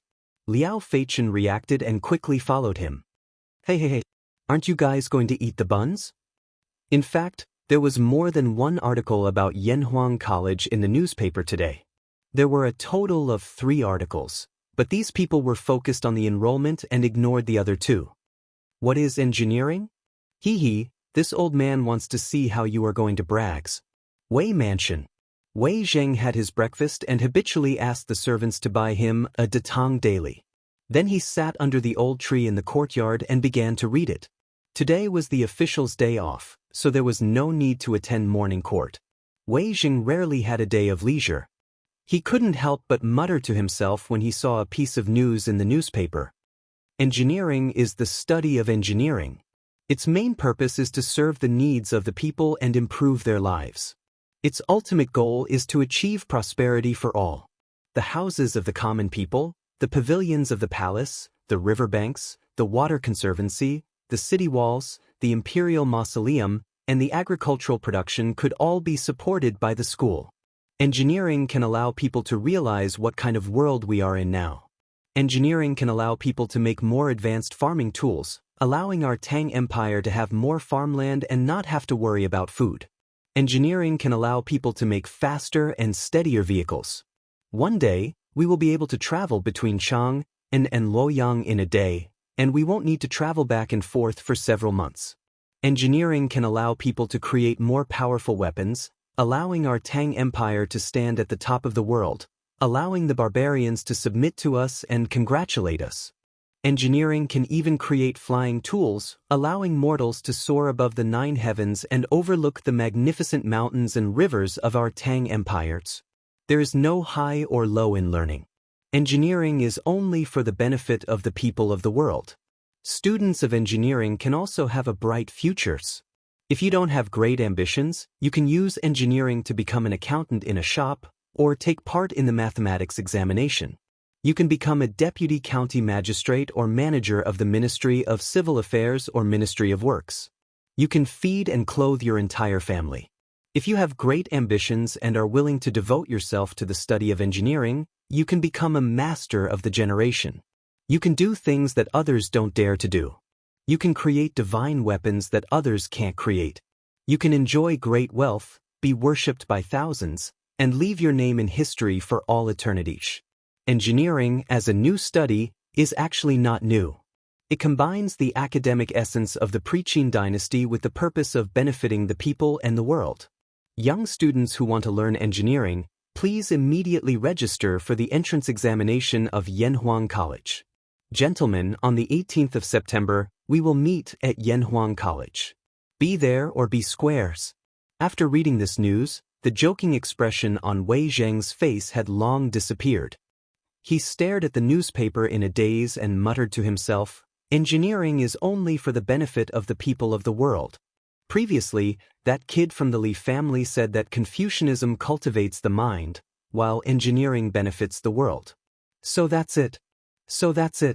But if that's the case, won't the sky of my Tang dynasty be pierced by this kid? Benefits the world. Back then, the school of Imo was righteous. Mencius said that it was for the benefit of the world. How similar is it to Li Zishuan's engineering? I'm afraid that many people will take this opportunity to make a big fuss. This kid is still too inexperienced. Wei Zheng had long passed the hot-blooded age where he would roll up his sleeves and do things on impulse. He wasn't bewitched by Li Zishuan's rather provocative words. Instead, he found a trace of worry in them. However, the reason why he had hidden worry was that he was slightly biased towards Li Zishuan. Otherwise, what was there to be worried about? Wasn't the reason why he had stubbornly opposed Li Heir his whole life? Wasn't it to let the people of the world have enough to eat and wear? Although the methods were different, Li Zishuan's and his ultimate goal was the same. That was enough. Let's look at this news. Wei Zheng sighed for a while and then looked at another piece of news. It read, Yanhuang College Employment Announcement. As the first engineering school in the Tang Dynasty, Yanhuang College needs to spread the most advanced engineering knowledge. They are specially hiring teachers from the 358 provinces and 1,500 counties of the Tang Dynasty. Among them, there are 10 teachers in the field of classics. They must be familiar with classics and history, have a good teaching style, and have a good reputation locally. There are 28 teachers in the field of engineering who are proficient in any of the following skills. They are eligible to apply, such as engineering, construction, mechanism, machinery, mathematics, astronomy, surveying, smelting, manufacturing, and so on. Yanhuang College's teachers can be divided into 4 ranks: assistant, lecturer, associate professor, and professor. Every year, all teachers will be tested on their teaching ability, and they will be promoted according to their abilities. Assistant teachers will be paid 10 strings of coins per month, lecturer 20 strings of coins per month, associate professor 50 strings of coins per month, and professor 100 strings of coins per month. They will also be gifted a new mansion in Yanhuang College. We welcome all virtuous people from all over the Tang Dynasty to apply for this position. Those who are interested, please come to Yanhuang College before the 15th of September for an interview. I, Li Zishuan, will be waiting for you. Why don't you come to Yanhuang College to teach a few students and watch them maneuver unhindered and leave a legacy for generations? After reading it, Wei Zheng couldn't help but widen his eyes and exclaim, 100 strings of coins? Crazy. Did this kid lose his mind?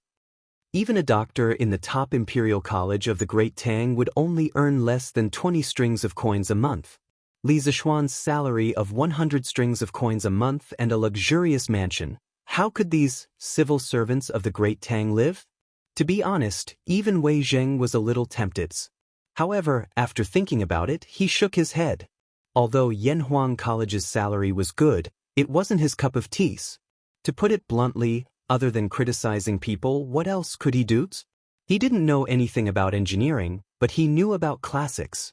However, he couldn't give up his best skill, criticizing people, to teach classics, right?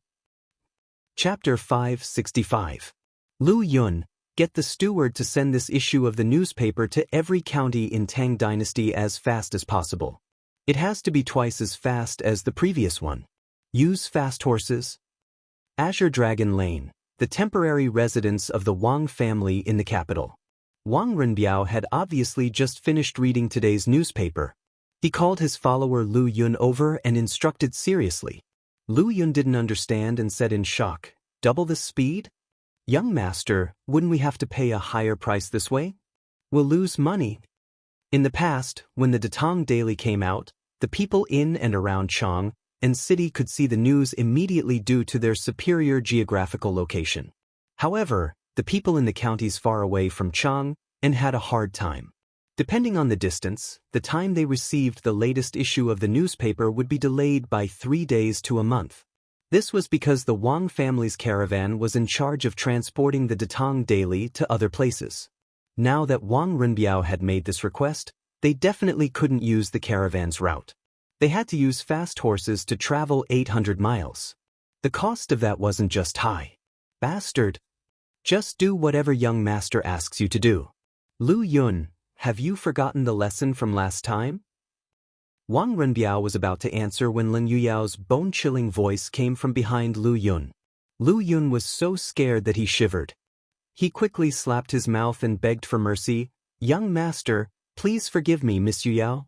This lowly one has spoken too much. This lowly one deserves to die. Wang Renbiao waved his hand helplessly and said, all right.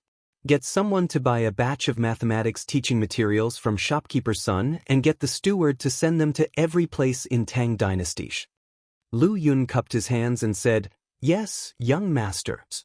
After that, he didn't dare to stay any longer and quickly left.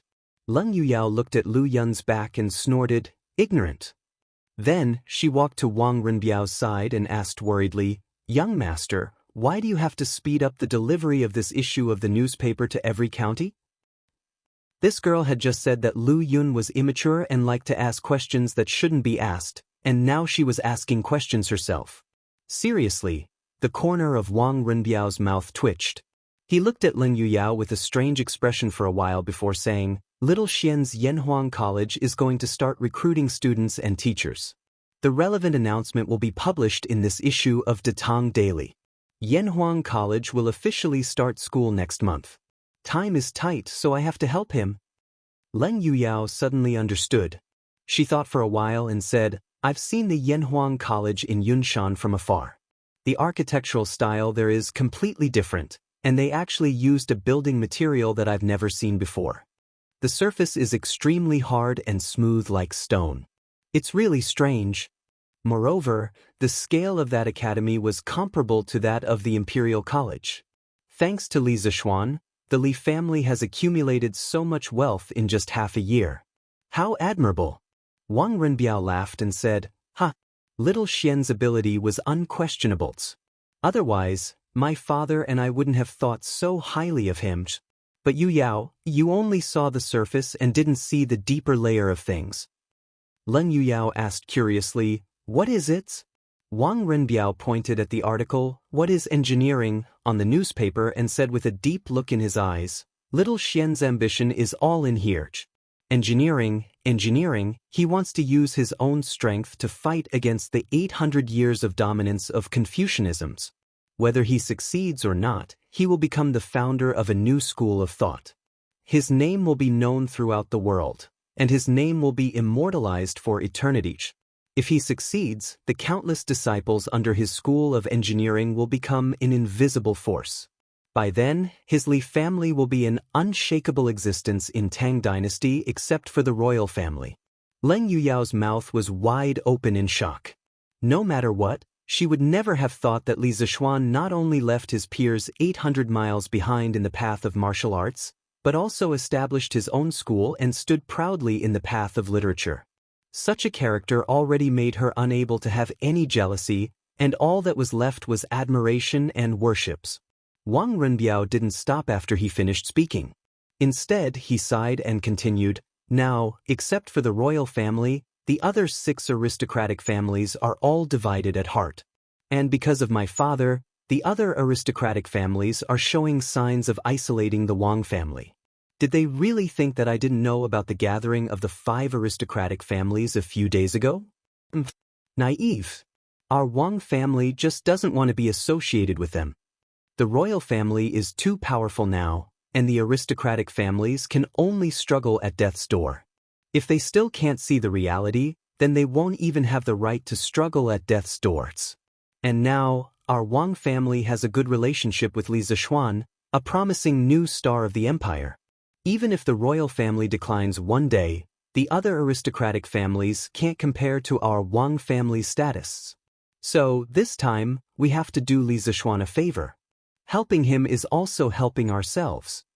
Even if my father is here, he will also make the same decisions. Leng Yuyao sighed and said, Gongzi is wise. If you don't have great ambitions, you can use engineering to become an accountant in a shop, or take part in the mathematics examination and become a deputy of a county or a manager of the Ministry of Civil Affairs or the Ministry of Works. That way, your whole family will have enough food and clothing.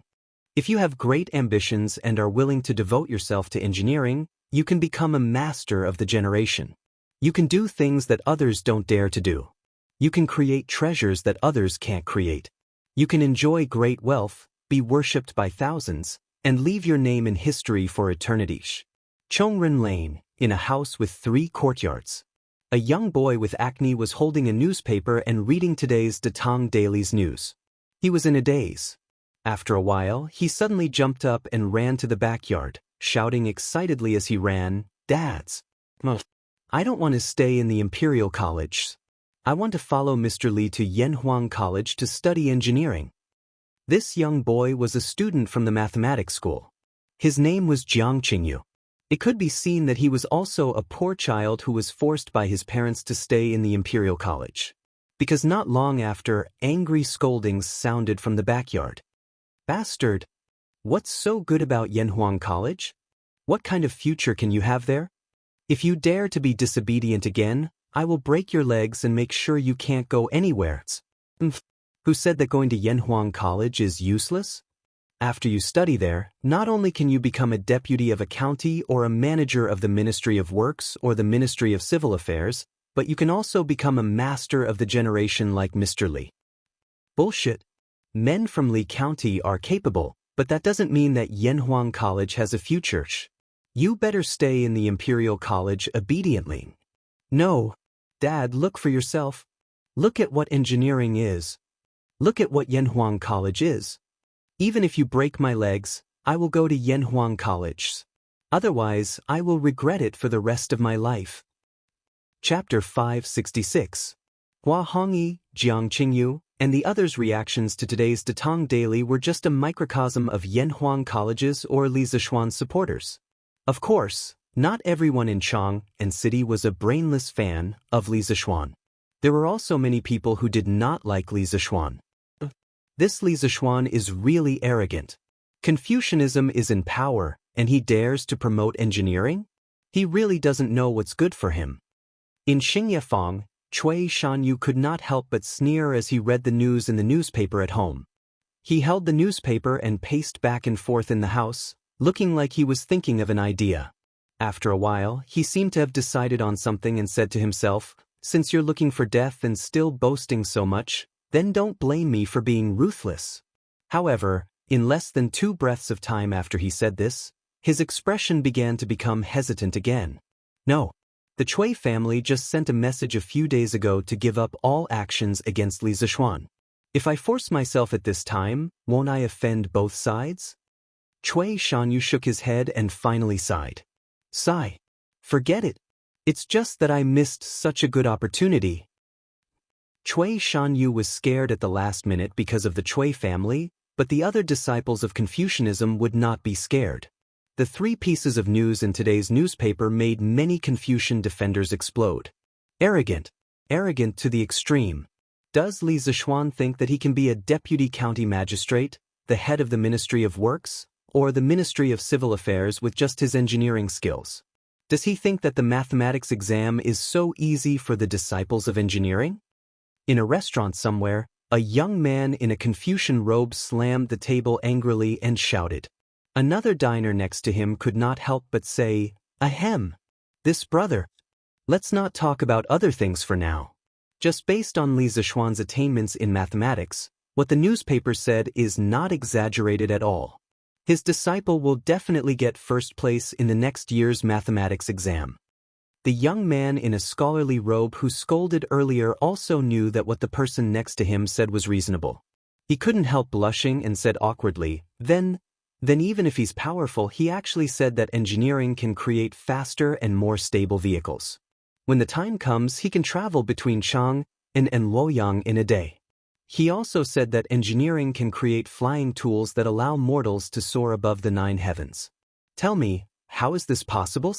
Was he, Li Zishuan, bragging? He is deviating from the orthodoxy and spreading miscellaneous knowledge. As soon as he said this, the person next to him couldn't refute anymore. The other scholars, however, started to jeer. That's right. The man from Li County is using Datang daily to promote his so-called engineering. He's simply deviating from the norm, despicable and shameless. Yes, this newspaper is full of nonsense. Chang, and is 1,000 li away from Luoyang. If he could set off in the morning and arrive at Luoyang in the evening, wouldn't he have to travel 1,000 li in a day? What kind of tool can do that? Also, what can allow mortals to fly above the 9 heavens?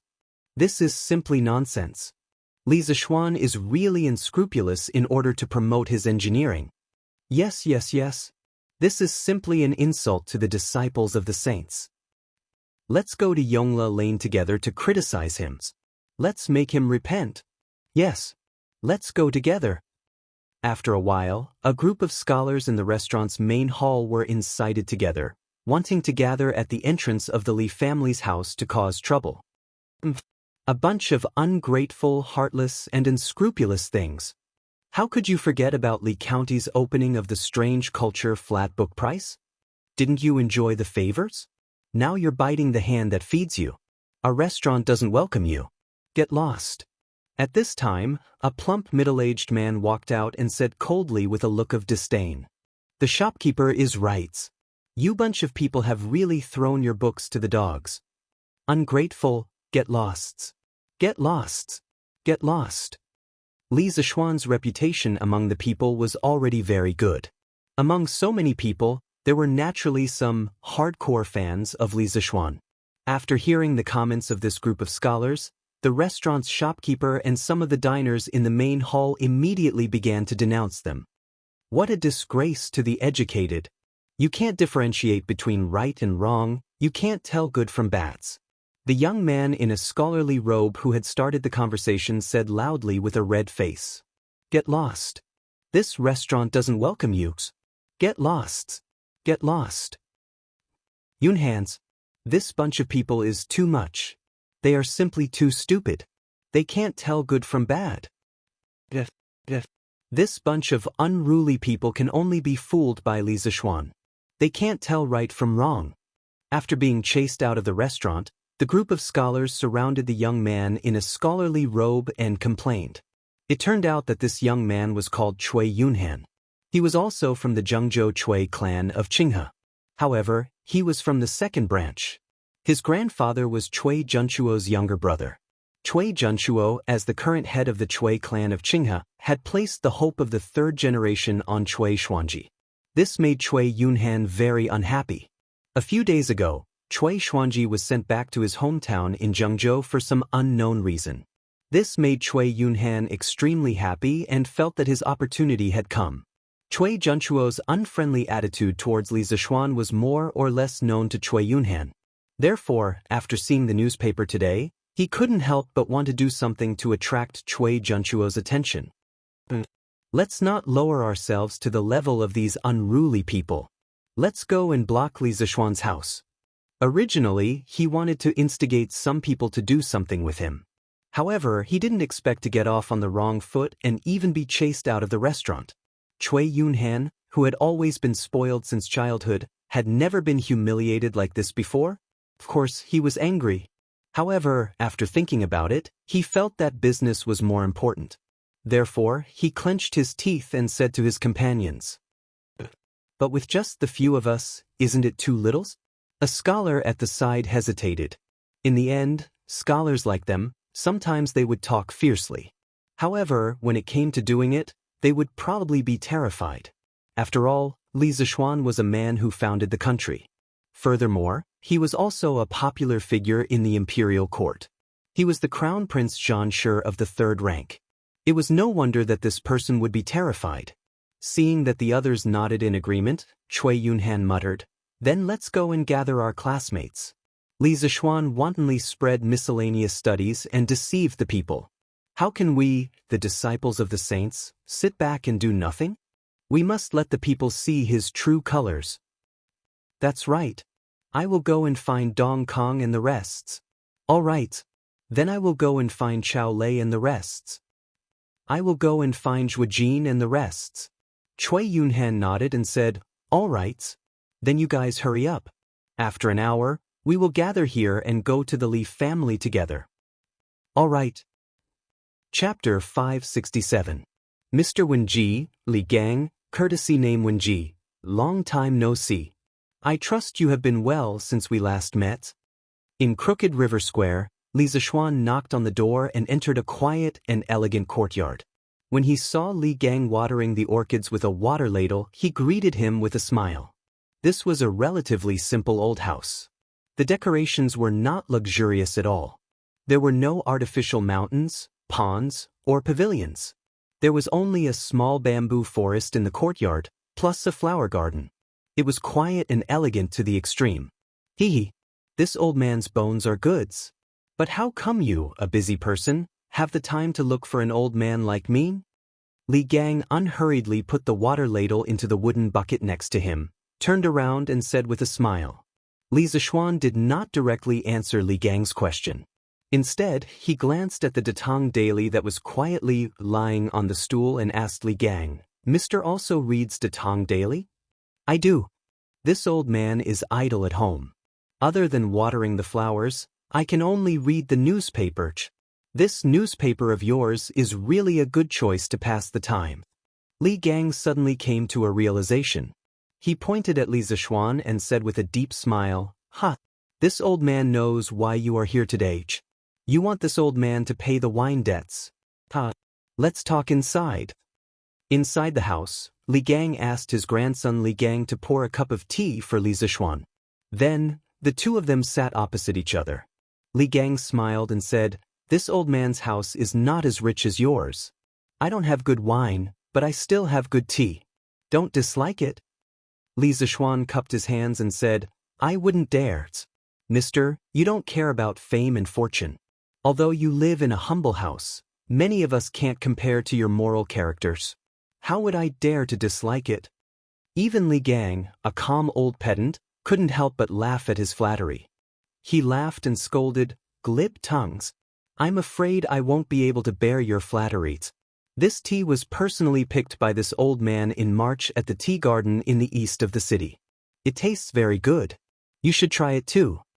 The corner of Li Zishuan's mouth twitched slightly. "Thank you for your kindness, sir. Although the tea is good, I'm not used to this kind of tea brewing technique. I appreciate your kindness." Li Gang frowned and asked curiously, "Tea brewing techniques? Could it be that other than this old man's tea cooking technique, there are other tea cooking techniques?" Li Zishuan coughed dryly and said, "Let's not talk about this for now. If old Mister is interested, I will use a new method to brew a pot of tea for you in the future. I came here today because I have something to ask of you." "Ha, you want to invite me to your Yanhuang College, right?" It was easy to talk to smart people. Li Zishuan didn't even need to take the initiative to say it. Li Gang had already guessed the purpose of Li Zishuan's visit. He shook his head and couldn't help but laugh. This old man has already read today's Datang Daily. What you want to say should be in the newspaper, right? There is no high or low in learning. Engineering is only for the benefit of the world.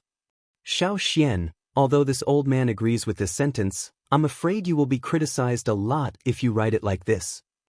Li Zishuan said, "I don't care about public opinion and criticism. If I can let engineering be known by the world, be used by the world, and benefit the world, then what do I have to fear even if I'm criticized?" Li Gang slapped the table and laughed loudly. "Ha, good. You are really a newborn calf that isn't afraid of tigers. This old man is very pleased that my Tang Empire has such a young talent like you. If your Yanhuang College has any use for this old man will not refuse." Li Zishuan said happily, "Old Mister, you agree?" Li Gang smiled and said, "Yes. But your Yanhuang College mainly teaches engineering, right? Although this old man is familiar with the classics and history, I know very little about engineering and construction. I'm afraid I can't help you much." Li Zishuan had already considered this point. He smiled and said, "Although Yanhuang Academy mainly imparts engineering, Confucianism also plays a large part. I believe that Confucianism cultivates the heart, while engineering benefits the world. Without the influence of Confucianism, even if the students are capable, they will not be of any benefit to the country if their three views are not correct. Besides, you are a person of virtue and prestige. Even if you don't do anything and just stand in our Yanhuang College, you will be able to smell the scholarly fragrance of Yanhuang College within 100 miles. Who says you can't help? Although this was a little exaggerated, Li Gang's role was really like a stabilizing needle. His prestige in the scholarly world and his reputation among the people were among the top of the famous scholars in Tang Empire. With Li Gang joining Yanhuang College, the overall level of the school would rise by a level. Li Gang stroked his beard, pointed at Li Zishuan and scolded with a smile. "You brat, I don't know where you learned this skill of flattery. Fine. This old man will go to your Yanhuang College to teach. You have to provide as much good wine and food as you want. You brat can give the other teachers such a high salary, so you can definitely give me a few jars of wines." How could Li Zishuan not agree? He hurriedly said, "Old mister, don't worry, this is how it should be. This is how it should be." Li Gang nodded with extreme satisfaction. Then he thought for a while and said, "Coincidentally, this old man has a few close friends. They are quite knowledgeable, but they have already retired. Previously, you said in the newspaper, since they have retired from the world, why don't they come to Yanhuang College to teach a few disciples and watch them maneuver unhindered and leave a mark for generations to come? This old man agrees very much. This old man will invite them to come to Chang, and some other day. You brat, come and meet them. If you think they are okay, you can also invite them to Yanhuang College." Li Zishuan waved his hand and said with a smile, "Since old Mr. thinks that they are knowledgeable, what other opinions do I have?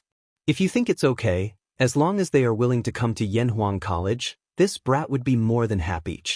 I just don't know if there are any of your friends who are good at engineering, machinery. Li Gang was startled. After a while, he nodded with a heavy expression and said, This old man does know someone who is very proficient in engineering, machinery. However, we haven't contacted each other for many years. This old man will write a letter in a while and see if we can still contact each other. If there is a chance, I can recommend you." Li Zishuan's eyes lit up and he said excitedly, "Thank you for your trouble." He had been in Tang for so long, but the number of engineering talents he knew could be counted on one hand. Yanhuang College would be the #1 engineering college in Tang in the future. How could it not have a reserve of top talents? So today, Li Gang really solved his urgent problem. Li Gang hesitated and said, "But this person's identity is a bit special. Do you really want to meet?" Chapter 568. Li Zishuan. Come out. Li Zishuan, you're promoting engineering and deceiving the people. You're a disgrace to the saints. Come out and give us an explanation. That's right. Li Zishuan, come out and give us an explanation.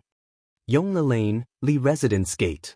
After Jiang Zihua led dozens of women to surround the Li residence, the gate of the Li residence was once again blocked after half a month. The people who were blocking the gate were a group of scholars led by Cui Yunhan. There were a total of 40 to 50 people. The status of the scholars was much higher than that of the women last time. Therefore, the commotion this time was even bigger. There were also more people watching the show. Many of the onlookers who had a good impression of the Li family could not help but worry for the Li family. This was because the scholars' mouths could turn black into white. If the Li family did not handle this matter properly, then the scholars would spread the news and the Li family's reputation would be ruined. For you, how dare you come to the Li residence to cause trouble? With such a big matter happening, there would naturally be servants to report to the inner court. Before the person in charge came, Pang Feiji had to stand up for a while. He pulled out the long knife at his waist and shouted coldly at the group of people in front of him. Some of the timid scholars were frightened by Pang Feiji's cold-faced Hades. However, Cui Yunhan had seen the world. He knew that Pang Feiji would not dare to make a move. Therefore, he pretended to be righteous. He took 2 steps forward and said loudly, "Riches and honor cannot be corrupted. Poverty cannot be moved. Might cannot be subdued. Today, we are here to demand an explanation from Li Zishuan. Why would we be afraid of a small guard like you? If you have the guts, Then chop your knife down on my head.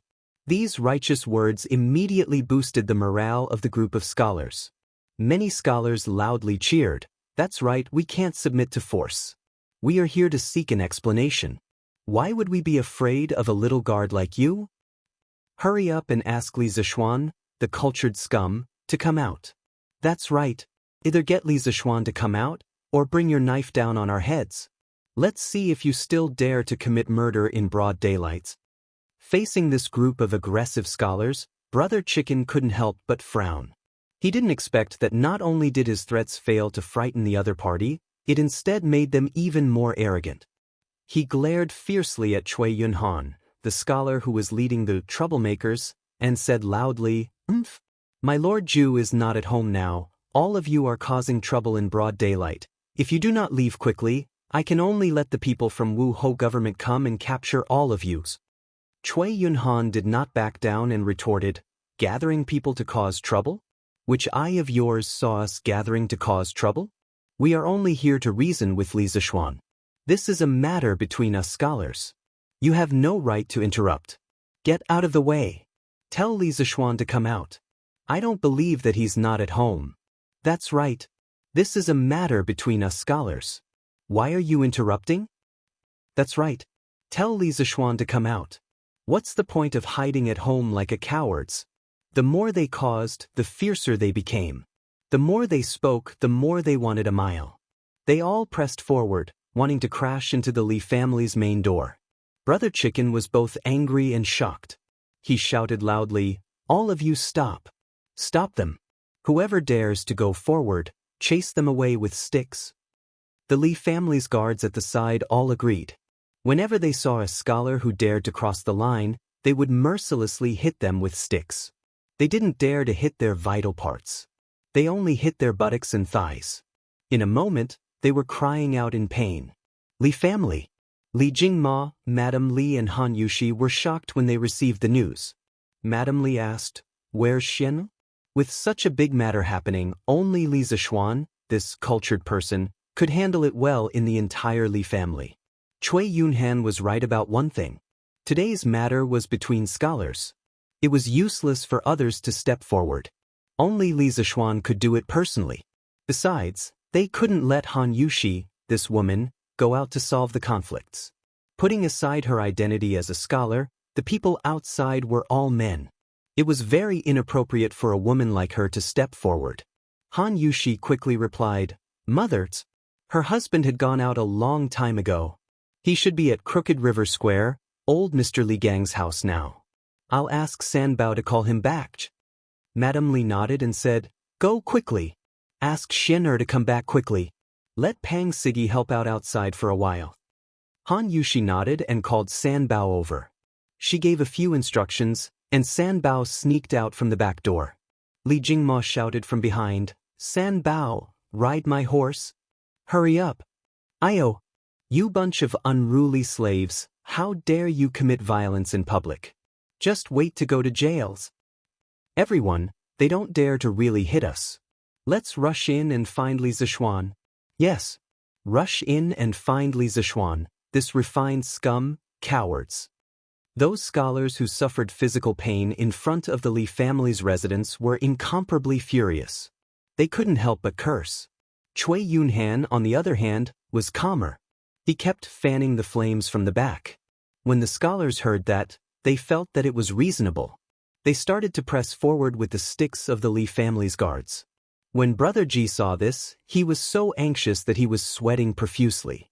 If these people barged in and offended the women in the residence, then he would really die 1,000 deaths. But if these scholars in front of him were to really hit them, he definitely couldn't hit them. If he really hit them, he might even cause trouble for Li Zishuan. He really didn't dare to act on his own accords. So at this moment, Brother Ji really didn't know what to do. Are you the ones who want to see me? At this moment, many of the scholars who were causing trouble felt a bump on their shoulders. Then, they felt a gust of wind brushing past their ears. Then, they saw a man who was dressed like jade and had a dignified appearance. He stared at them and snorted coldly. Li Zishuan? Cui Yunhan's eyes flickered slightly. Then, he pretended to be calm and said, "Li Zixuan, you finally dare to come out." That's right, the person who came was Li Zixuan. San Bao had just left Yongla Lane when she met him. After he left Li Gang's house 15 minutes ago, of course, in the end, Li Gang didn't tell him what was special about that person's identity. He originally planned to go directly to Yang Lane to look for Su Hongji. After all, Su Hongji had taught with him for so long and had a very deep understanding of the new mathematics. So, Li Zixuan wanted to invite Su Hongji to Yanhuang College to teach. But when he passed by Yongla Lane on the way, he could hear the commotion from outside. Just as he was about to investigate, San Bao rode out on a horse. Li Zixuan asked and found out that his house was being blocked again. He hurriedly rode into the lane. When he arrived at the door, he saw that this group of people had gone overboard, which led to this scene. Chapter 569. Just you bunch of mad dogs, are you worthy for me to hide? Just now, I just happened to not be around. In front of the Li residence, Li Zixuan looked at Cui Yunhan in front of him and said sarcastically. He just descended from the sky, and the aura that he emitted was not something that Brother Chicken could compare with. This group of scholars were immediately frightened and did not dare to take another step forward. But hearing his words, many scholars' faces flashed with a trace of anger. They were all cultured people, how can they be called mad dogs? Cui Yunhan asked with an ugly expression, "Who are you calling mad dogs?" Li Zixuan smiled contemptuously and said, "I am talking about all of yous. Look at all of you now, if you are not mad dogs then what are you? With your current appearance, you still have the nerve to call yourselves the disciples of saints? You keep on saying that what you learned is the teachings of saints. Did saints teach you to barge into private residences in broad daylights? Did saints teach you that you don't know the hierarchy and have no respect for your elders? Please don't smear the face of saints." Behind the door, Han Yushi, who knew that Li Zixuan had already rushed back, couldn't help but feel excited when she heard these words. Last time, although those women surrounded the Li residence, but from a woman's point of view, she sympathized with those people who lost their husbands, so she didn't have much ill feelings towards them. But today, the nature was completely different. These scholars in front of the door almost barged into the residence just now. How is this behavior different from robbers? Furthermore, there are so many women in the residence. If these people came in, wouldn't it ruin their reputation? Therefore, when she heard Li Zixuan scolding the scholars, Han Yushi felt very relieved in her heart. She felt relieved, but Cui Yunhan was almost angered to death. After taking a few deep breaths, this fellow said, "You are going too far. You are an important official of the imperial court in vain, but your mouth is full of filthy words. We are here today to unveil your ugly face." "Ugly?" Li Zixuan chuckled coldly and said, "Then why don't you tell me how I'm ugly?" Cui Yunhan said righteously, "You promote miscellaneous studies and deceive the people. You are a disgrace to saints, and you are a disciple of saints in vain. In order to lure more people to learn your skills, you did not hesitate to let Datang daily become a tool for you to promote your skills. You are the scum of my Tang dynasty, shameful." Li Zixuan used his pinky finger to dig his ears and then asked, "I have learned martial arts from my master since young. I learned Taoism, not Confucianism. How did I become a disciple of saints? You said that this duke promotes miscellaneous studies and deceives the people, then what is miscellaneous studies? Could it be that all the theories outside of Confucianism are miscellaneous? Do you dare to say that?" Cui Yunhan saw Li Zixuan staring at him with burning eyes. He hesitated for a while and did not know how to answer. However, Li Zixuan didn't give him the opportunity to hesitate. Step by step, he pressed, "His Majesty has established more than 50 different subjects for the imperial examinations: Xiuzai, Ming Jing, Jinshi, Ming Fa, Ming Calligraphy, Ming Swan, and so on. According to what you said, other than the 3 subjects of Xiuzai, Ming Jing, and Jinshi, the rest are all miscellaneous subjects that are unnecessary to establish? Are you wiser than His Majesty? Also, Yanhuang College was established after His Majesty discussed with the officials in the imperial court. You are just a student without any achievements. Do you dare to question the decision of His Majesty and the officials in the imperial courts? After coming to the Tang dynasty for so long, Li Zishuan was no longer the ignorant person who knew nothing about the current situation of the Tang dynasty, especially since he originally intended to set up an academy. As the principal of a school, of course he would specially do some research on the imperial examination system of this era. The more he understood, the more confident he was. This was because he realized that the cultural environment in the early Tang dynasty was really relaxed. There was no situation where only Confucianism could survive and other skills were all miscellaneous studies. This could be seen from Li Erding's imperial examination system. There were more than 50 types of subjects, which could be said to cover all fields of knowledge. Hearing this, Cui Yunhan's face turned green and white. Even if he was given 10 guts, he would not dare to say anything bad about Li Erjin and the officials in the imperial court. If he really said that, no one could save him. The rest of the scholars who had come to cause trouble were also speechless. They were no longer as arrogant as before. They didn't have pig brains. How would they dare to accept such a sensitive topic? In the end, Cui Yunhan was not willing to admit defeat. He gritted his teeth and argued, even if what you said is reasonable, it does not change the fact that you use Datang daily to promote your skills and deceive the people. All the news in the Tang Dynasty daily is based on facts. How can you say that it's false? Cui Yunhan said, you said that skills can allow one to travel 1,000 miles in a day and that skills can allow one to fly above the 9 heavens. Isn't this promotion? Isn't this purposely exaggerating the facts? Let me ask you, who in the world has seen something that can allow one to travel 1,000 miles in a day or fly above the 9 heavens? The rest of the scholars' eyes lit up. They felt that they had found something to criticize. Hence, they all excitedly shouted, that's right. How can there be such a tool in the world? You must be bragging. That's right, that's right. You are purposely making up lies to deceive the peoples. Li Zishuan crossed his arms and looked at Cui Yunhan and the rest as if they were idiots. He said contemptuously, what a bunch of retards. Just because you haven't seen it before, does it mean that it doesn't exist in the world? Without investigation, you have no right to speak. Within 3 years, you will definitely see that kind of tool that can travel 1,000 miles in a day. Furthermore, it was made by my Yanhuang College. As for that flying tool that can carry people, have you not heard of it? Half a month ago, I destroyed the Snake Spirit Mountain by myself. I sat on that kind of tool and flew up. Have you guys not heard of it? Cui Yunhan was shocked. After such a long time, he had almost forgotten about it. However, after thinking about it, he said with relief, that flying tool is just your side of the story. If you really have that kind of thing, why would you hide it from others? There must be something fishy. After saying that, Cui Yunhan felt that his analysis was very reasonable. In his opinion, if anyone had such a heaven-defying tool, they would definitely show it off everywhere. However, Li Zishuan had not done anything for such a long time. There must be something fishy about it. Perhaps the rumor that Li Zishuan flew up the Snake Spirit Mountain was fabricated. Li Zishuan was so angry that he was amused. He sneered and said, do you think that everyone is like you? Once you have something good, you must let the whole world know about it? If you keep a low profile, you will think that others are lying? I have to say, you are really an idiot. Chapter 570. In the Ganlu Palace.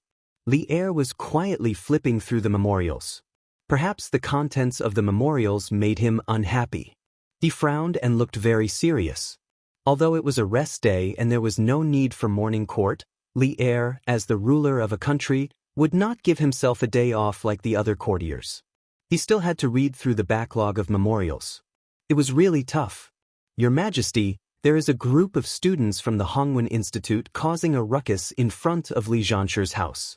There are many people gathered in Yongla Lane now. Zhao Song walked in from outside the hall. Initially, he saw that Li Er was concentrating on reviewing the memorials and did not dare to disturb him. He did not expect Li Er to suddenly raise his head as though he had sensed his arrival. Li Er frowned and said, why are there people surrounding his house again? Zhao Song cupped his hands and said, Your Majesty, It is said that the group of students felt that Li Zhanshi was promoting engineering in the newspaper and deceiving the people. They wanted to argue with Li Zhanshi face to face. At first, Li Zhanshi was not at home and the group of students wanted to barge into the Li residence. Fortunately, Li Zhanshi rushed back in time. Li Er heard this and his eyes flashed fiercely. He said angrily, "How dare you? There are people who dare to barge into the residence of an important courtier in broad daylight. Do these people still have the imperial court in their eyes? Do they still have me?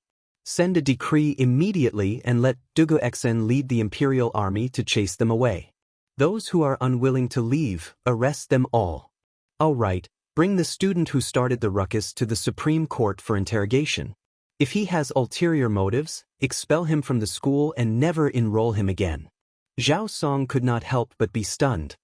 He did not expect that Li Er would be so angry and give such a heavy punishment for an ordinary ruckus. It was really illogical. Although that was what he thought, Zhao Song did not dare to ask. He bowed and said, "Yes, Your Majesty." Then, he prepared to go out and make the arrangements. Li Er suddenly asked, "How is the Supreme Court's interrogation of Jiang Cuihua from last time? Did they find out the mastermind?" Zhao Song stopped in his tracks and thought for a while. He cupped his hands and said, "Your Majesty, according to Jiang Cuihua, she was indeed instructed by someone. However, she did not see the person's face. Judging from the voice, it should be a young man around 20 years old." "A young man in his 20s? Li Er furrowed his brows and ordered thoughtfully, "Let the people from the Supreme Court interrogate the student who led the trouble today. See if he has any connection with the previous incidents." Zhao Song had an idea. He bowed and said, "Yes." Li Er waved his hand and Zhao Song retreated. Then he leaned against the dragon throne and closed his eyes in deep thought. He was indeed very angry just now, especially when he heard the words advocating engineering and deceiving the people. He was so angry that he wanted to arrest everyone who was causing trouble in the Li family. After experiencing the annihilation of the Snake Spirit Mountain, Li Er realized that Li Zishuan was far more important than he had imagined. The celestial lamp and gunpowder. These two things seemed to have opened the door to a new world for him. For the first time, he realized that engineering could not only play a role in the people's livelihood, education, and production, but it could also play an even bigger role in the military. Li Er had never been so eager for Li Zishuan to quickly build Yanhuang College and train a group of engineers. When that time came, Goguryeo and the Northern Turks would be like thin paper in front of the armed Tang Empire. At that time, he, Li Shimin, would achieve a hegemony that even Qin Huang and Han Wu could not achieve. Such a beautiful vision, just thinking about it made one's blood boil. And now, there was actually someone who used engineering as an unorthodox theory to talk about it, and even made Li Zishuan's whole family restless.